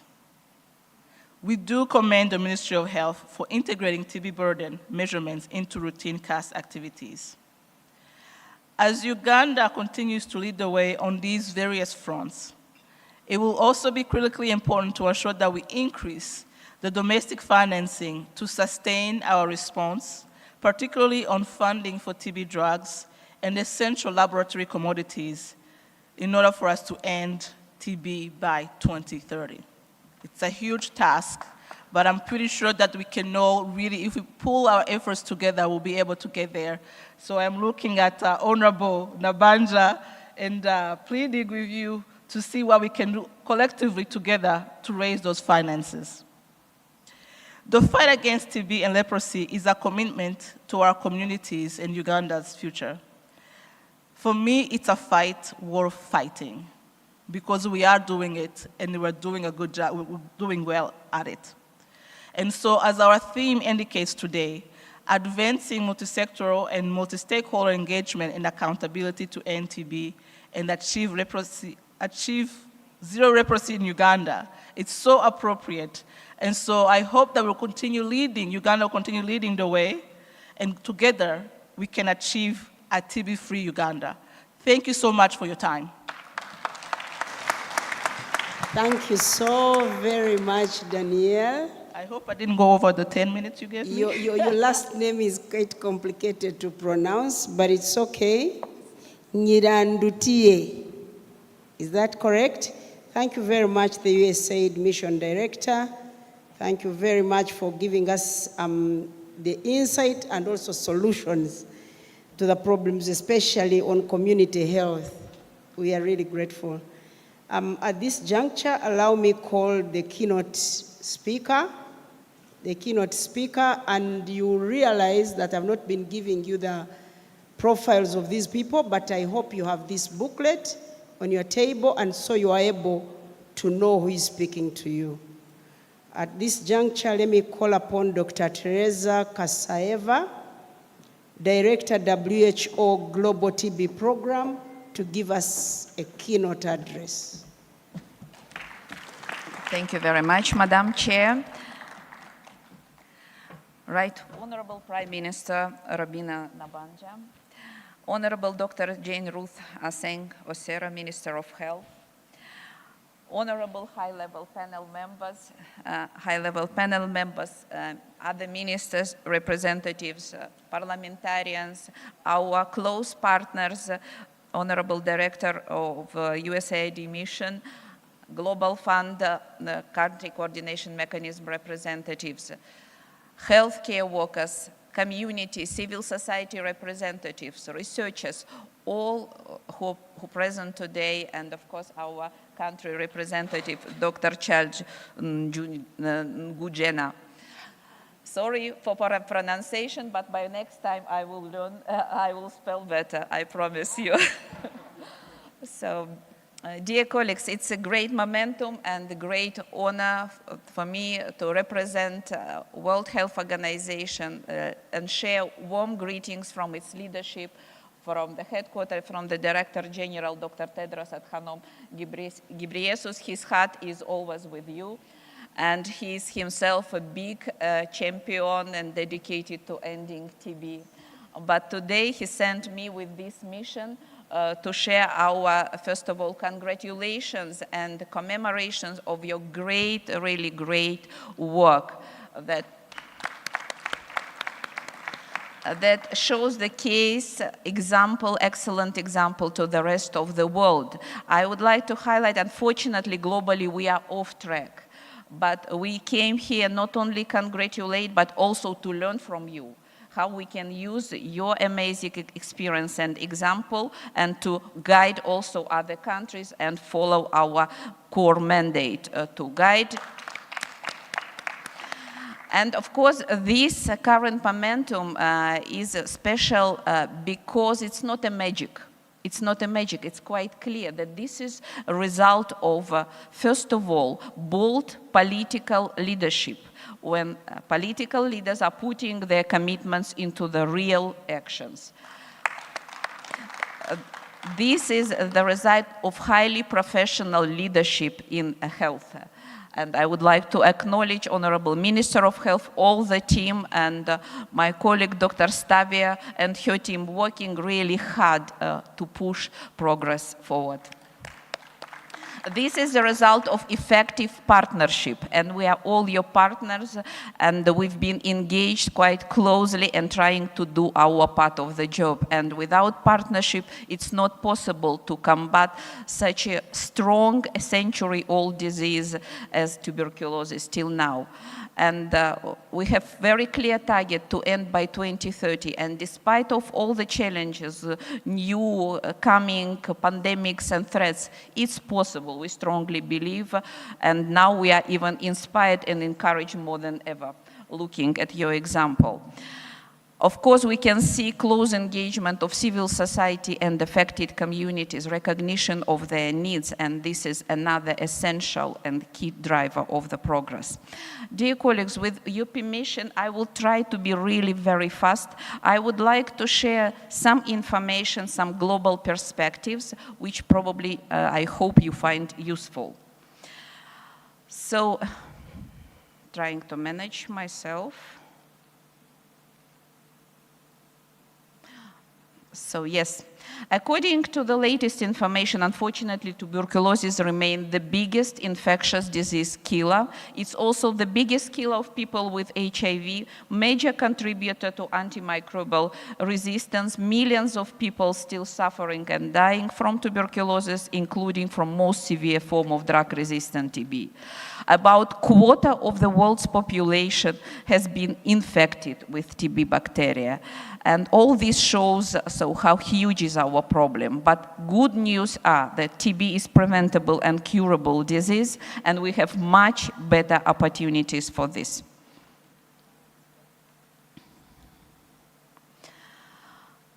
We have a lot of challenges, and one of the challenges I would like to highlight that drug-resistant tuberculosis. Only 2 in 5 people have access to the best treatment options, and I am so great that it was specific focus was put by USAID mission director that we have much better opportunities, and with the support from partners, and we hopefully with using WHO guidelines, we will accelerate progress and address this threat more effectively.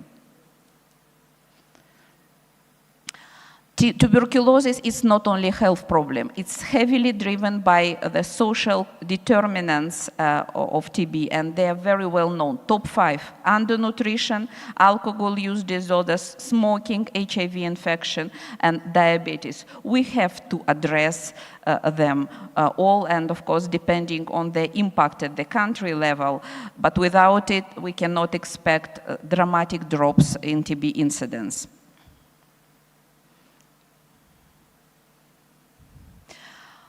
According to the latest data, still 50% of TB patients and their families facing catastrophic costs due to TB or even due to its treatment. And this could be addressed through the implementation of the broad social protection measures and addressing determinants such as poverty and undernutrition.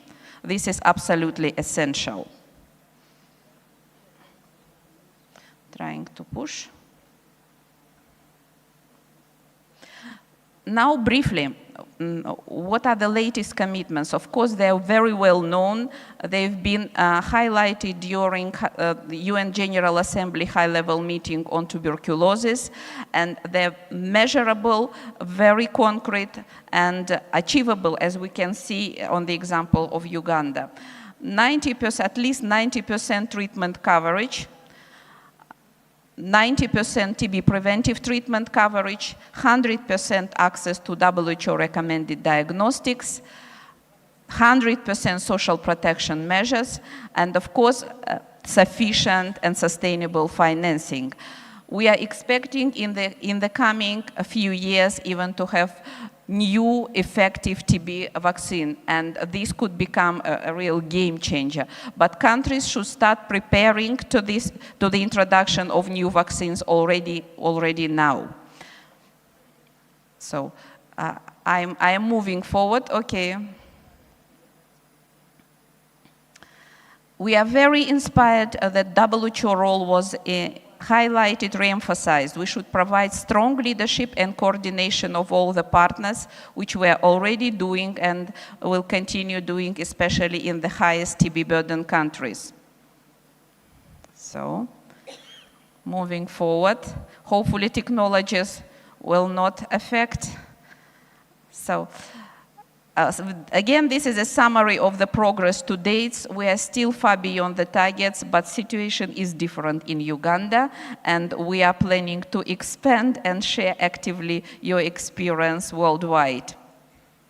Funding gap we discussed in the previous session should be addressed from any potential sources, including new funding mechanism, new donors engagement, increased investments from the donors, and of course increased investments from the domestic resources. This is global progress, but a picture in Uganda looks much, much better, and the treatment coverage is already almost achieved and overachieved according to this target that should be reached by 2027. This is really inspiring. Okay, trying to manage. We'll move forward. Funding gaps have been highlighted as the biggest bottlenecks. So last mile, we know our challenges, but we should also acknowledge and clearly understand our opportunities. And we have quite a few of them. First of all, high-level advocacy. What we can see right now in Uganda, we've organized several missions. You have at the UN level, UN high-level alliance on TB that bringing missions in New York. We have engagement of partners during World TB Day, and we have a Director General flagship initiative on TB. This shows that TB remains the biggest priority. During World Health Assembly, we are putting additional spotlight, and not only high TB burden countries, but also non-high burden countries, now acknowledging the fact that TB is cross-border, that it doesn't recognize nationalities, borders, and it means that it should be business for everyone, not only for the highest burden countries. We have new tools and new opportunities, 4 times shorter treatment options. WHO recommended 12 new diagnostic tests. We have new opportunities to treat and diagnose TB in children and adolescents. We will have new vaccines. Let's try actively use all these opportunities. The pipeline is impressive, and new updates will come soon. WHO guidelines and their digital versions are well recognized and used here in Uganda. We've been impressed about awareness even at the district rural level about the latest guidelines. This is a result of our close collaboration. Access to diagnostics is absolutely must, but further joint work on reduction of the price and better access is also a task for all of us and lesson learned. Okay, moving forward. Treatment success rates are improving, especially here in Uganda. We see even higher than global progress shows. So sorry, will not bother you further with the details. All the essential technical elements were acknowledged and highlighted. But what is important, and we see at this conference, that multi-sectoral efforts and engagement is absolutely critical, and we have to engage meaningfully all sectors. First of all, to provide adequate social protection measures, to address all the vulnerable groups. And here, as you see, we have specific guidance on the addressing meaningfully and targeted population and special needs for social protection. Okay, so it doesn't work well. So it's moving by itself. So we'll not bother you further. I would like to highlight at the end and to summarize. We have opportunities, but TB should be positioned just beyond TB programs. It should be considered as an excellent platform for addressing any future pandemic of airborne diseases. It should be considered as an entry point for diagnosis multiple lung diseases and differential diagnosis. So we have tools, we have opportunities, and let's try to follow this people-centered, integrated approach with engagement of youth, parliamentarians, all key leaders, and we believe that we will be able to end TB. Yes, I am moving forward, and we should actually conclude right now saying that we will continue working with the leadership, with the programs in Uganda. We will elevate TB and as a model of the response to any airborne pandemics. We will position TB as an entry point to address multiple diseases. We see already on the example of CAS TB. And we believe that we will come here soon to celebrate TB, leprosy, and other old and biggest epidemics. So thank you very much. Asanteni sana. Thank you so very much, our keynote speaker, Dr. Teresa. Thank you very much for your insights and also for giving us the world perspective, global perspective on TB and leprosy. Thank you very much. And at this juncture, I would like to call upon Dr. Charles Njuguna, the World Health Organization representative. Kindly give your remarks.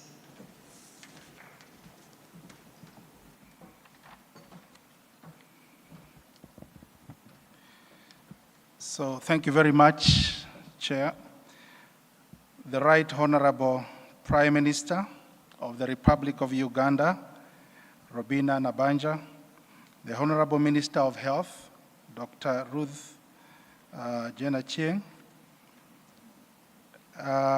the Minister of State, Honorable Margaret Muhanga, the Chair of the Parliamentary Committee, Dr. Joseph Luyonga, together with other honorable members of Parliament, my colleague from Geneva, Dr. Teresa, the USAID Mission Director, Daniela, who is also with us here. Thank you very much. So, ladies and gentlemen, it's a great honor to address you at this 7th Annual National TB and Leprosy Stakeholders Engagement. This platform dedicated to our shared mission of eradicating tuberculosis and leprosy in Uganda, brings together critical voices and leaders from across sectors.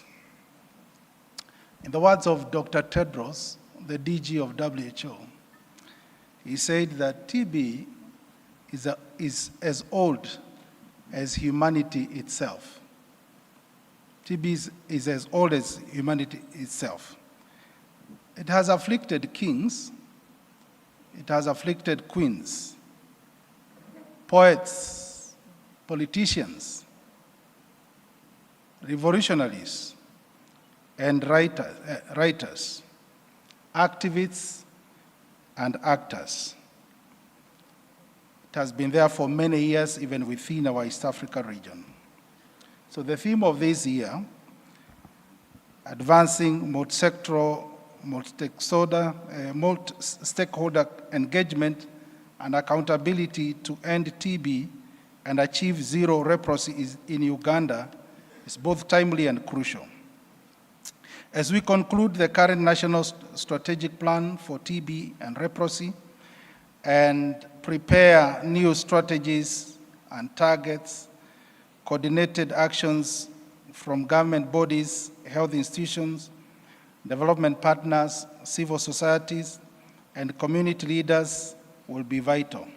Ladies and gentlemen, the global burden of TB has been highlighted by my colleague, Dr. Teresa. 10.8 million cases, 1.25 million deaths. When you look at the picture in Uganda, it's not much better in terms of the burden of TB.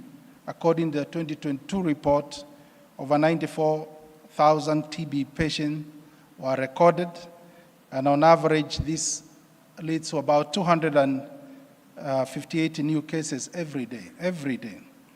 And in 2023 report, about 10% of the cases were undetected. The deaths in the same time was 9,900. Lives were lost. This, on average, is like you are losing 27 people every day. Suppose a minibus carrying 27 people was crashing every day, it will raise a serious red alarm. But this is what TB is doing, killing an average of 27 people every day. This dual burden of TB and HIV complicates diagnosis and treatment, straining our healthcare system, and many households have been pushed because of the catastrophic expenditures. And many households remain trapped between ill health and poverty. Ladies and gentlemen, TB is not merely a health issue, but also a socio-economic issue. Innovation is central to our fight against TB. Uganda adoption of the WHO Multisectoral Accountability Framework for TB is a significant step towards a people-centered and comprehensive approach to management of TB. The advancement of digital health, including mobile TB clinics, CAST TB, and electronic case-based surveillance system for case tracking, are transforming TB cure by expanding access, reducing delays, and improving treatment outcomes. These community-centered innovations are foundational to Uganda's TB control strategy. Ladies and gentlemen, although Uganda achieved leprosy elimination 2 decades ago, the disease persists, and we have had even a testimony from a survivor here. Since 2018, reported cases have increased, peaking to over 500 in 2022, and in 2023, more than 300 cases were reported, with 13% involving children, signaling ongoing transmission. Leprosy is an ancient disease demanding renewed surveillance and heightened awareness among the communities. Robust prevention strategies are required. We must act decisively to protect our communities from this preventable disease and its devastating effect, including lifelong disabilities. I extend my heartfelt gratitude to the Right Honorable Prime Minister and the Honorable Minister of Health and the Director of Global TB Program for your leadership and unwavering support in the fight against TB. The partners who have also put a lot of effort, a lot of investments, we really appreciate that partnership. That's why Uganda is making strides in terms of the targets. We are confident that it is possible to achieve these targets, given that now the detection and the notification of TB in the country is high. It's above 90%. Those that are also receiving treatment is above 90%. We have also seen a remarkable decline in TB deaths by about 50% from 2015 baseline. So these are really remarkable achievements. And we cannot forget to really appreciate also the TB program in the Ministry of Health under the leadership of Dr. Stavia for the great work that you are doing. We really commend you and thank you. We know the challenges are there, but remain consistent, maintain the momentum, and I believe that we are going to achieve our targets. Our development partners, civil societies, and healthcare workers on the front line, many people who labor day and night in rural communities to fight against this TB, we really commend the great effort. Your tireless efforts have saved lives, brought hope to countless families affected by TB and leprosy. And today, we have had testimonies for people who have been helped by health workers in our periphery levels, and now they are here giving their testimonies about their road to recovery. This is very commendable. Turning the tide of TB means screening and treatment of those that it strikes, and preventing it by addressing its drivers and developing a new vaccine. I think we have also been told about the drivers of TB that we need really to ensure that we also address them, because even if we do investments in TB program, that is not enough. We must also look at the social determinants of TB that include issues of addressing poverty, which the President of this Republic has really been moving and pushing the parish development model, whereby you can be able to alleviate poverty at that level, at the community level.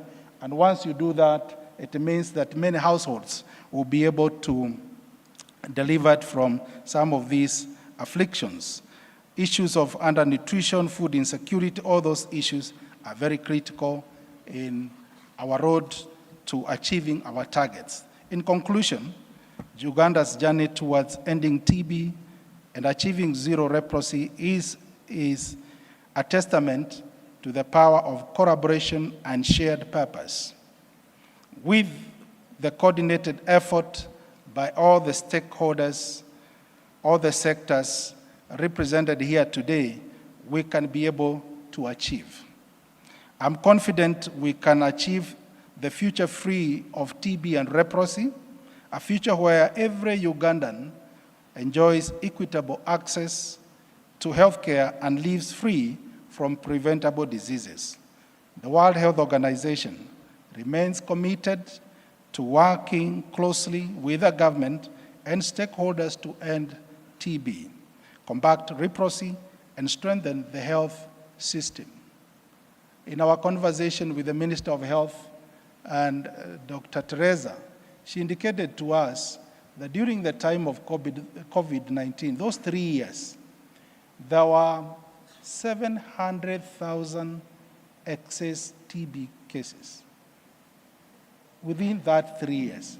That tells us that indeed we need to focus a lot on strengthening the healthcare system so that it can be resilient, so that when we have an emergency, we don't again have serious effects, negative effects to our programs like TB and lose so many people.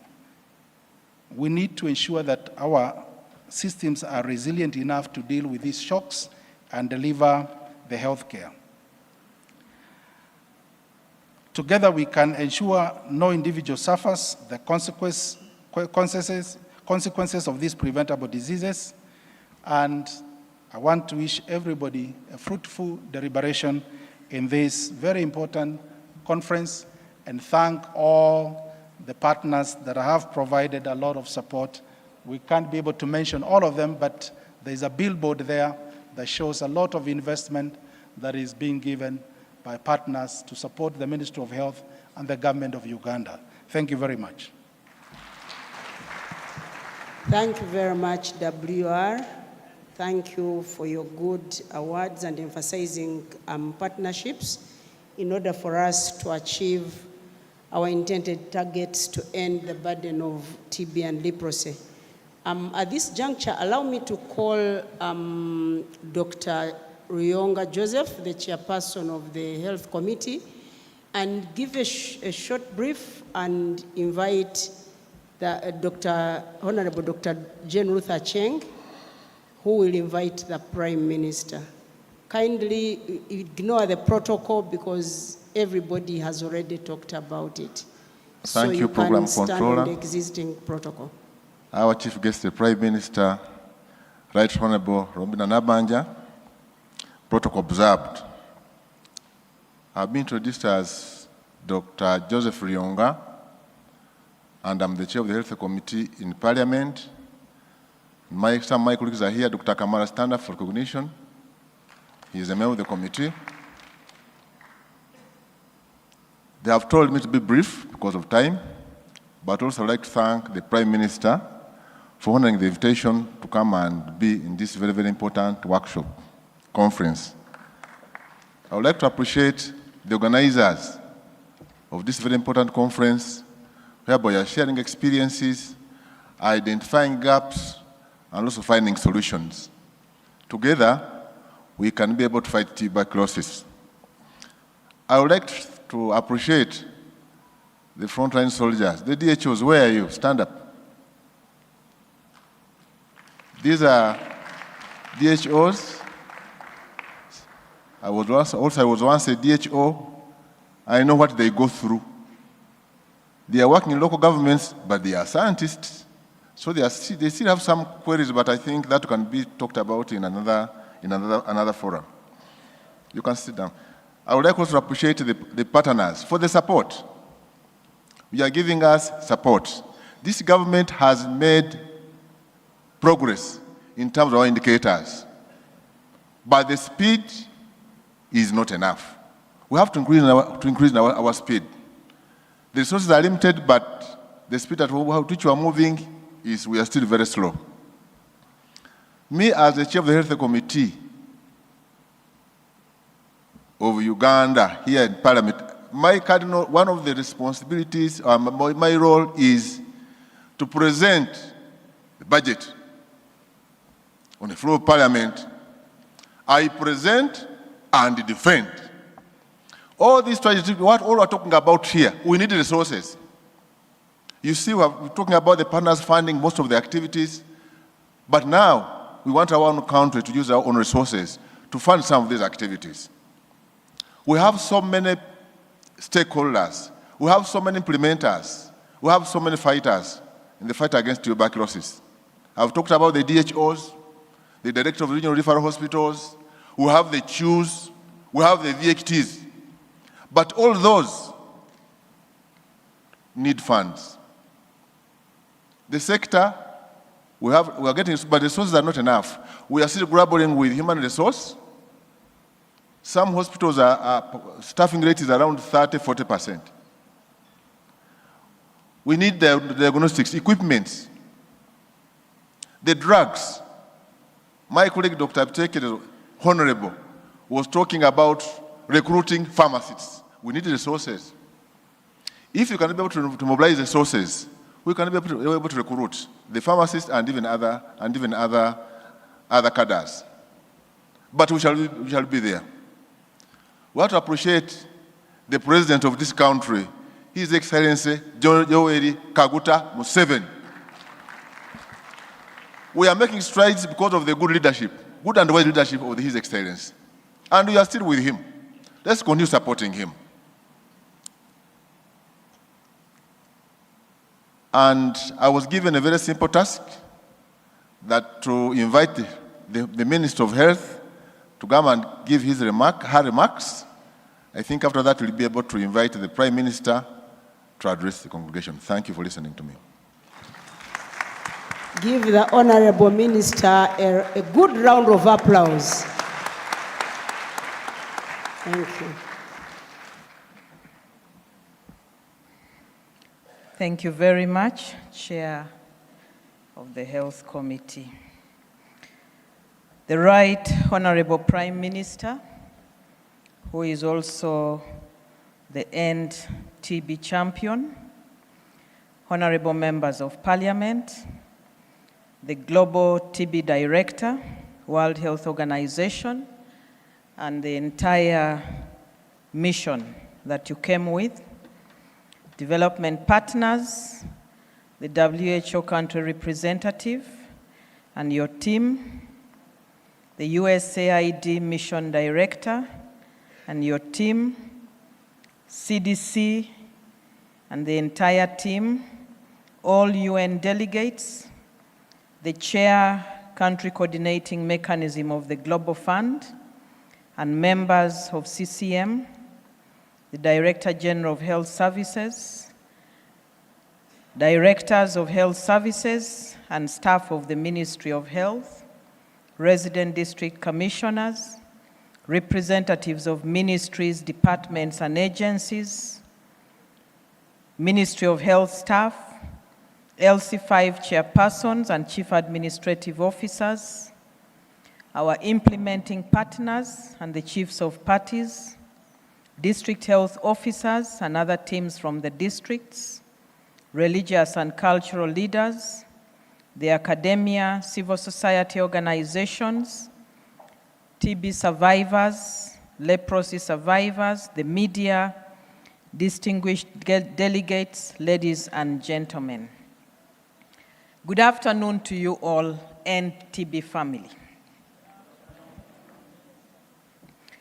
Right Honorable Prime Minister, allow me to start in a special way by congratulating the former TB program manager, Dr. Stavia Turiahabwe, upon her promotion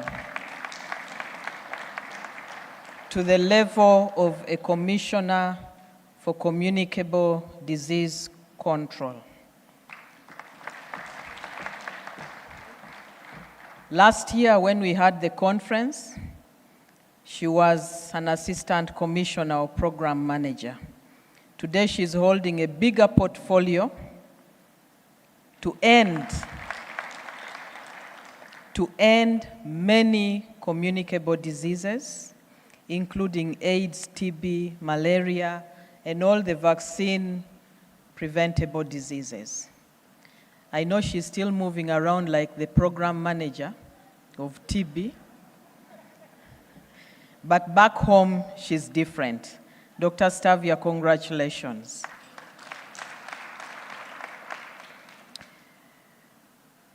I welcome you all to the 7th Annual National TB and Leprosy Stakeholders Conference, where we refocus our energies on the fight against TB and leprosy in Uganda. And I take this opportunity to specifically welcome the Right Honorable Prime Minister, Robin Anabanja, who is also the champion for End TB, for taking off her precious time once again to officiate at this 7th TB and Leprosy Conference. Right Honorable, last year you were with us. The previous year you were with us. Your commitment as a champion is highly appreciated. I also take this honor to welcome Dr. Teresa Kasava, the WHO Global TB Programs Director, our keynote speaker, and her team to Uganda, the Pearl of Africa. This speaks to the commitment the WHO has to support TB and leprosy response in Uganda. Thank you for accepting my invitation to give the keynote speech at this conference.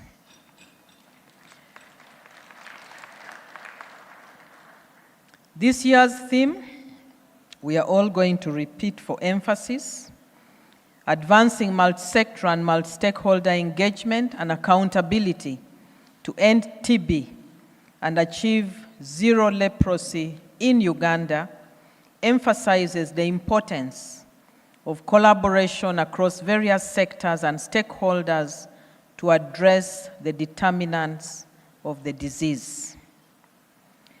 Through the Multisectoral Accountability Framework for TB, that is the MAF-TB, the Ministry of Health has built capacities for other ministries, departments, and agencies to integrate TB and HIV. This initiative built the capacity of representatives to 25 MDAs and developed integrated TB-HIV operational plans for the financial year 2024-2025. MDAs have committed domestic funding towards TB patient detection, awareness campaigns, and patient care.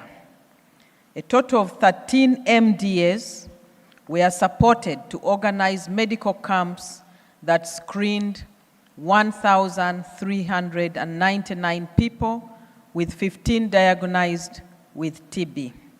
Right Honorable Prime Minister, we wish to thank your office for supporting this initiative. Ladies and gentlemen, TB is not only a health issue, it is also a social, economic, and development challenge. It is associated with stigma, as you heard from the survivor, discrimination, disability, loss of income, and poverty. Some of the key drivers of TB and HIV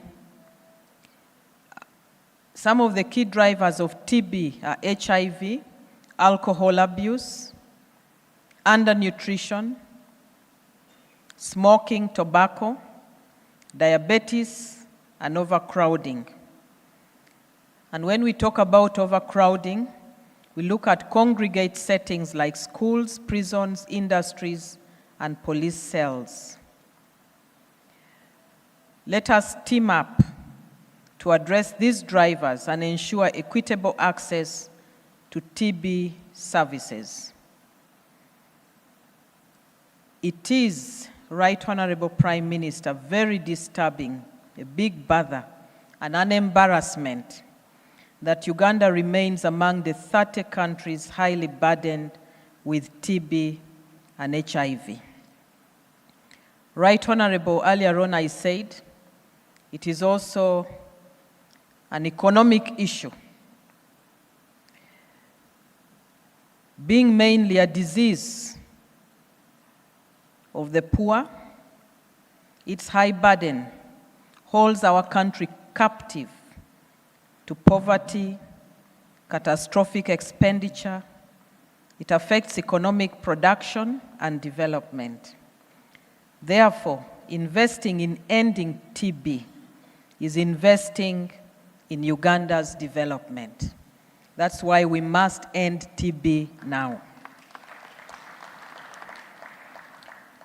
Last year, ladies and gentlemen, as you have heard, close to 100,000, about 96,000, people fell ill with TB disease in Uganda, of whom 36,000 also had HIV, and 1,200 had drug-resistant TB. Imagine the amount of resources spent to ensure that these people remain alive and well, not only in terms of medicines, but also in terms of diagnostics, in terms of social support, and in terms of ensuring that they also remain economically productive. It is huge. It is huge. Unlike in 2022, when we identified and treated everybody diagnosed to have TB through the countrywide community awareness, screening and testing for TB, that is CAS TB approach, last year we only identified and treated 86,500. That is 90%. Although this is commendable performance, more work must be done within the remaining 5 years to 2030 to identify everybody who has TB, get them on treatment, and put an end to this very debilitating disease. As we prepare for a new strategy to end TB in Uganda, we have to focus on the commitments we made in 2030 during the UN high-level meeting on TB. It has been alluded to by many members. I will quickly run through a few.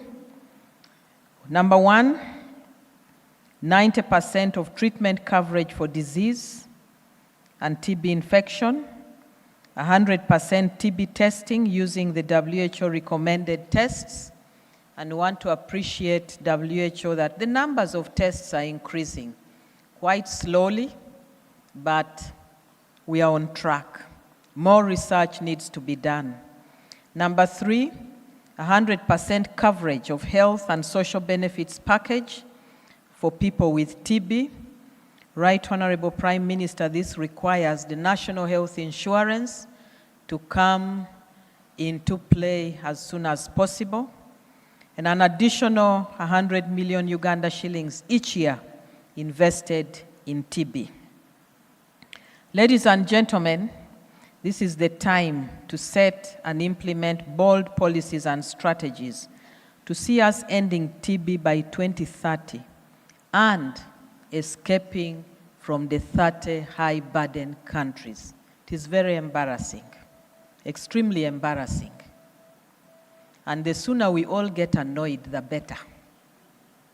All of us here in this room to say no to TB, so that we stop talking about being a member, imagine a member, a board member of the 30 high-burden countries. The government has included TB in the Essential Health Services package to be delivered at all levels of care. Right Honorable, we provide services from the lowest level, that is a Health Center 3 in Uganda, to the highest level. Government also provides all medicines for the treatment of sensitive TB free of charge. However, partners support government to treat those with multi-drug resistant TB and the ex-MDR TB. We also want to appreciate the Global Fund for generously providing food to those with MDR TB.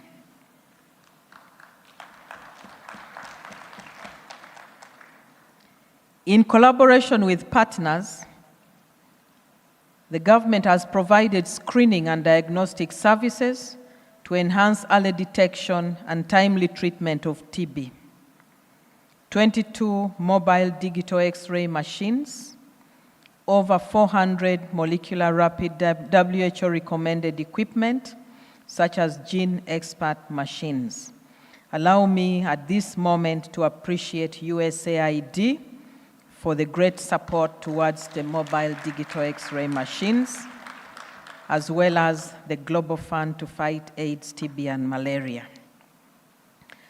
Additionally, to close the gap in access to TB and other health services, the Ministry of Health launched, as I indicated earlier, a community awareness screening and testing campaign in 2021. That is the CAS TB. This innovative approach involves using community health extension workers and village health teams, as well as health workers, to conduct integrated community sensitization, screening, and linkage to care. Since its launch, we have implemented CAS twice a year, and over 25,000 TB patients' lives have been saved. However, Right Honorable Prime Minister, this intervention is hampered by lack of readily available resources, limited number of health workers, and limited amount of diagnostics. So our appeal is for you to continue to mobilize resources as a champion to support this very unique initiative that is appreciated by the entire community in Uganda. In regards to leprosy, ladies and gentlemen, in 2014, Uganda eliminated leprosy as a public health problem. The country notifies leprosy cases each year, and the majority of them are from the West Nile region. The country reported 307 leprosy cases during the financial year 23-24, compared to 489 in 22-23. This shows a slight drop in the number of cases. The target is to ensure that we don't have any leprosy cases, and it is possible. It is possible if all of us here in this room join hands, team up, and end leprosy. Our efforts need to double in order for us to realize that target of 0 leprosy cases. As I conclude, a special thanks goes to our chief guest, who has spared time to be with us today and previously, and for her commitment to end TB as a big burden in Uganda. I sincerely thank WHO, the Global Fund, the US government, through its various partners, USAID and CDC, and all other development partners for their unwavering commitment and support towards ending TB and other diseases in Uganda. Allow me to appreciate the various ministries, departments, and agencies for their collaboration and commitment towards the multisectoral response to ending TB in our workplaces and in our communities. I thank the local governments for their leadership and commitment, as well as the health workers for their commitment to providing health services to the people of Uganda. I want to remind all of you that TB does not exist in isolation. The patients we serve each day often face multiple health challenges, and therefore, the importance of integration, and integration, so that we treat a human being holistically and not as a disease.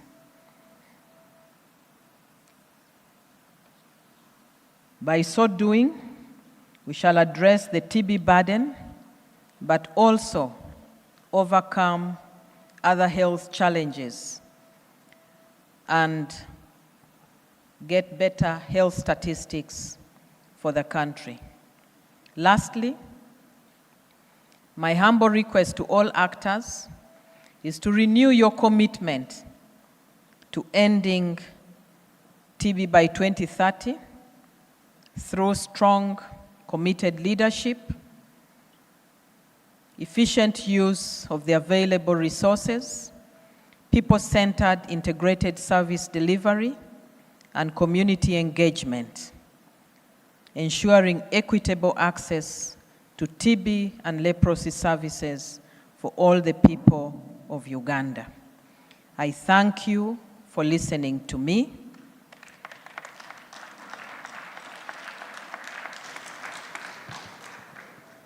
Your clapping is so lazy. Can you give the minister a better clap?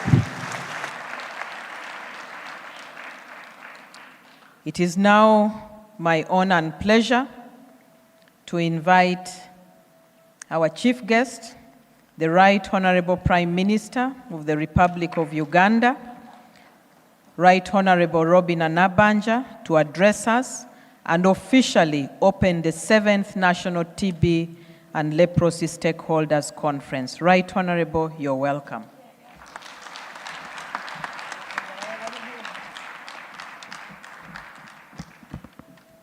Thank you so much. Honorable Dr.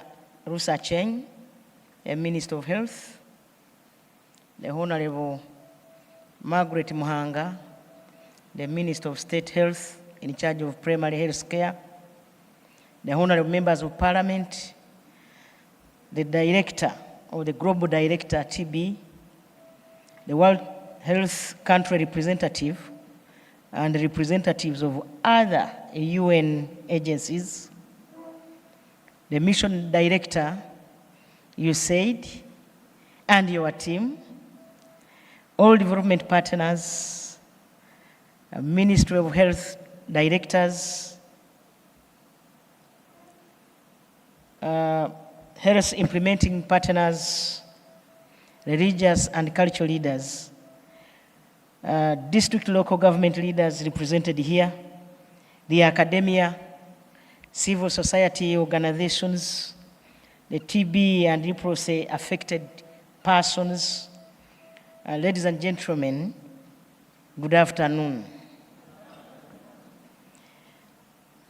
Allow me to bring you special greetings from His Excellency General Yoweri Kaguta Museveni, your beloved President.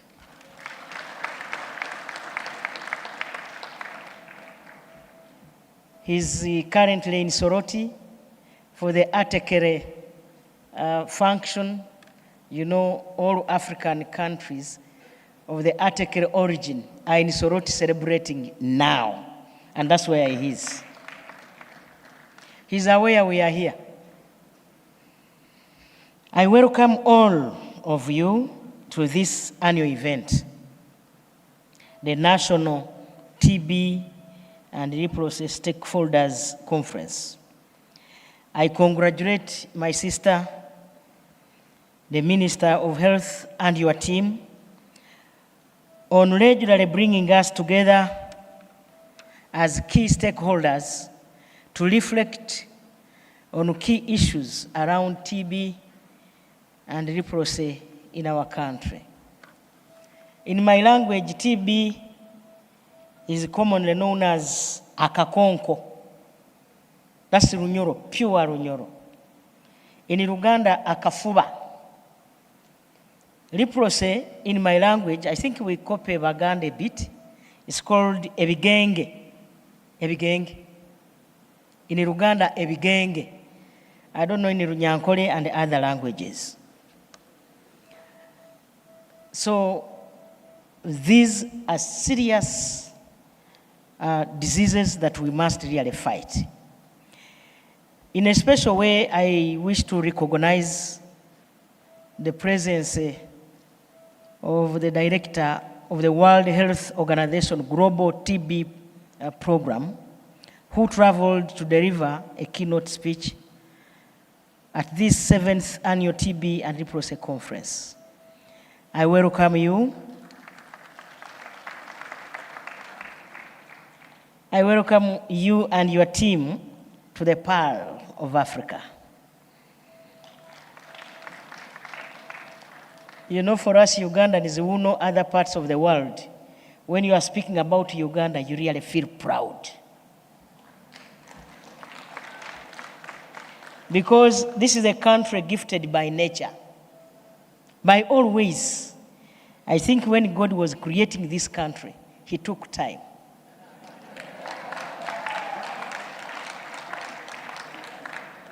So when I'm talking about the Pearl of Africa, you know what I'm talking about.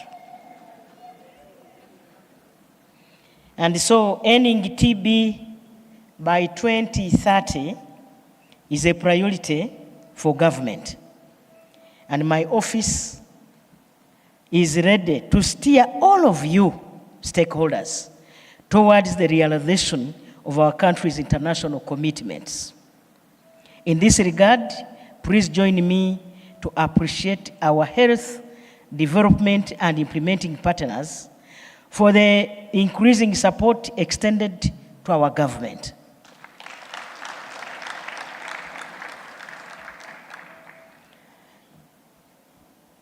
Honorable ministers, ladies and gentlemen, following the launch of the Multisectoral Accountability Framework for TB in November 2020, my office has continued to coordinate various MDAs, ministries, departments, and agencies to mainstream TB prevention and control interventions into their respective programs and activities.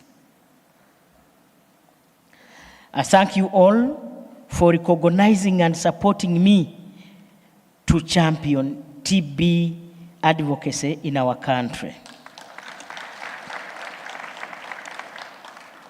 I have always told you, honorable colleagues, that His Excellency President Yoweri Kaguta Museveni has provided exemplary leadership to this country for close to 4 decades, and he's still able, as you all know.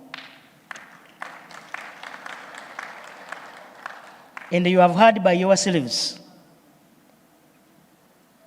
that the World Health Organization sometimes come here to learn from the good practices on the way we handle epidemics and diseases like TB, so that they can guide other countries on how to act.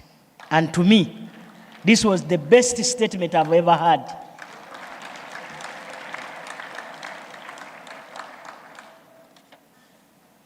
His Excellency, the President's leadership has been critical for the successes we have registered as a country, such as increased life expectancy from an average of 43 years in the year 1996 to 68 years currently. And so many other impacts in health and other sectors. You know our commitments, members, when it comes to health programs, starting from immunization for all. We were able to immunize our children, and that's how the life expectancy of our children has gone up, and our people. Education for all. With an educated population, with that literacy level that increased to what you know, somebody is able to read the prescriptions of the drugs, and that has really contributed so much to our life expectancy. The wealth creation programs, as you are aware, if you don't have money, you can die like a rat. But if you have something in the pocket, then you are good to go. You can serve yourself, isn't it? And so I urge you to continue supporting the NRM government, embrace the national programs aimed at socio-economic transformation, the latest being the Paris Development Model. Together, we shall transform our country. My office is steering efforts to mainstream and integrate TB care services with HIV/AIDS interventions in all ministries, departments, and agencies, leveraging on the existing resources to fight TB and HIV within workplaces in pursuit of our global commitment to end TB by 2030. However, despite all the above efforts and investments by government and development partners, I have been informed that 96,000 people still develop TB in Uganda every year, the majority of whom being in the most productive years. This is a very big threat to the socio-economic development of our country. I am mindful of the need for a health and productive population as a key driver to our country's Vision 2040. Looking at today's theme, or looking at the theme for this year's conference, advancing multisectoral and multi-stakeholder engagement and accountability to end TB and achieve zero leprosy in Uganda. I want to call upon all of us to take action, and we end TB and the suffering it causes to our people. And this must be now.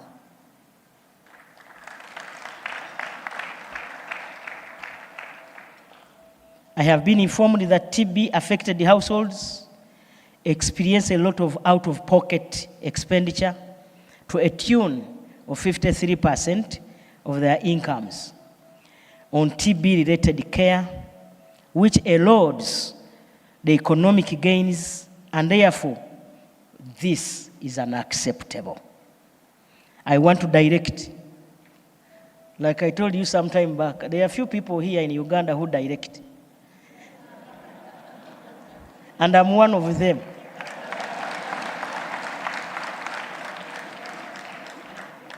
So with the powers given to me by the Constitution and the President of the Republic of Uganda, I direct all leaders in local governments, ministries, departments, and agencies, but more so local leaders, to identify households affected by TB, leprosy, and other poverty-associated diseases, and target them to benefit from wealth creation programs such as PDM grants. You know, we have PDM grants, the Youth Livelihood Program, WEP, and other social protection programs of government. Ladies and gentlemen, you have already been told I'm a TB champion, yeah?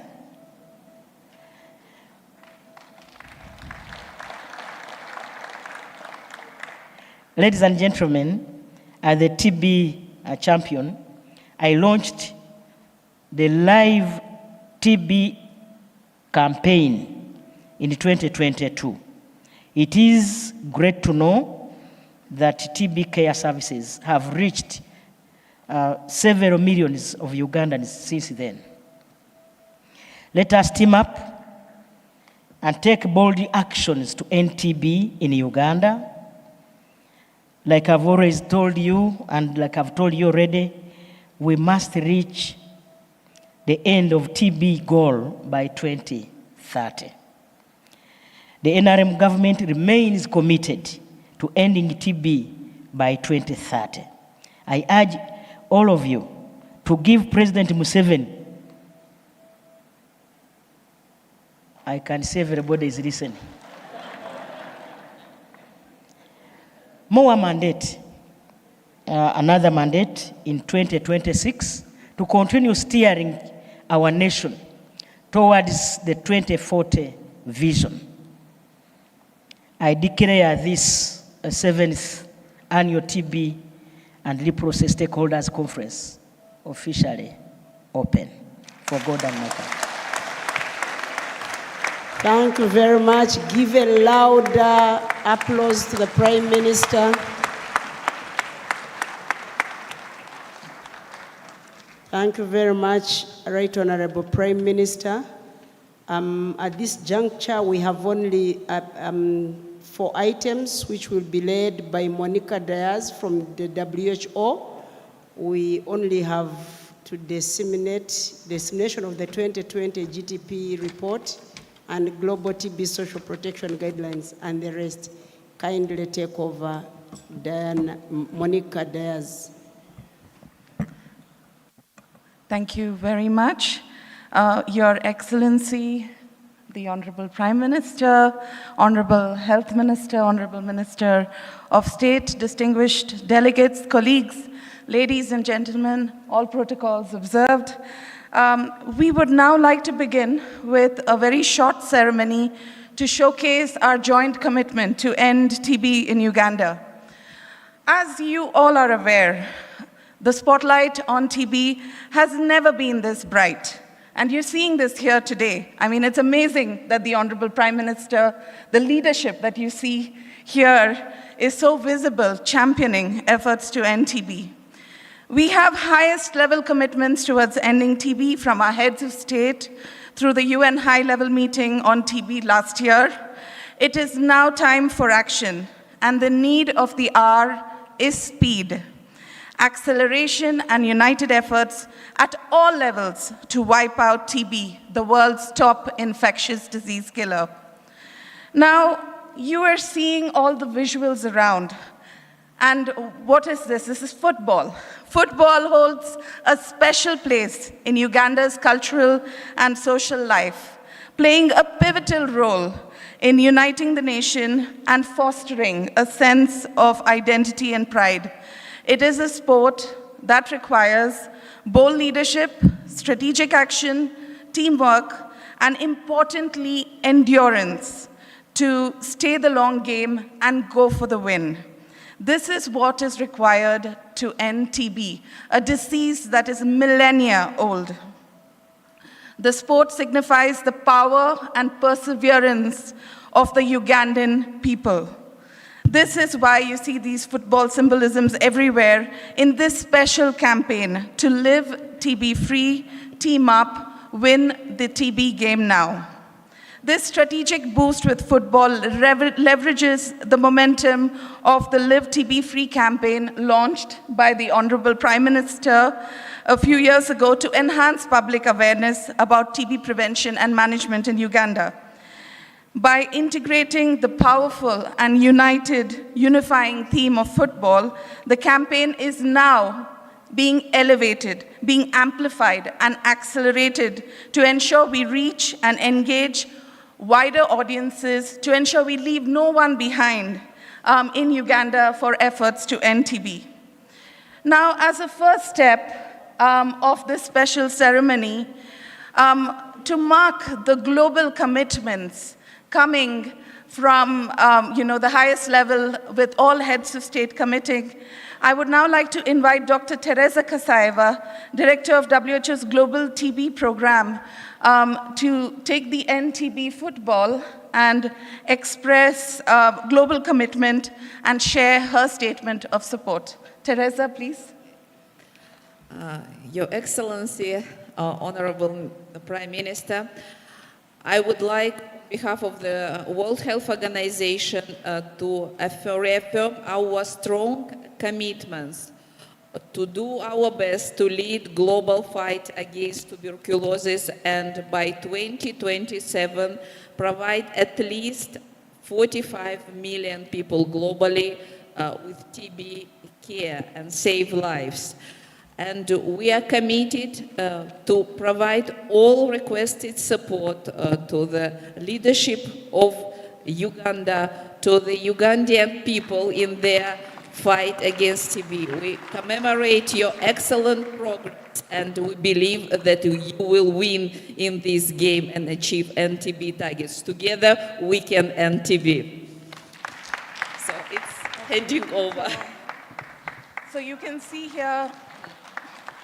here the symbolism of the ball being passed to the global level. I'd also like to invite the WHO representative, to also pass the football signifying commitments to the health minister.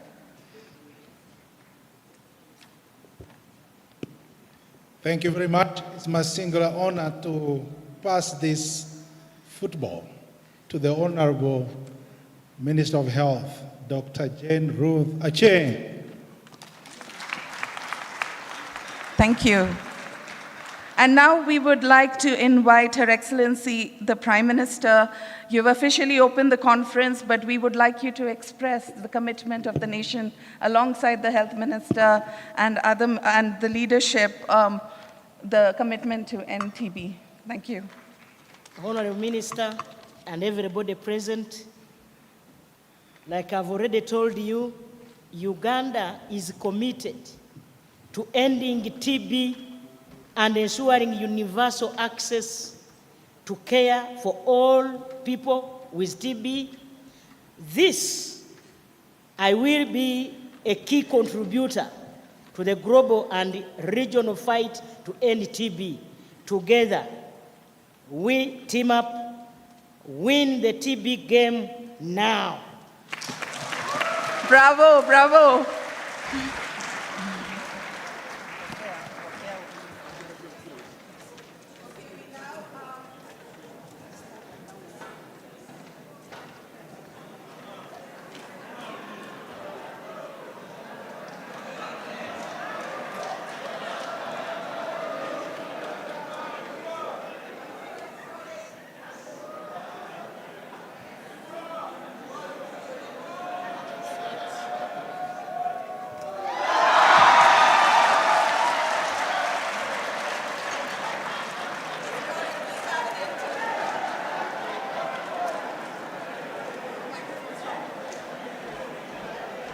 Historic, we have an NTB goal by the Honorable Prime Minister.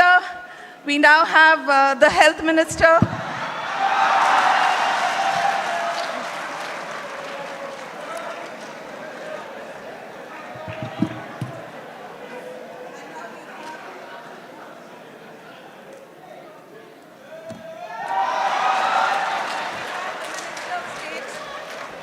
We have the Minister of State.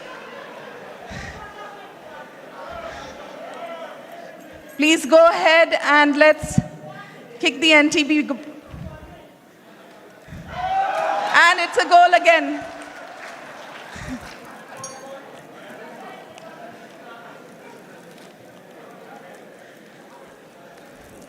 We have USAID. Next, please.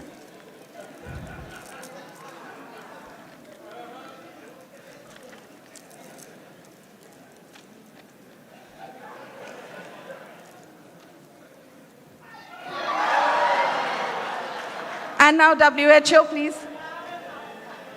Can WHO to kick the NTB goal.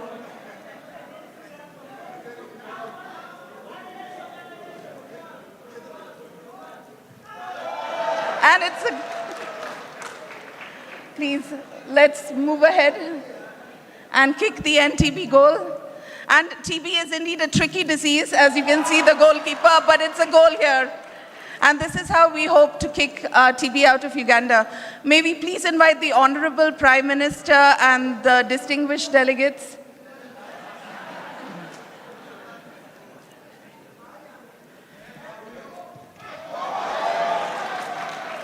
And it's a goal. Okay, may we please invite the Honorable Minister, the Honorable Prime Minister to please sign the NTB ball.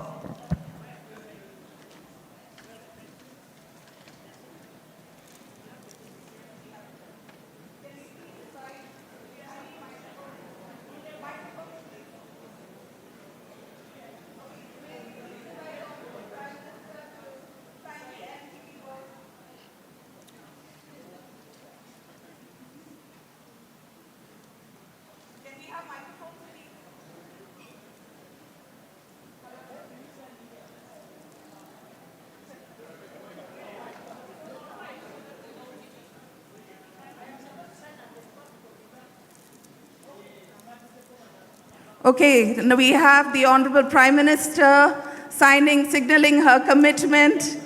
Team up, win the TB game now. Big round of applause, please.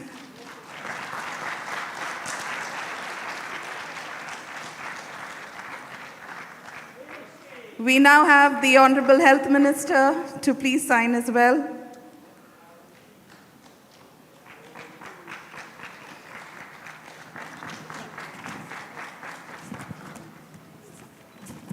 We invite all the distinguished delegates to please sign. The Honorable Minister of State, WHO, USAID, the honorable members of Parliament, the CCM Chair of the Global Fund.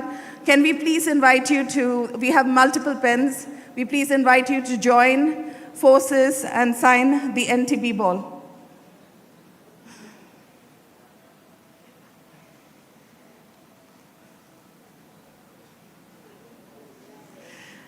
We would also like to invite on the stage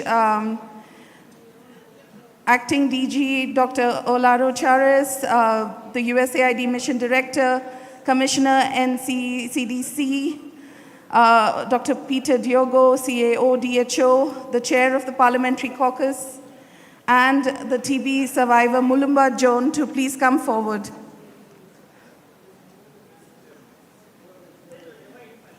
Yeah. Okay. May we invite all the distinguished delegates for a photo opportunity on the stage, please, with the balls? Yes, please. We would like one photo opportunity with the ball. Yes, with the balls. Yes. Honorable Minister of Health.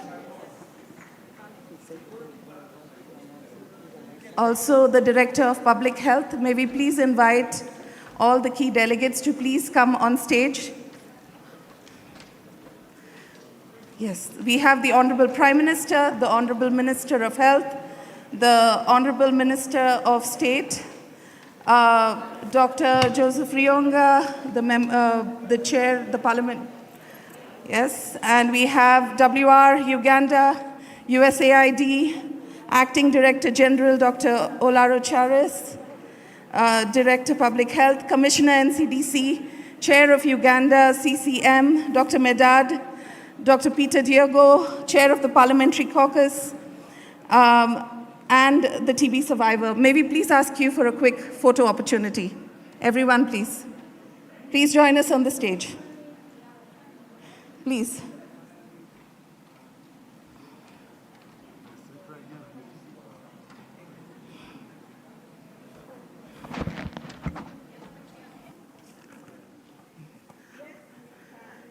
Yes, we can end TB. Can we have a quick team up, win the TB game? Yes, we can. End TB. End TB. Yes, we can. Okay. Thank you very much.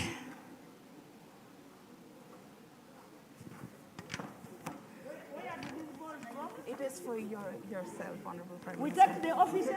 Yes, the balls belong to Uganda, Honorable Prime Minister. Yes.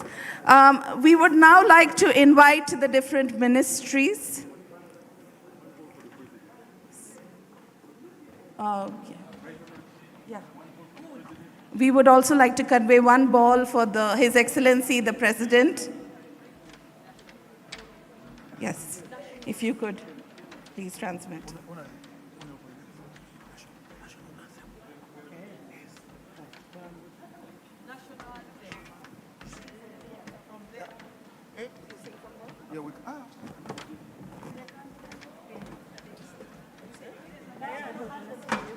Staying back, right? Yes.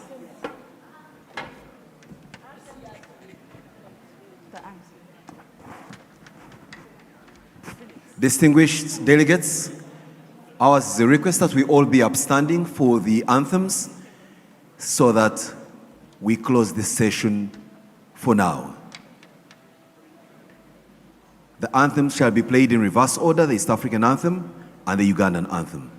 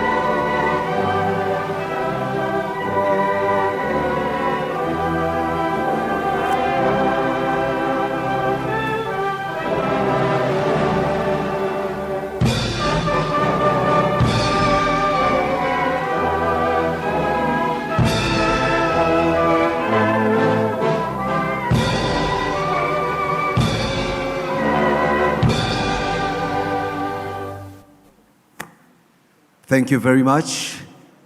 We wish. The Right Honorable Prime Minister is asking very succinctly, where are my balls? There must be 3.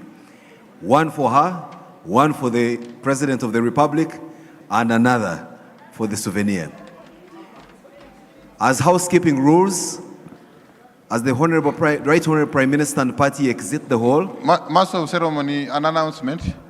If somebody picked phones from in front here who are not east, can you bring them back? There were some phones which are missing for the WR. They have been able got. Thank you. We have to continue. Okay, so we would like to also invite, we thank the Right Honorable Prime Minister as she departs.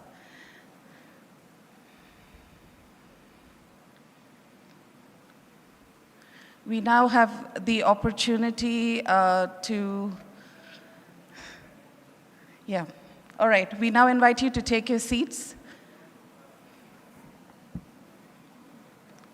Thank you very much.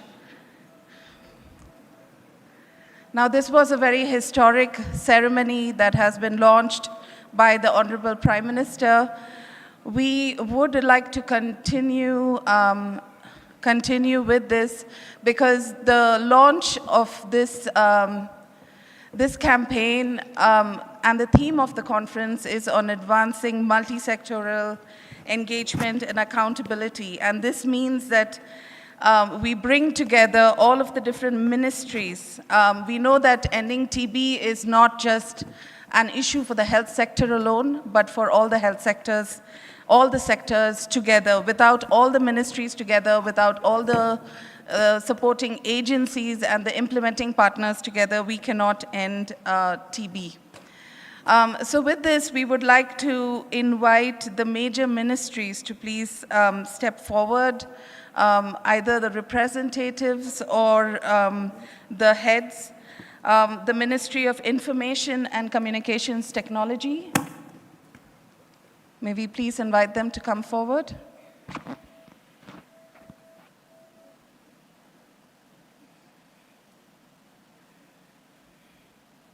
The Ministry of Defense and Veteran Affairs, the Ministry of Education, the Ministry, please come on the stage, the Ministry of Gender, Labor, and Social Development, the Ministry of Internal Affairs, the Ministry of Local Government, ULGA, the Ministry of Trade, Industry, and Cooperatives, the Ministry of Tourism, Wildlife, and Antiquities, Kampala Capital City Authority, and the Internal Security Organization. May we please invite all these ministries to come on the stage. And alongside, we would also like to invite the heads of UN agencies which are in the room, UNHCR and IOM, or representatives. May we please ask you to come on the stage, please.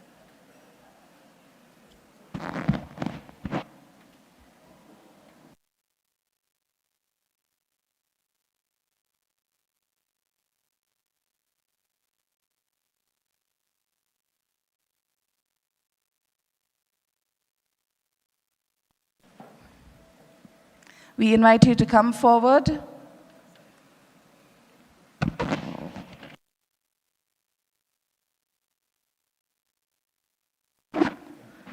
And we invite the Director of Public Health. Please come on stage.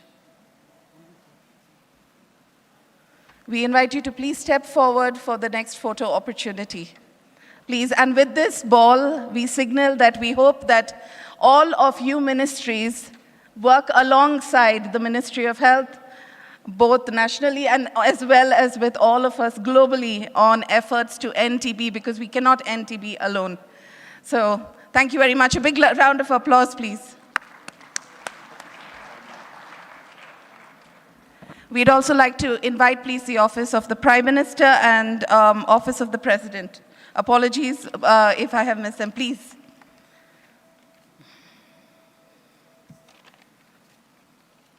And State House, as well as Parliament, if we have any members of Parliament. May we please invite you to come on stage. Sorry.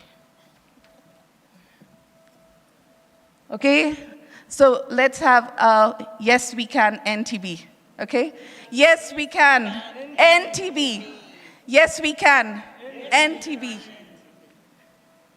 Wonderful. I think we have one last person joining this photo opportunity. Oh, we have more. Okay, we will do this one more time, please. And so we are really grateful that in Uganda, this is actually very impressive. The number of ministries collaborating, the UN agencies collaborating on ending TB is very impressive. So with that, let's give everyone a round of applause again. And yes, we can. NTB. Yes, we can. Wonderful. Thank you very much. Thank you. Please, the ball is for you. We now move to the regions. Yes, the ball belongs to you. We hope you take it and carry on the commitment. Okay. The ministries, eh? Yes, to the ministries, please. Okay, now we begin with the regional commitments. As we started out, we have these global high-level commitments, which were passed on, as you saw now, to the national level, to the Right Honorable Prime Minister, the Minister of Health, the State Minister. Now these commitments need to go to the regional level. And so we would like to invite the 15 regions of Uganda to step forward and take the national commitments to the regional levels.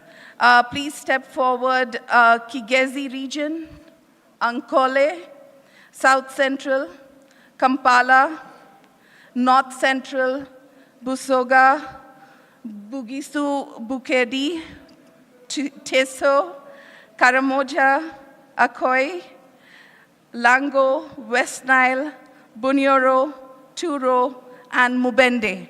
Please, all the regional representatives come to the stage.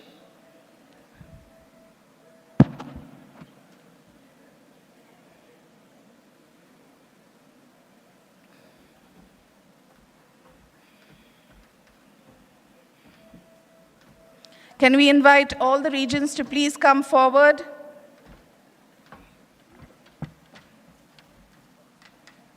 We would also like to invite the regional directors of regional referral hospitals to please come to the stage.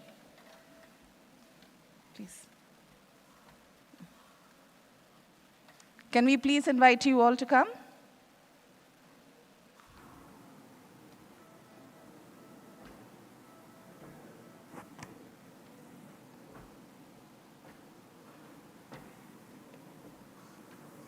Please.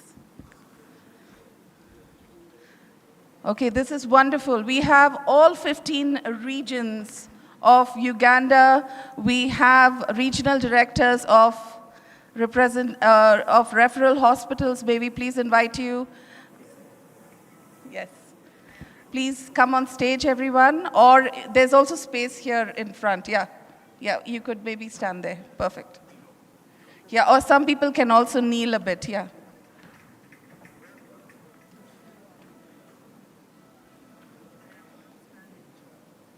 Okay, we invite you to all. So we have all the regions. We have all the regional referral hospitals. Okay, can we ask the first? Yeah. Yeah, some of you can stand in front, please. Yeah, so you can come in the picture. You can stand in front.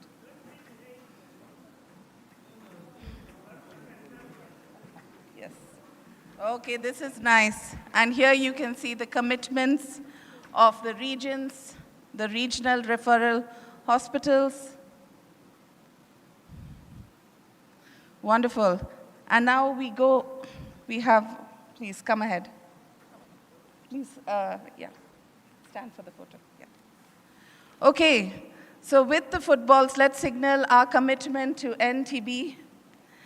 Yes, we can. NTB. Yes, we can. NTB. Yes, we can. NTB. Wonderful. Thank you very much. A big round of applause to our regions and our regional referral hospitals, please. We now move to our core partners, the implementing partners in civil society. They are the ones working alongside the Ministry of Health with the communities, with those affected to end TB. And we'd now like to invite the following organizations on the stage. We'd like to invite CDC, QAM, USTP, GLRA, DOD, ADPHA, Valimu, FOTS, Kuboresha, MLI, TASO, Uganda Cares, and Equity. May we please invite all the partners to please come on the stage. Please receive your footballs as you come on the stage.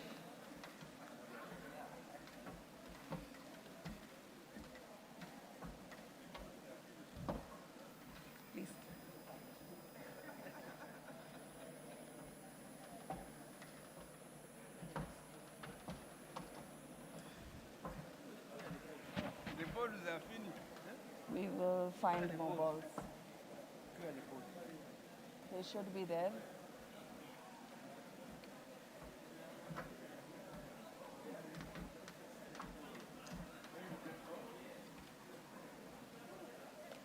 Okay, here we have all of our partners and we have another photo opportunity.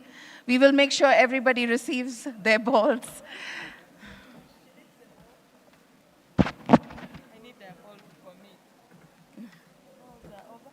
There are also balls in the bags. So you have 2 balls that you are receiving, and we will make sure you receive your ball. Okay, so maybe please ask, and maybe you can also share the balls together. Yeah.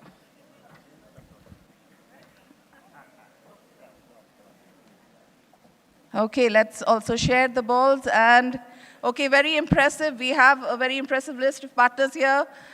Let us now commit to NTB. Yes, we can. Yes, we can.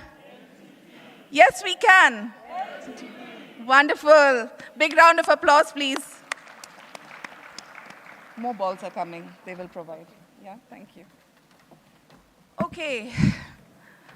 So this is a great show of commitment and support. We now move to the final part. Dear colleagues, we have united in our commitment to accelerate efforts, win the fight against TB, and ultimately kick this disease out of Uganda.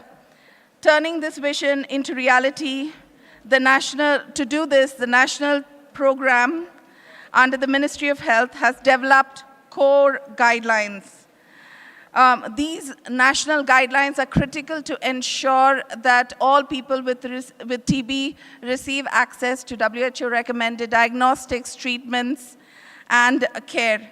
I would like to invite Dr. Stavia Turyabhave, Commissioner of Health Services for Communicable Disease Prevention and Control, to provide a brief overview of these key guidelines, which will be launched today.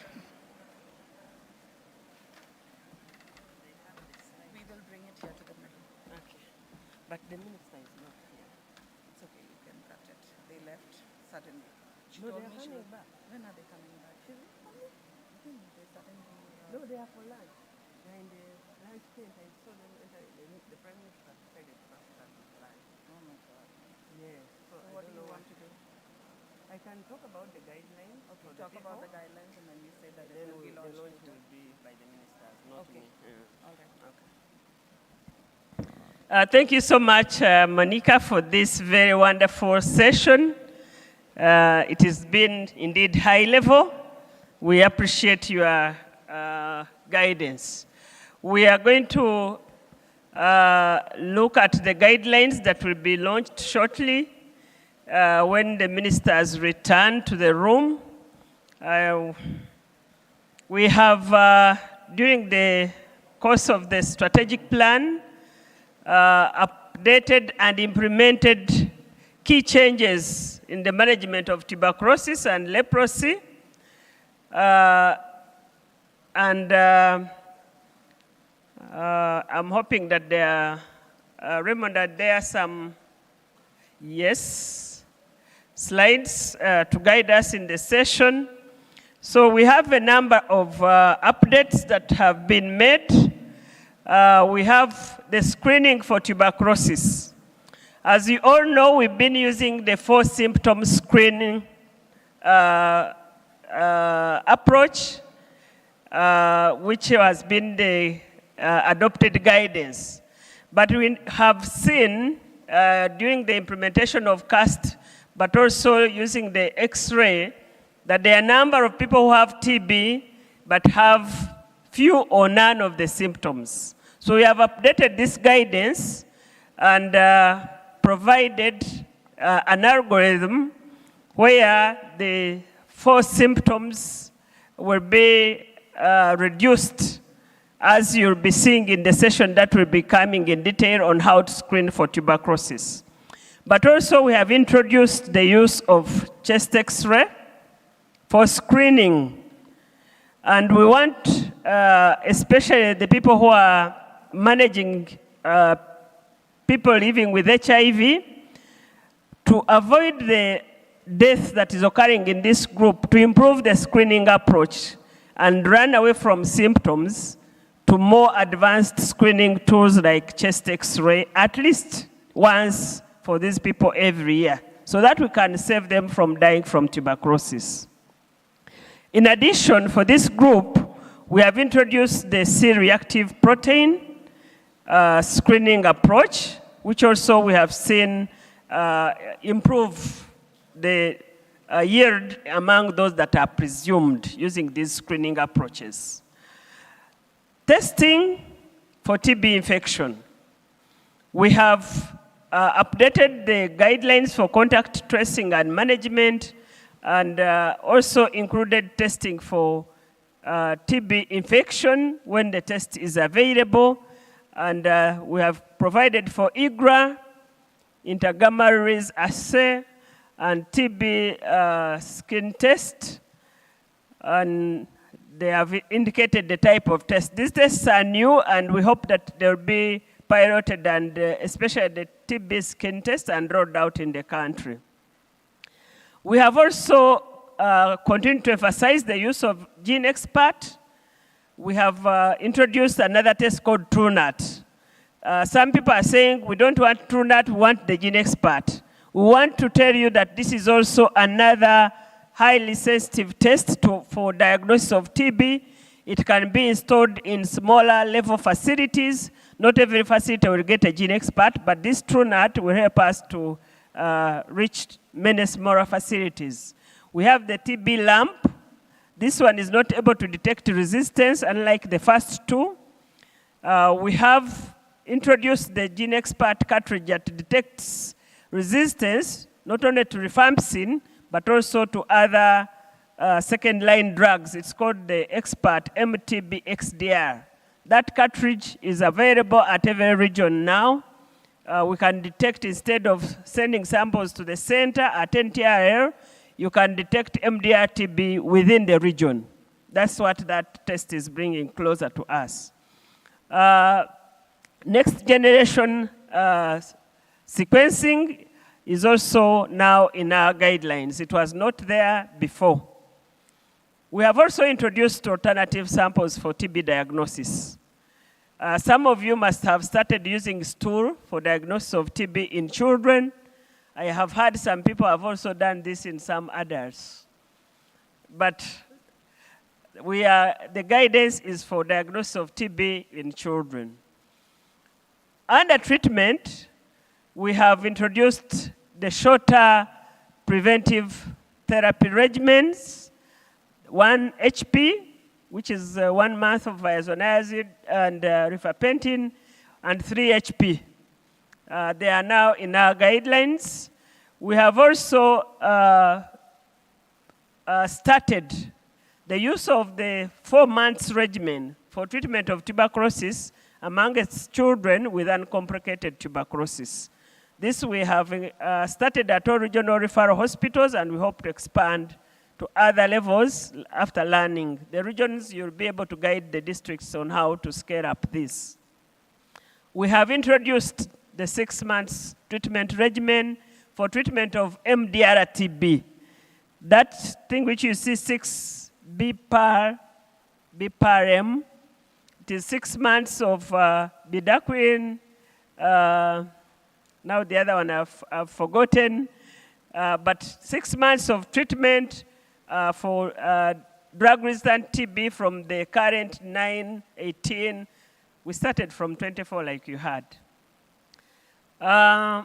In the models of care for people who are on TB treatment, we are acknowledging the use of the digital space and the use of digital technologies by people who are on treatment to monitor and submit to the healthcare workers their sessions of treatment, instead of individuals visiting them every day like we have been doing.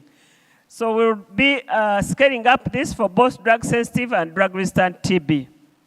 Differentiated TB services are here, like we've been doing for HIV. We want the TB services to be people-centered, and a differentiation has been brought on board. The CAST approach is also accepted. It was not in our guidelines before, that at community level we can be able to identify tuberculosis and other diseases by the community health workers. Post-TB lung disease, you heard from the testimony that the survivor got cured, but he remained with chest pain, and when he went to Chirudu, they told him he had remained with damage, which we call post-TB disability or post-TB lung disease if it's in the lungs. Then we have also provided guidance on management of other comorbidities. We've been recognizing HIV. You know, we have the TB HIV guidelines. Now the guidance has HIV, it has mental health, it has hypertension, it has diabetes, and other comorbidities. So managing tuberculosis, focusing on the patient, to also manage their other comorbidities that they may have at the facility. Under leprosy, we have the treatment regimen for all patients harmonized, and we have also introduced the prevention component, which was not there before. A single dose of rifampicin is given to a contact of leprosy who doesn't have active leprosy disease, and they are saved from developing the disease. Those are the key updates. Go ahead, and I see if there's another one that we have made to the management of TB in this country, and the technical teams will be taking you through the details as we go along with the conference proceedings. I want to thank you and wish you the best. Over.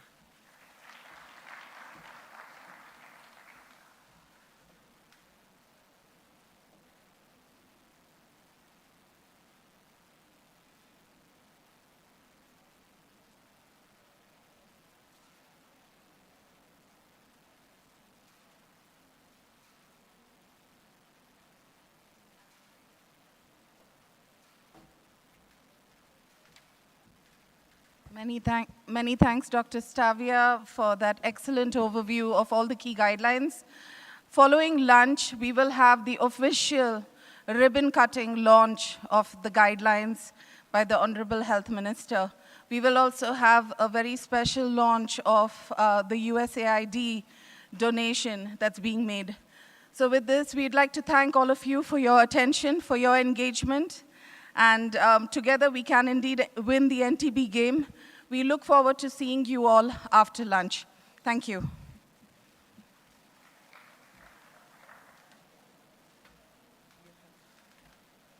A bit of housekeeping rules for the lunch procedure. I want to believe that each one of you has been served with a lunch coupon, and lunch will be served in a beautifully laid out tent in the compound, and we'll have some of our staff guiding you to the lunch spot. We expect that our lunch would not be more than 40 minutes, so we're expecting you here at 15 minutes past the hour of 4 o'clock Ugandan time, so that we can start our last session for the day in earnest. Thank you and bon appetit.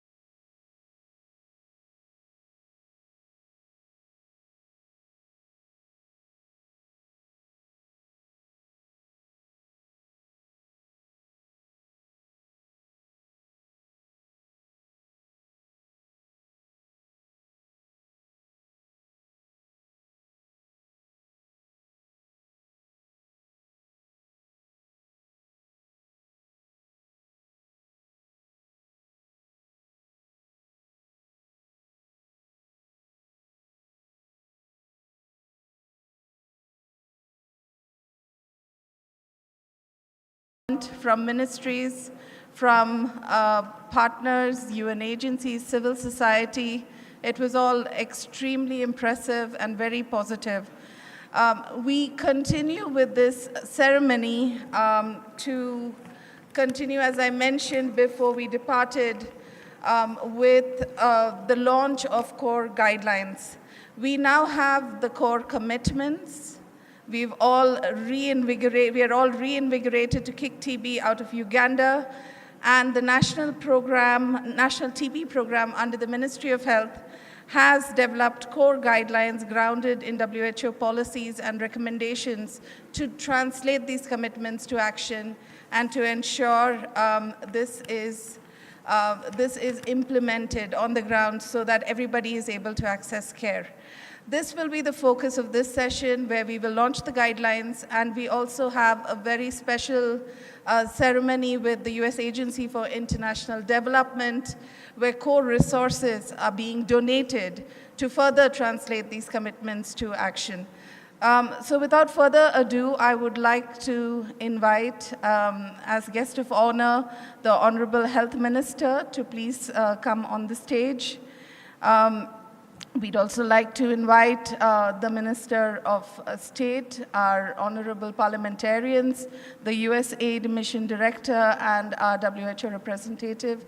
If you could all please join us on the stage, please.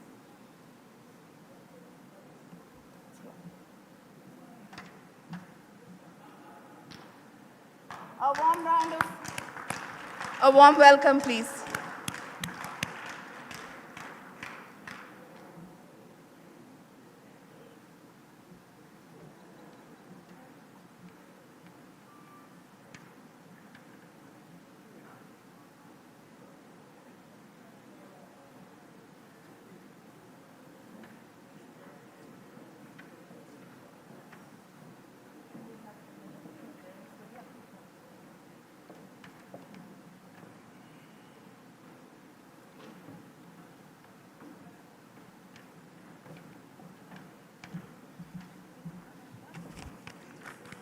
I'd now like to invite Dr. Stavia Turbawe, Health Commissioner, Health Services. You've heard from her quite a lot already. The mind behind the work to end TB in the country, to provide a quick overview on the guidelines before the launch. Over to you, Stavia.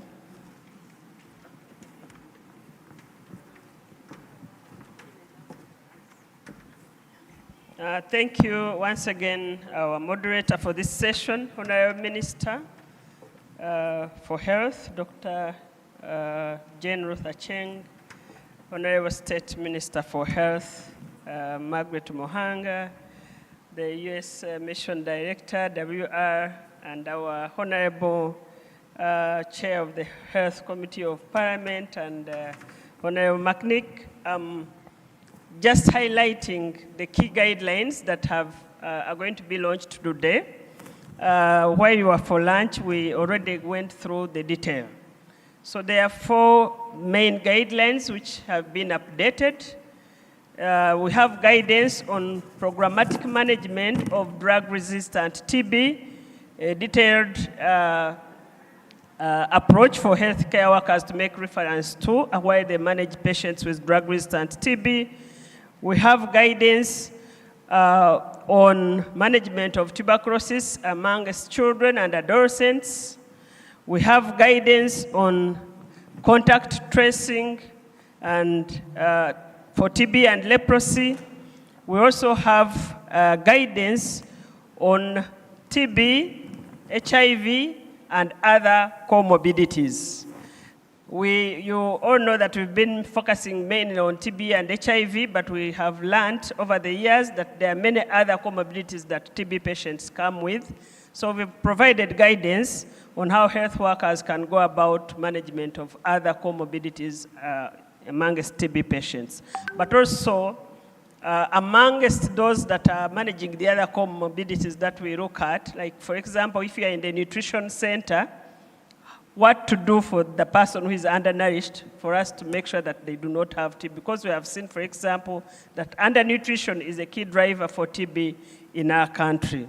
If you are in the mental health clinic, they have not been prioritizing screening the mentally disabled for TB and other conditions. So those are the main guidelines. We have consolidated all this in the National Manual for Tuberculosis and Leprosy Management, but they also are available as standalone guidelines, and that's what is going to be launched now. We are also, Honorable Minister, requesting that you launch the electronic recording and reporting system for TB. We call it electronic case-based surveillance system, so that these stakeholders and the districts can embrace this much more easily and use it for directing them where the TB disease is found. So those are the key guideline launches that we have today. Over to you. Thank you, Dr. Stavia. Big round of applause. Please stay on. I'd like to invite Dr. Stavia to please hand over the ceremonial inauguration scissors to the Honorable Health Minister to inaugurate and open the guidelines. Yes. And we invite everybody to come sign. We will start with cutting. We will start with cutting the ribbon. Yes. Okay, we will start with cutting the ribbon, followed by the signing of the guidelines, showcasing core commitment to translate these guidelines to action by the leadership that is on the stage.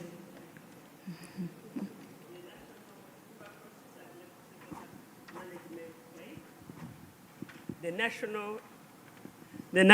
National Collaborative Guidelines on TB, HIV, and other comorbidities.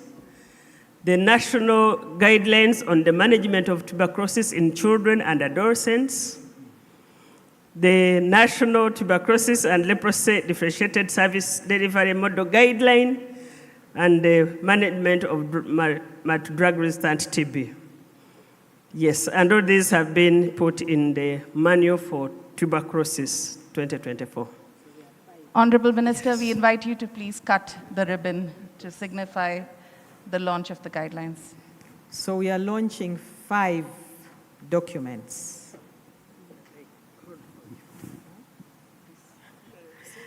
Yes, we are launching 5 documents. Allow me to congratulate the TB program on these very important documents and guidelines that will be a great tool to support our health workers and the village health teams as they do their work.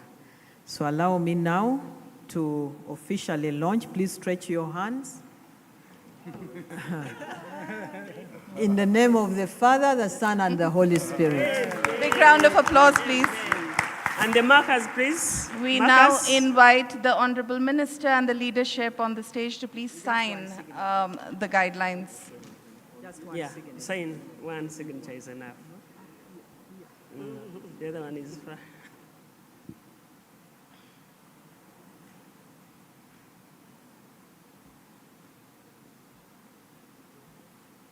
Thank you. And give... Thank you. That signature. Thank you. Yes. You first go behind.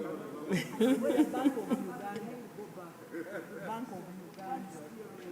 Okay. Please, we invite you. We now have USAID signing, please.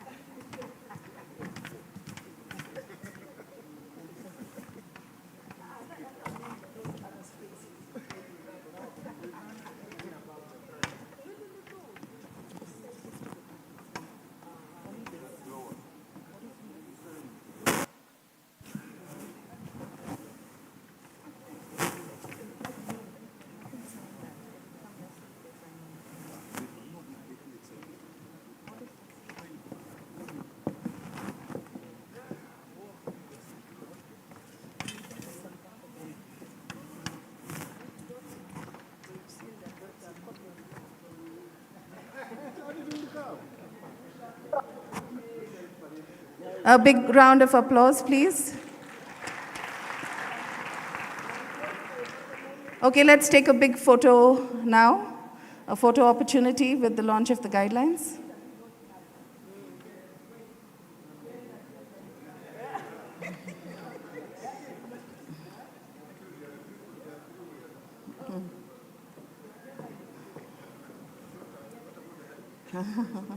Beautiful photo opportunity. Yes, we can end TB together. A round of applause, please.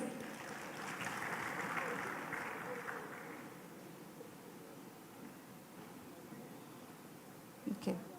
All right, one more picture.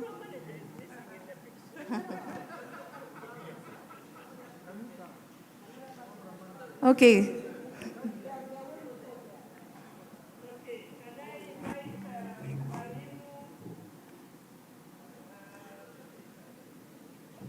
Walimu. Can we invite Walimu, please, on the stage?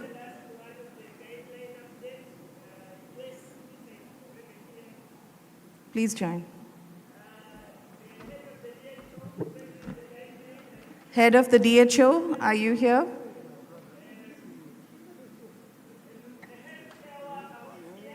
Any healthcare worker, please come on stage.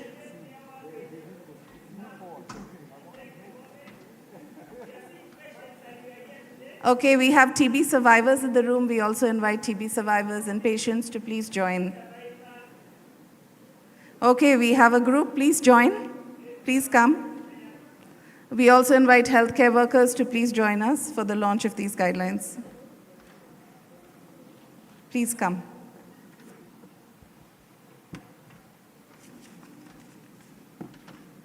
Maybe some of you can stand in front. Stand in front. Yeah, please stand in the front.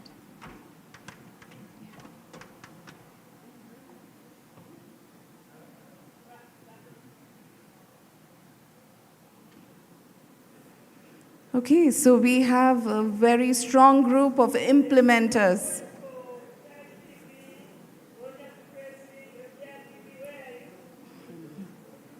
MDR, TB, contact tracing, people involved.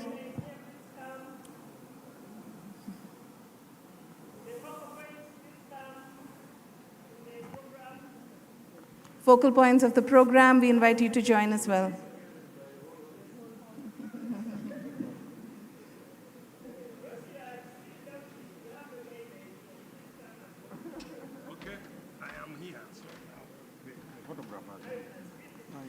Okay. Proceed.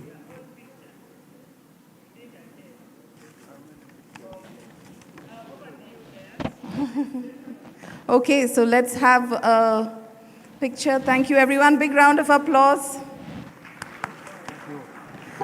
Okay, now, as I mentioned, we are now going to the next part of the session. We invite, yeah, please sit down.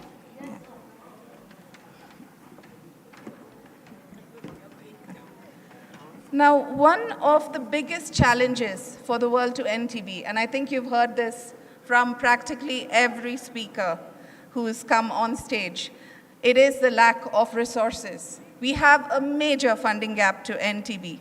This is why we are honored that we have key donors stepping forward to support the country in their effort to win the end TB game. I am very pleased and honored to invite, we have with us USAID Mission Director. As you all know, the US Agency for International Development is the largest bilateral donor for ending TB globally as well as in countries. And their support is vital. Alongside other key donors, this has been vital in pushing forward progress to end TB. Today, there is a list of equipment procured by USAID for translating the guidelines that you saw into action to reach and win the NTB game so that we can, that we can achieve our goal.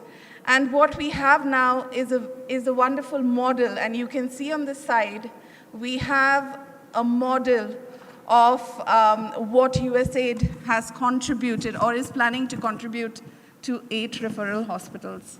So we'd like to first invite USAID Mission Director to say a few words about the donation, and then we will have the Honorable Health Minister officially inaugurate, along with the other leadership, inaugurate and accept the donation from USAID.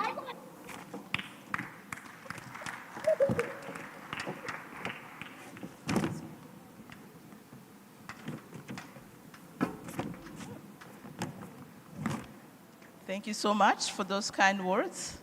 I think as we've said today, all of us, it's been a great day to be able to join all of you as we commit ourselves to ending TB here in Uganda and to leading the way for the rest of the world. So as part of that commitment, the United States Agency for International Development is pleased to be able to make available a number of equipment that my colleague has just mentioned. So let me just very quickly maybe share what those items are. Let's see. So we will see that there is, I guess this is a sampling of what's being donated. We do have patient monitors.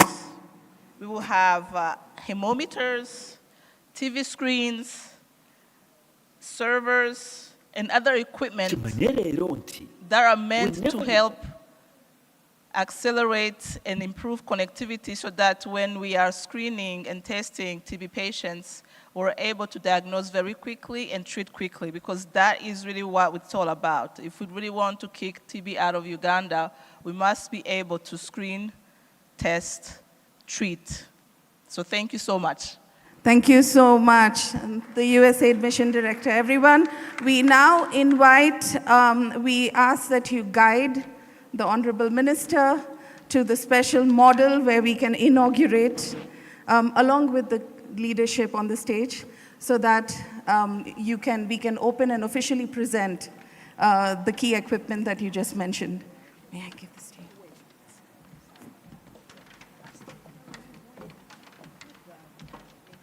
Ladies and gentlemen, we draw your attention here to the side.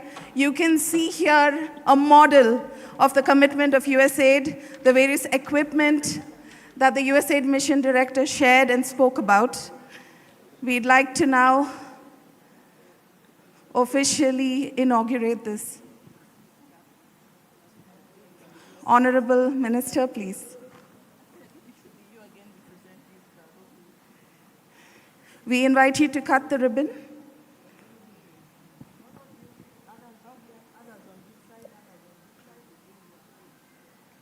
So the equipment that we have here, Honorable Minister,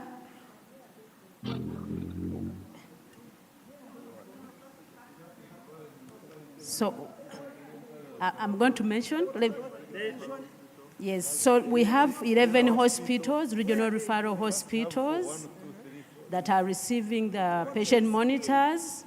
The regional referral directors are here, so probably they are going to come. Yes, this is symbolic. That these are, the 11 of them had already received, so the 11 that did not receive are going to receive. It's 22, those are the, no, we have district hospitals managing MDR.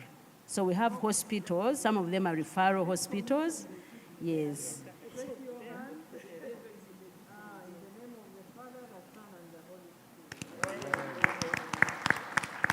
Fort Portal is receiving TV screens to guide on the health education.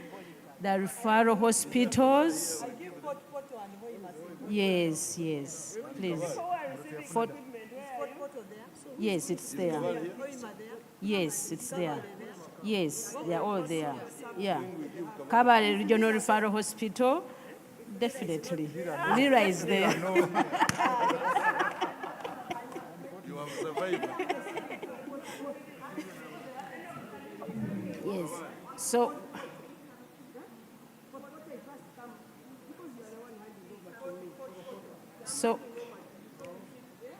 yeah, you sit there, the Fort Portal.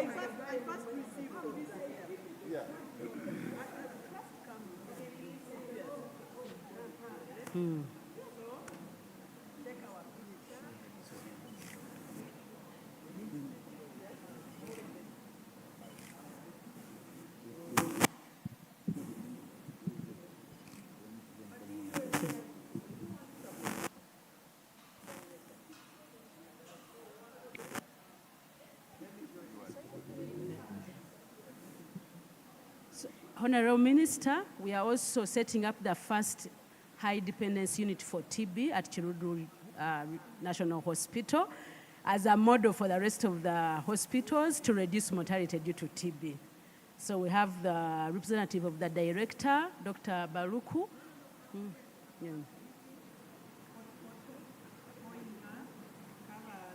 Lira. Yes.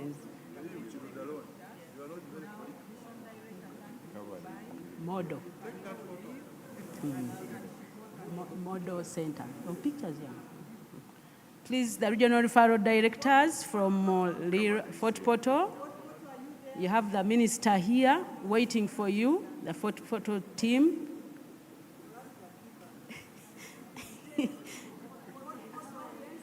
Fort Portal.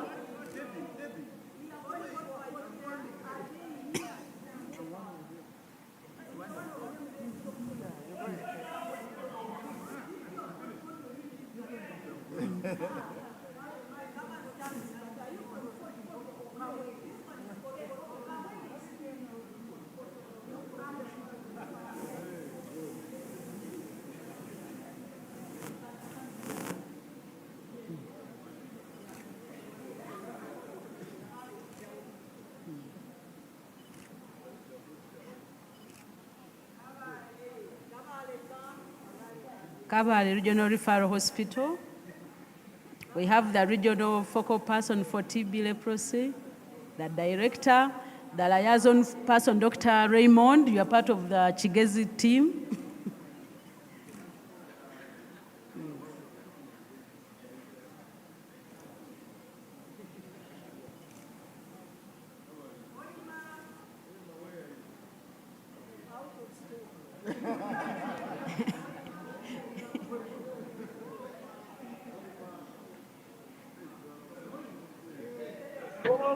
Ogamba Kitebo.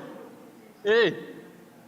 Shall we find a picture from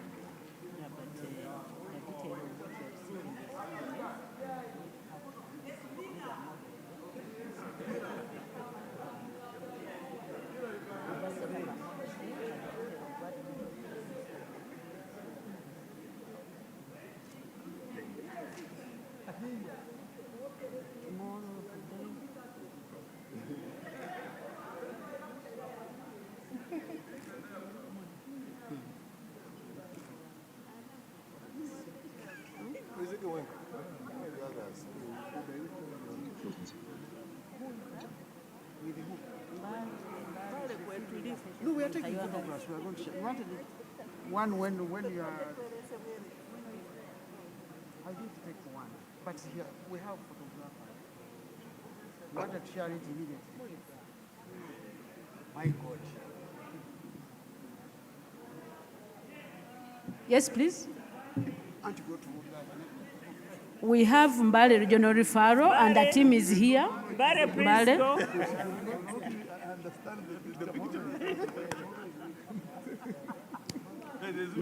Mbale Regional Referral Hospital.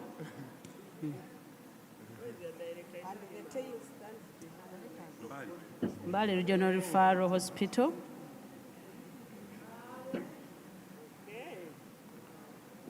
We have Uganda General Hospital. now we have gotten the mood of we should train it to be politician. Now she's in the mood. Do we have anyone from Moroto? Moroto, Mbarara, they are all going to receive something from here. Do we have Moroto here? Moroto Pandes, they're coming up. There is. Moroto, the director is here. Mbarara, please also next. Moroto, Dr. Pande. Sit there. The director is here. That's the famous Pande. Yes. How did you know him? Mbarara Regional Referral, are we near? Marara is here. Okay. He's my colleague. Mbarara, please join the picture. Regional Referral Hospital. Mbarara Regional Referral. We have Matani St. Kizito Matani Hospital. Yes. Mbarara. Hospital is Stand in behind Mbarara. the- No, that is in Someone stand behind, one sits. Guru is there. Guru is also there in the line. Now there is no one sitting Now for in the you, chair. you sit, James.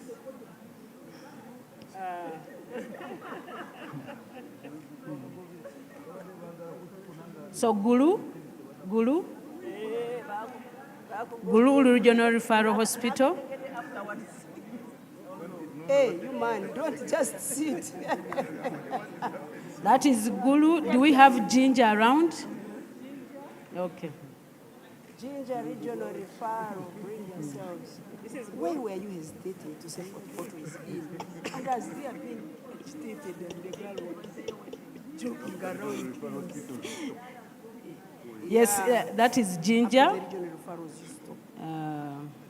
Because we can't go through it. Yes. We will just announce. Arua Regional Referral. Do we have Arua around? Arua. Muke. And somebody from Action Bay, the national. Arua. Sit down, Arua. That is Arua.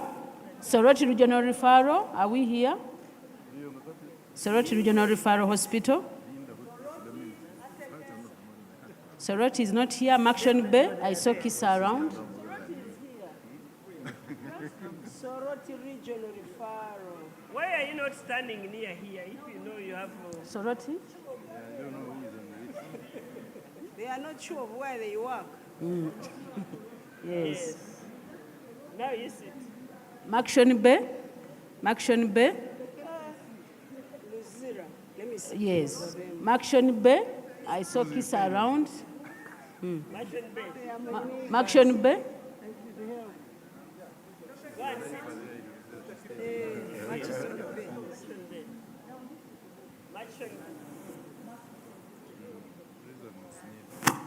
And then we are going to have Chirudu that is going to set up a high. Oh? Maternity. Okay. Presenting Karamoja region. Matani, Are St. we on Kizito. Matani or Chirudu? No, Chirudu. You are the last. Thank you. Chirudu is the last. That's Matani. Matani Yes. is where? In Karamoja. Yes. And finally, Tell us about Chirudu. Chirudu, Dr. Baluku, you should tell us what you are promising to the minister about reducing mortality at Chirudu. Yes, tell us. Thank you very much, Honorable Minister. We are honored for your presence, and we are grateful for USAID for the support. What we are setting up is the first high dependence unit of tuberculosis in the country. We believe this is important to give critically ill people with TB a real chance of survival. Mortality among hospitalized TB patients is up to 30%, and we are hoping that we can change that with the support we have received from you and USAID. Thank you very much.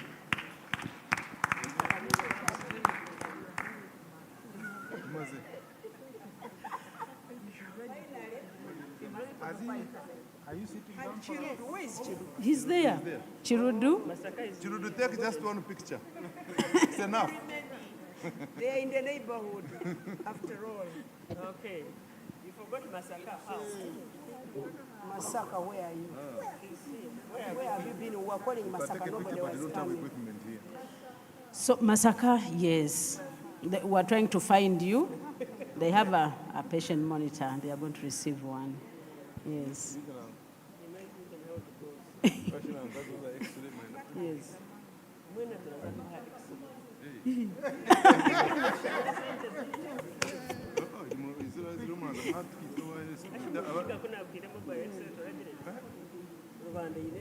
So then we have Mukono District. Mukono District is receiving a big screen for continuous professional development. That's the direction. So Mukono District. It's behind, it's quite big, so we can use as a demo, but it's bigger than that. That is a smaller one. The big one is behind, it's quite big. We didn't open it. Ask us to open it. No, there's a screen there. Probably we'll bring that screen.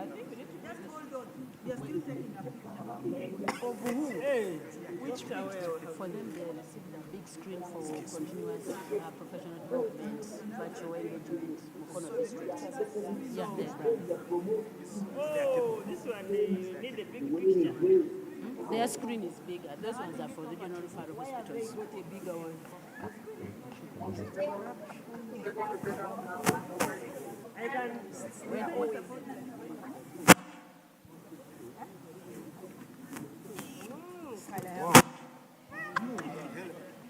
It's heavy.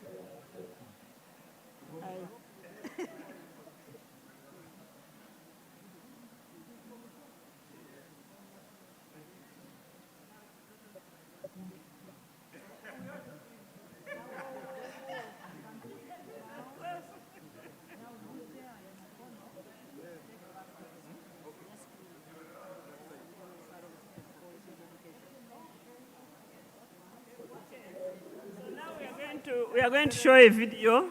Yes. You have more?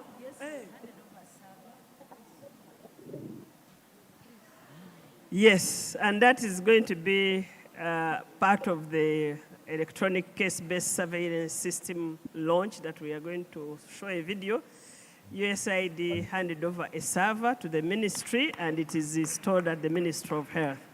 We thank you for the generous support. So, the video people can start. Yes. Let's have the video for the ECBSS start for the Honorable Minister to see the video. Yes, we watch from there. Go to the seat. Yes. Do the collection of data majorly on HIV and TB. Thank you. TB data, before, we have been doing manual work, whereby, we report at the end of the quarter.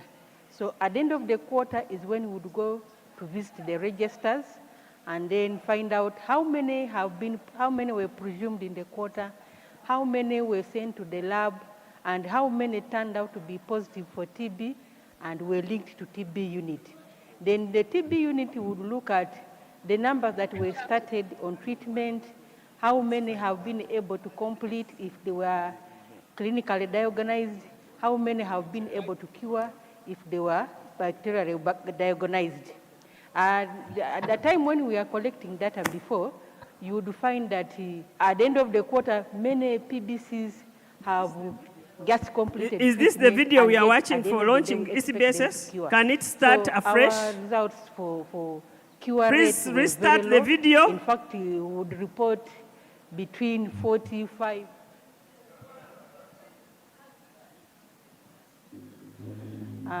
Do the collection of data majorly on HIV and TB. The TB data, before, we have been doing manual work, whereby, we report at the end of the quarter. So at the end of the quarter is when we would go to visit the registers and then find out how. In 2020, Ministry of Health introduced the ECBSS.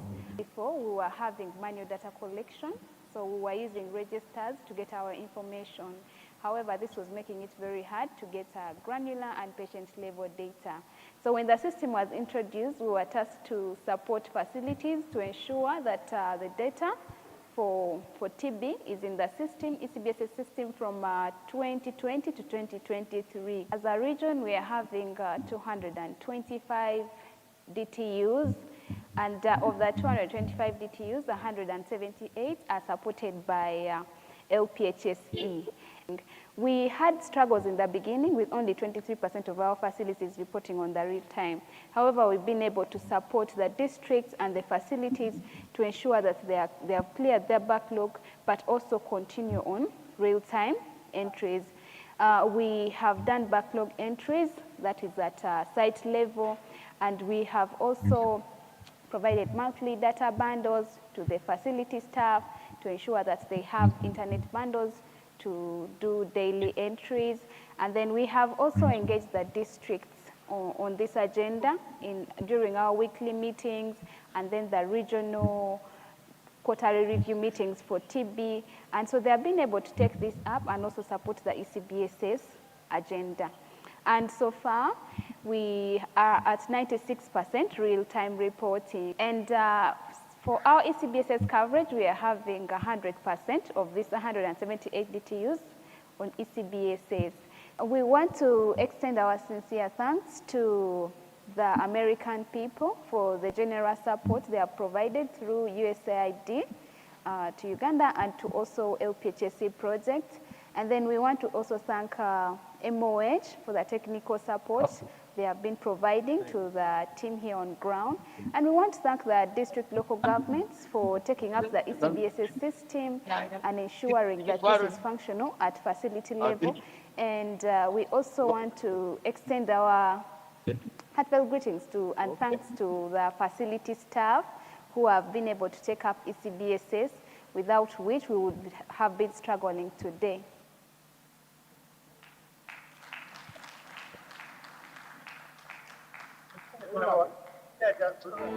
Tuberculosis.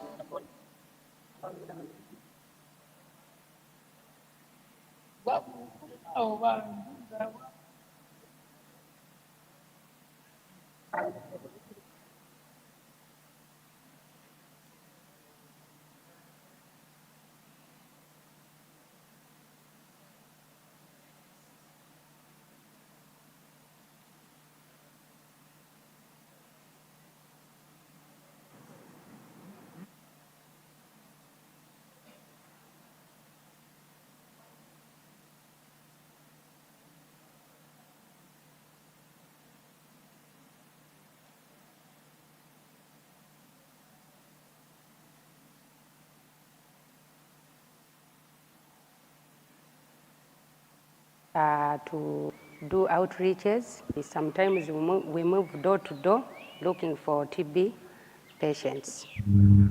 Being a cough monitor, you have to screen clients, patients. You come early in the morning at the facility. You start with them, you screen. I ask them, do you cough? Someone says yes. Then I ask, how many days? In the night, do you have sweaty? Do you cough? Do you have fever? Then when I ask someone, he says me that I cough. Then I ask, are you able to cough and give me sputum?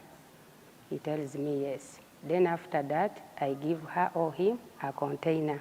When he produces a sputum, I take it to the lab. I go to the community. I do the mobilization to the community.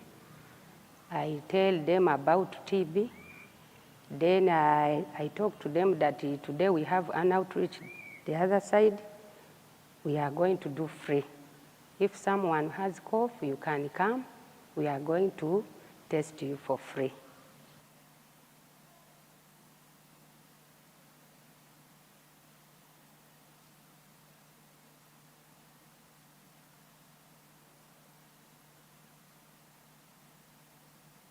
My community work in 2021, some people were not aware.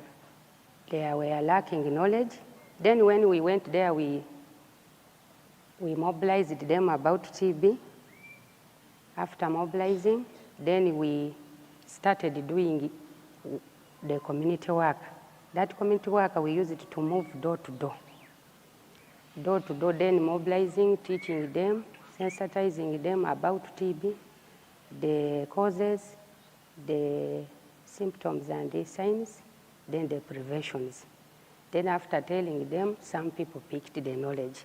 They started coming to the health facility. Then some we pick from there. We pick samples from the homes. Because we reach the place, we ask, how many people are they living here? They tell you, we are about 10. How many are they coughing? They can tell you we are about over 3. Then I ask, are you supposed to give up the sputum? They say yes. Then I give the container. I wait for the sputum, I collect, then I bring to the health facility. You sensitize it through mobilization. If you do mobilization, someone can tell you that the other home, there are some people there coughing. We cross-check according to the data for the health facility.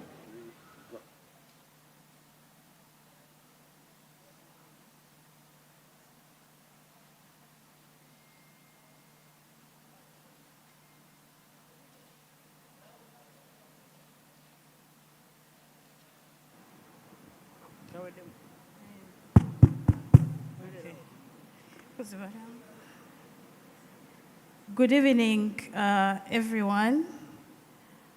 All protocol observed. I am presenting a demo of how we use the electronic case-based surveillance system live. So here I'm on an instance, it's a demo instance, and I am in a test facility, and I am entering a TB patient, assuming my facility is test facility 1. I click register, and I enter the date of registration. All the data we enter here is from the health unit TB register.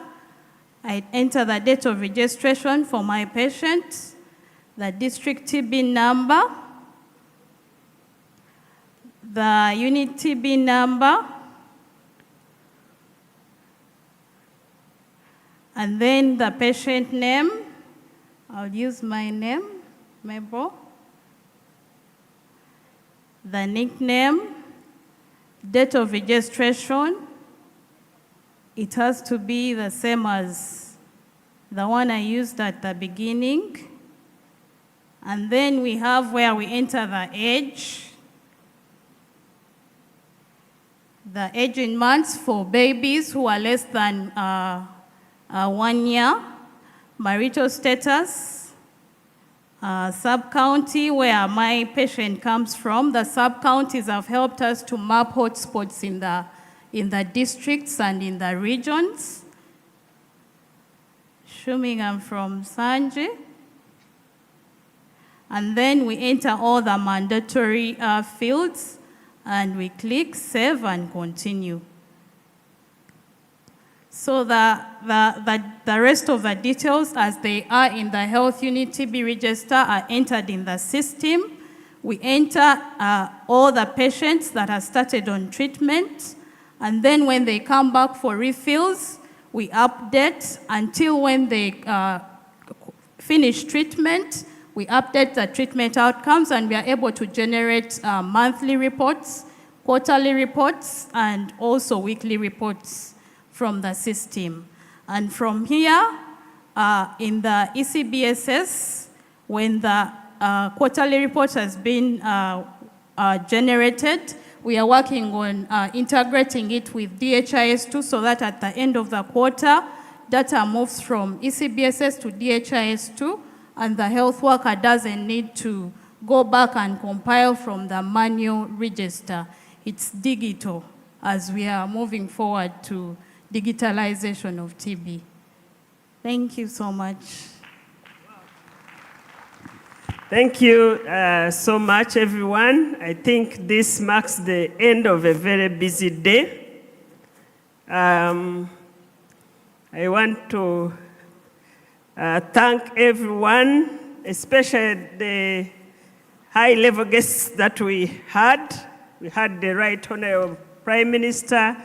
Our minister is still here with us. Thank you so much, Honorable Minister, for being with us up to the end of today. We invite you for tomorrow.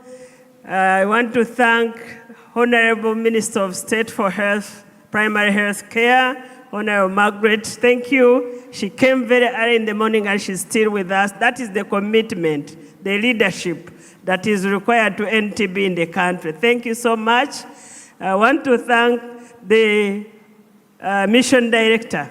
Thank you so much. The passion you have for TB, I'm expectant. As the Commissioner for National Disease Control, I'm expectant.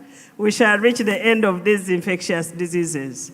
I want to thank the Chair of the Health Committee in Parliament, Honorable Ruyonga. You have really showed that you are going to support the sector, and we are very honored to have you as the chair of the Health Committee in our Parliament. The WR, thank you for the support. Dr. Kamara Honorable, my OB, we know you are very supportive, and we want to thank you for being with us. The conference is going to continue tomorrow. WHO team from Geneva, we cannot say how much we thank you. Thank you for making our event colorful and for all the support that you have given us during the preparations. All of us colleagues, the DHOs, the directors of hospitals, the IPs, we are very grateful. You saw the people with disability. Thank you for partnering with us. We need the partnerships. The TB survivors, the civil society, our MDAs, who came from the different ministries. I don't know that you were recognized. Can you stand up as we end the day? Are you still with us? Different ministries are here. We are very, very, very happy to have you. Let's keep together. We need you to support the TB response. Everyone, protocol observed.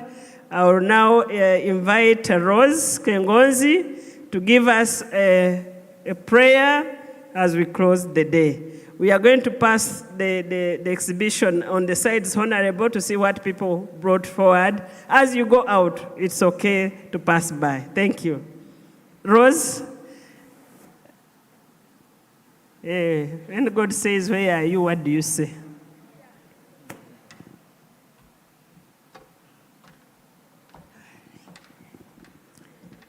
Thank you, Commissioner, for the opportunity. Kindly, let's stand up.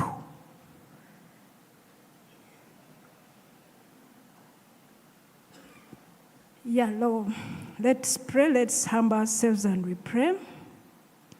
Heavenly Father, the only true God, our source of life, our provider, our everything, we acknowledge you as our God, and we honor you for that. Thank you for what you've made us achieve for the first day of the conference, and for all the provisions since the day began. Even as we go out to our different locations, we thank you and declare that you're still Lord of our lives. We thank you that even tomorrow will come more strengthened to continue to glorify your name in whatever we do and whatever we plan. We thank you because we know you are our protection, and we pray all this in Jesus' name. Thank you, Council. So take off time to pass through the exhibition. Don't miss tomorrow. We have the youth moment. Don't miss it. It will crown the day, but we'll have the other sessions also done. Thank you.